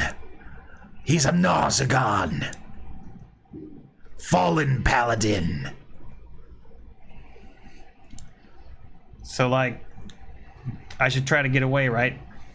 Oh, yes. If you do not want to end up like these poor souls, I would definitely get the hell out of here. Well, that was my plan all along, but just like to have verification, you know. Nazagon sounds like another D&D Let's Escape Tolkien lawsuits name. It does. If you want to have a cool story to tell your friends back home, maybe you should try hitting him with a weapon or two. Being able to say, yes, I wounded a Narzagon's pretty cool, right? Well, I don't really have any friends that would be impressed by that, I don't think. Are you sure? Not yet. How far away is he? He's an arbitrary distance away. Okay. I thought That you were going to say he's in orbit. it will only matter if you guys take too long Yeah. Well, to get the hell out of here. But I mean, there's a possibility you might want to be like, we're gonna take him on, and you just wait, and then we'll start caring about distances. Yeah. Get a couple hits in, and then we'll head out. Yeah. Yep. All right, Sturge time. Maybe we wow. can leave him a present. we'll leave that to you. What do I have that I could time? Put a timer on it. Oh, no, I could enchant like a rock to talk to him when he arrives. At the cost of moving like 40 feet. Yeah. Yeah, unfortunately. All right, Aaron. These Sturges all are able to get to you and attack you. Oh, come on. Didn't any of them get burnt up a little bit? Yeah, you instantly killed 4 of them. Thunderwave them. Yeah, but they can't even all attack me. Yeah, they can because they can use the 3rd dimension to get above you, and I just don't want to pile them all on top of Wait, each there's other. 3 dimensions? How now? many fucking... Yeah. Get out of here. Okay. How many 2-dimensional space. how many openings do I have in my armor? Well, you got to pee somewhere, right? You don't take your armor off to pee, Ooh. and you pee in the mouth of evil a lot. So And you also all have joints that need to bend. yeah, but there's like mail in there and stuff. So that's 16 Sturges that are attacking you. Jesus. All in my dick area. Some of them might get to your dick area. All right. You know it's Sturges that give you problems. Yeah. He's been fucking on top tier bad guys the last few rounds with Sturges. Well, this starts with a natural 1. 3. Fail. Fail. Fail. 4, Fail. Fail. Fail. 5, Fail. Fail. Fail. Fail. Fail. Fail. Fail. 6. Rip my shirt off. That's it. Oh shoot. 7 damage and 1 attached. 7. Whiff. A hit. Hit. 5 damage, 2 attached. So it's 12 damage total. 8. Miss. Whiffed. 9. Miss. Whiff. 10. No way. Miss. Ha. 11. No way. Miss. 12. Please miss. Miss. Miss. 13. Let's get him. Miss. No way. 14. No way. Crit. Crit. 8 damage. not great. Reattached. Ouch. 15. And 16. Miss. Crit again. Mother. Just Another 5 damage and 4 of them are attached. Cool. cool. How you doing hit point wise? Great. I have 16. Cosmo, you can talk to animals, correct? Not today. Not these animals. Well, I was gonna say to me because I'm an eagle and I can't speak because I'm gonna save Lulu and I want to know what's going on. Can't. No, I don't have a. I don't have a spell for I that. have speak with animal spell. Oh, then there we go. I just because once I catch her, I won't know what's going on. So, Okay, Bobby, your turn. and I want to save Bobby.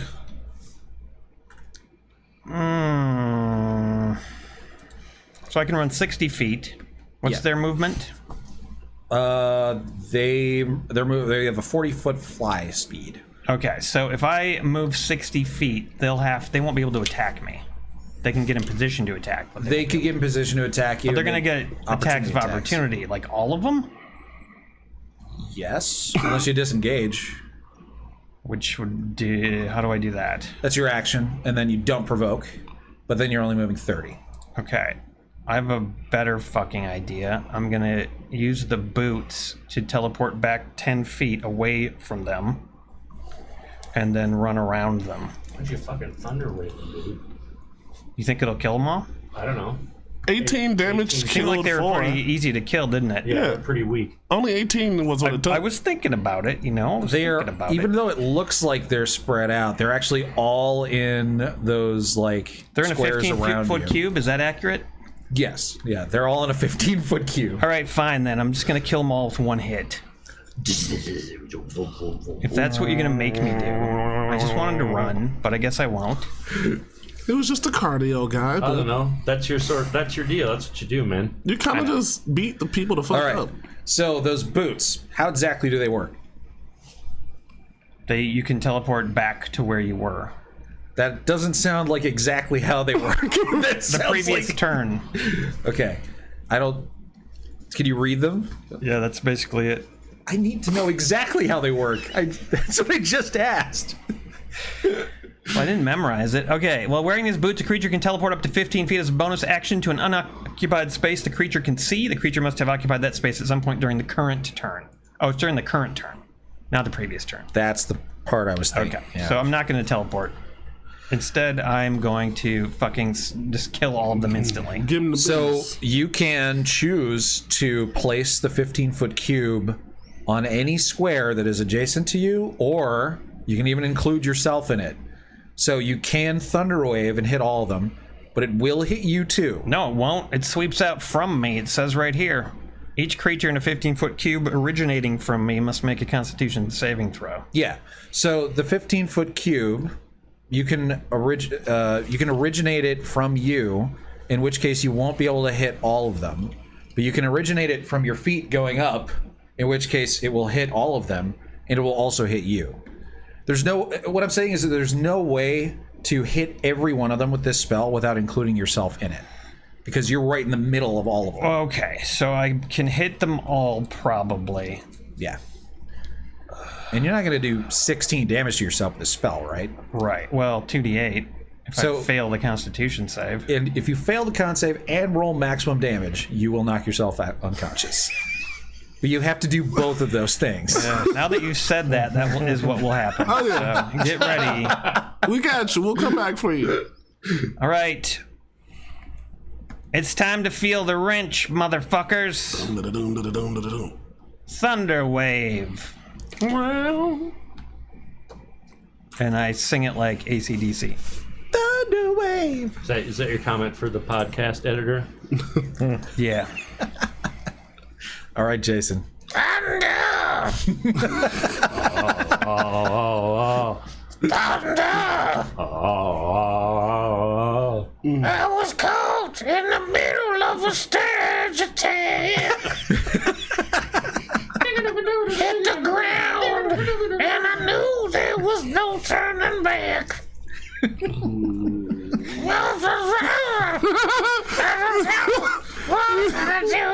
Where the hell's the thunder damage? All right. I was waiting for the song to be over. It was really good. I'm on this highway now.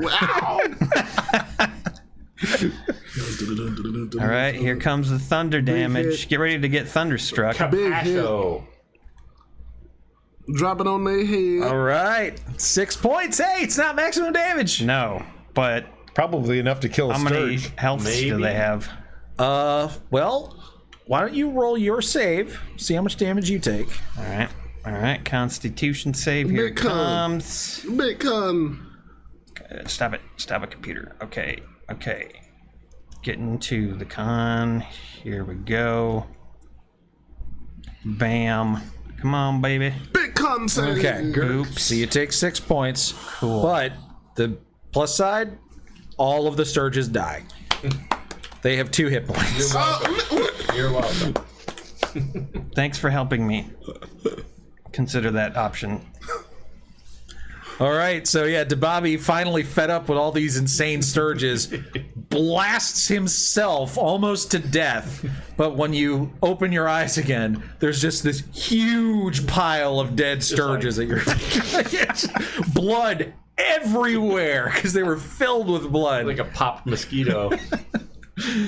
Yeah, you're just drenched in blood actually at this point, and that spell is very loud too. So you all hear it, and you kind of turn and look over, expecting to see like a flash of lightning because it sounded like thunder literally struck the top of the hill.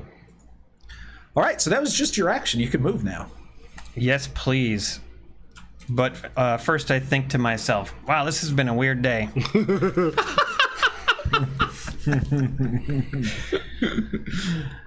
And then, so I can move just 30 feet then. Yeah. 1, 2, 3, 4, 5, 6. I'm perched at the edge of the cliff. Okay. Then. Wait, did I move cost. 5 or 6? I could move 6 though. Are we gonna have another chase? So I'm gonna jump the cliff because I can move 5 more feet. Okay. 20 feet. I take no damage. I got Cat's Grace right now. That's right. So you just jump to the bottom of the cliff, land gracefully like a cat. That's right. I land like Black Widow, that silly pose, you know? Every you've time seen you it. got hit, you would have had to make a concentration check. Oh, boy. But I forgot, so we'll just say you passed. So I'm all still of them. doing it? Yeah.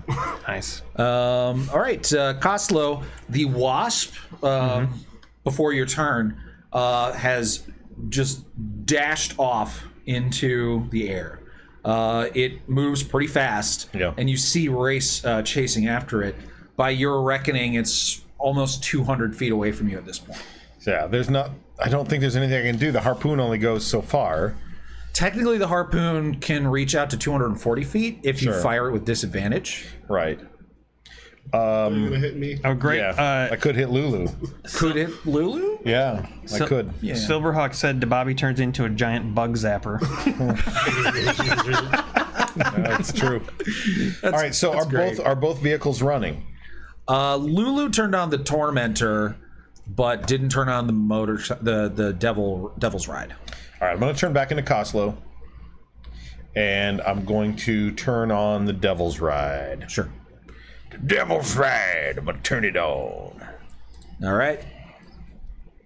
And then Glubjag. So they're heading off the right edge of the map. Pretty much, yeah. That's the plan. Okay. They're over Well- 200 feet away from you currently. I can shoot at disadvantage up to 600 feet. So, let's see. Do you have inspiration? No, I used it last turn. I'll give you mine. All right. Okay, and I'm still focusing on Zephyr Strike. Actually, I don't have inspiration. You don't. I take that back. Anyone else have one? For I me? do. Can I give mine to you? Yeah, I was actually thinking about giving inspiration for the bug zapper joke. So I'll just give that to you. All right. You can have that. Awesome. Nice. So I Thanks will. to Silverhawk for Brad's I'm gonna inspiration. move first. 10, 15, 20, 25, 30.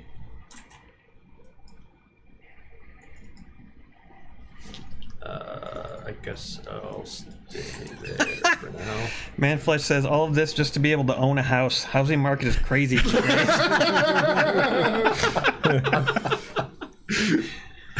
Yep, you have to go through hell, literally. All right, with neither advantage nor disadvantage, I will fire upon that bee. Okay.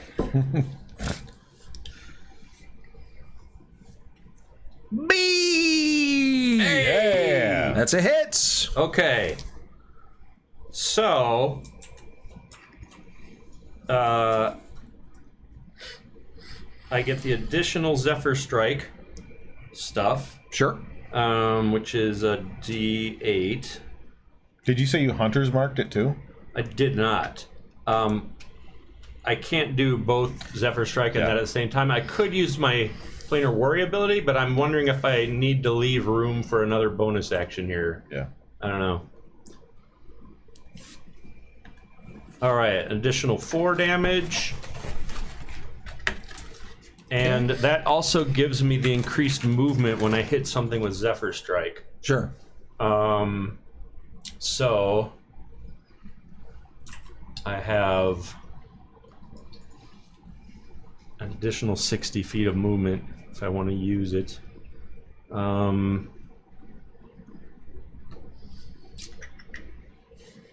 Yeah, I guess I'll come down. All right. 20, You climb down the cliff really quickly and easily. 25, 30, 35, 40, 45, 50, 50. I'm just going to try to stay some in range if I can. Sure. And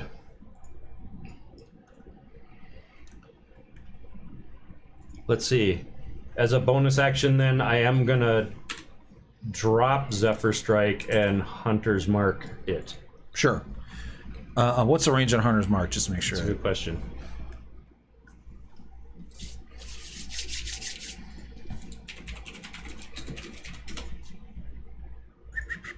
Looks like it is 90 only feet. 90. So you're not going to Do be it. in range to do that. Okay. Well, I've already used up my Zephyr Strike stuff anyway, so let's see.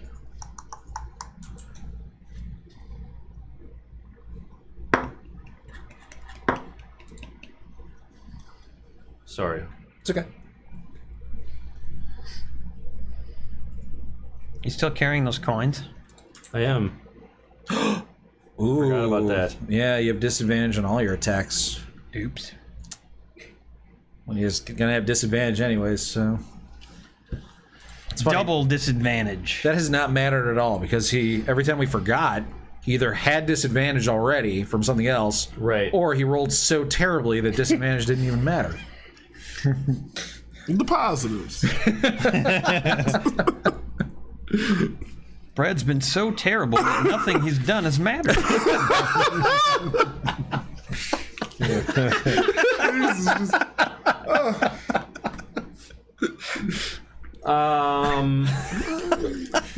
I guess, yeah, that's all I'm gonna do. You have a second attack. Oh, you're right. Why did I say that? I don't know why you Because, said you know, that. I said the coin thing and then you said the second attack thing. We cancel each other out. Yeah, we Okay, cancel well, each so other I'll use my, because he's not Planar going to hit Warrior on anyway. this That's one. why you said it. Oh, I might. I would have hit with disadvantage on the last roll. That's true. It's true, yep. Yeah. Yeah, maybe you'll get 2 crits. That'd be great. And it has happened.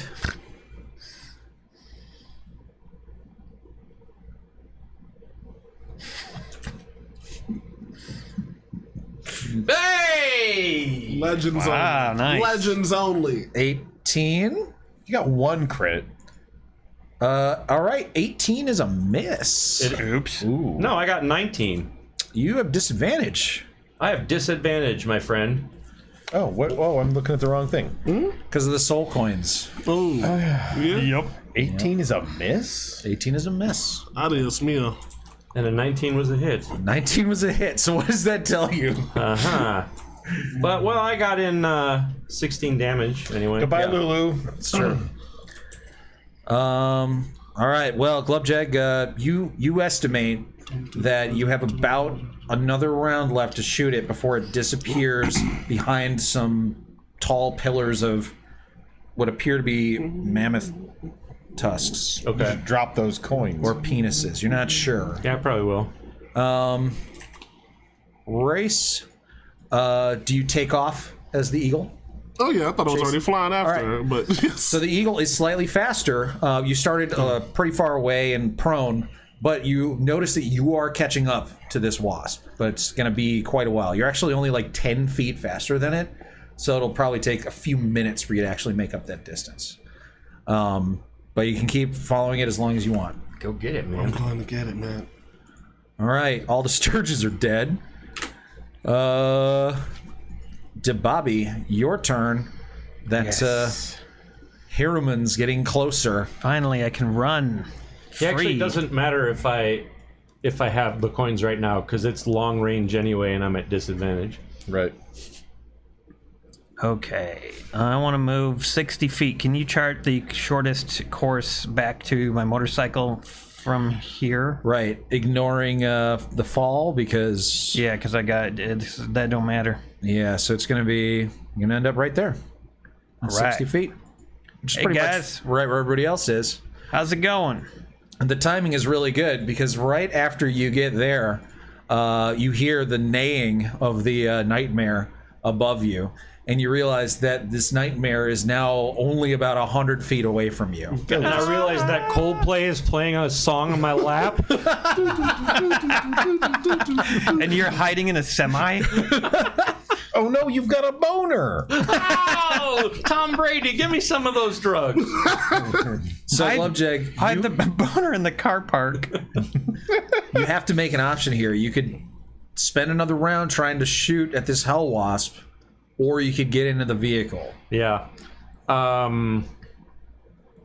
Well, I think Can we just drive after the I think Hellwasp? race is still our hope for possibly catching it. So I'm going to get in the vehicle. All right. So you guys pile into this vehicle with this horrible, powerful devil coming right at you. And you turn, luckily they're already on, so you don't have to waste any time doing that. And you just kick up as much dust as you possibly can and zoom out of here right in time for us to do yet another chase scene. But that's going to have to happen next time on Rated RPG. There's two chase scenes happening. Oh, Yeah. man. The suspense. The cinematic quality. Wow. You're right. We're gonna have like a simultaneous chase, race chasing the wasp, Yeah. and then you guys trying to escape Harriman. Oh, that's going to be pretty fire. Oh man. That's going to be a great cutscene. Yeah. And then you just cast like reduce on Harriman's horse, and he falls off. And I'm just like, bullshit. Yeah. I mean, basically, we're at Mount Doom right now. Yeah. The giant eagles. Fly, you fools. I feel terrible for any group that just is insistent on fighting him. You know what I mean? Because like, Well, yeah. you're not supposed to fight this Like guy. most of but- us have played enough D&D, it's like, nope, that's not, nope, we don't fight that. Well, also, you know, when, like, we've seen Lord of the Rings, when somebody says, run, we know what to do. When the vampire dude, that's the first time I think you said someone was beyond us, and I was like, oh shit, all right. Yeah, that was a good sign right there. Yeah, okay, that's real. Yeah. I don't remember if I did this because it's been a long time, but when you guys first arrived in Elturel, one of the things I was supposed to do is actually have a Narzagun flying around in a nightmare in the city above Elturel and have somebody tell you, like, don't fuck with those things. And Those- maybe show those them are, doing super something. What? Yeah, show them just like being a badass and how Yeah. everybody's terrified of them. So I don't know if I remember to do that, but I certainly don't I remember vaguely that. remember something like that. Yeah, maybe somebody in chat remembers. If anybody, Great White. Yeah, doing skywriting says Great White. Don't fuck with me. I am above you. All right, well, thanks everybody for tuning in, joining us for this episode. Yes. Thank you guys for playing with me. It was a lot of fun. It's good being back. Yeah. Back together again. I still miss rolling physical dice, but You can roll those dice all you want when you get home. Just get a and circle. I will. I know. I totally would roll them, but I feel like it's kind of nice for the audience to Yeah, see. definitely. Yeah. I think you should title one of the podcast episodes Cake and Whiskey. That'll be like the little bonus episode where we're just eating cake and drinking whiskey. It could be all the shit you cut from Yeah. the podcast. all in one episode. Here's this month's cake and whiskey. Hey, yeah. Cake and whiskey and pickle whiskey. Hey, I'm still burping that up, by the way. Oh, I'm still bringing up, the pickle shit. Yeah, it's horrifying when you belch. It's But you're awful. glad I brought it. Yes. Super glad. Oh yeah, it was an experience, man. Something new. Yeah. All right, we got any other business? Or... Well, happy birthday to Dion again. I was about to say happy birthday back, but that doesn't make sense. It's a good start for your evening. It's gonna be a good night. It's gonna be a good night for you. Yeah, if you go to if you want to join the folks that are supporting us on Patreon, please consider doing so. $5 a month. We also have a tier at $15 a month where you get some sticker rewards through Patreon. We've got some other rewards. I think when we hit 50 patrons, we have another batch of just the Rated RPG logo stickers that we're going to send out. But we're not quite there yet. But if you want to join patreon.com/ratedrpg, you can do that. We're always very thankful. We might try for to that. get some more of these coins as a Patreon reward. Those would be cool. Yeah. That'd be a really good reward. Where can people find the podcast if they want to listen to these? Well, I'm glad you asked. Well, it's everywhere. It's Podbean is where it's hosted, but you can get it at Google Podcasts, Apple Podcasts, virtually everywhere. Spotify. Yeah. Yeah.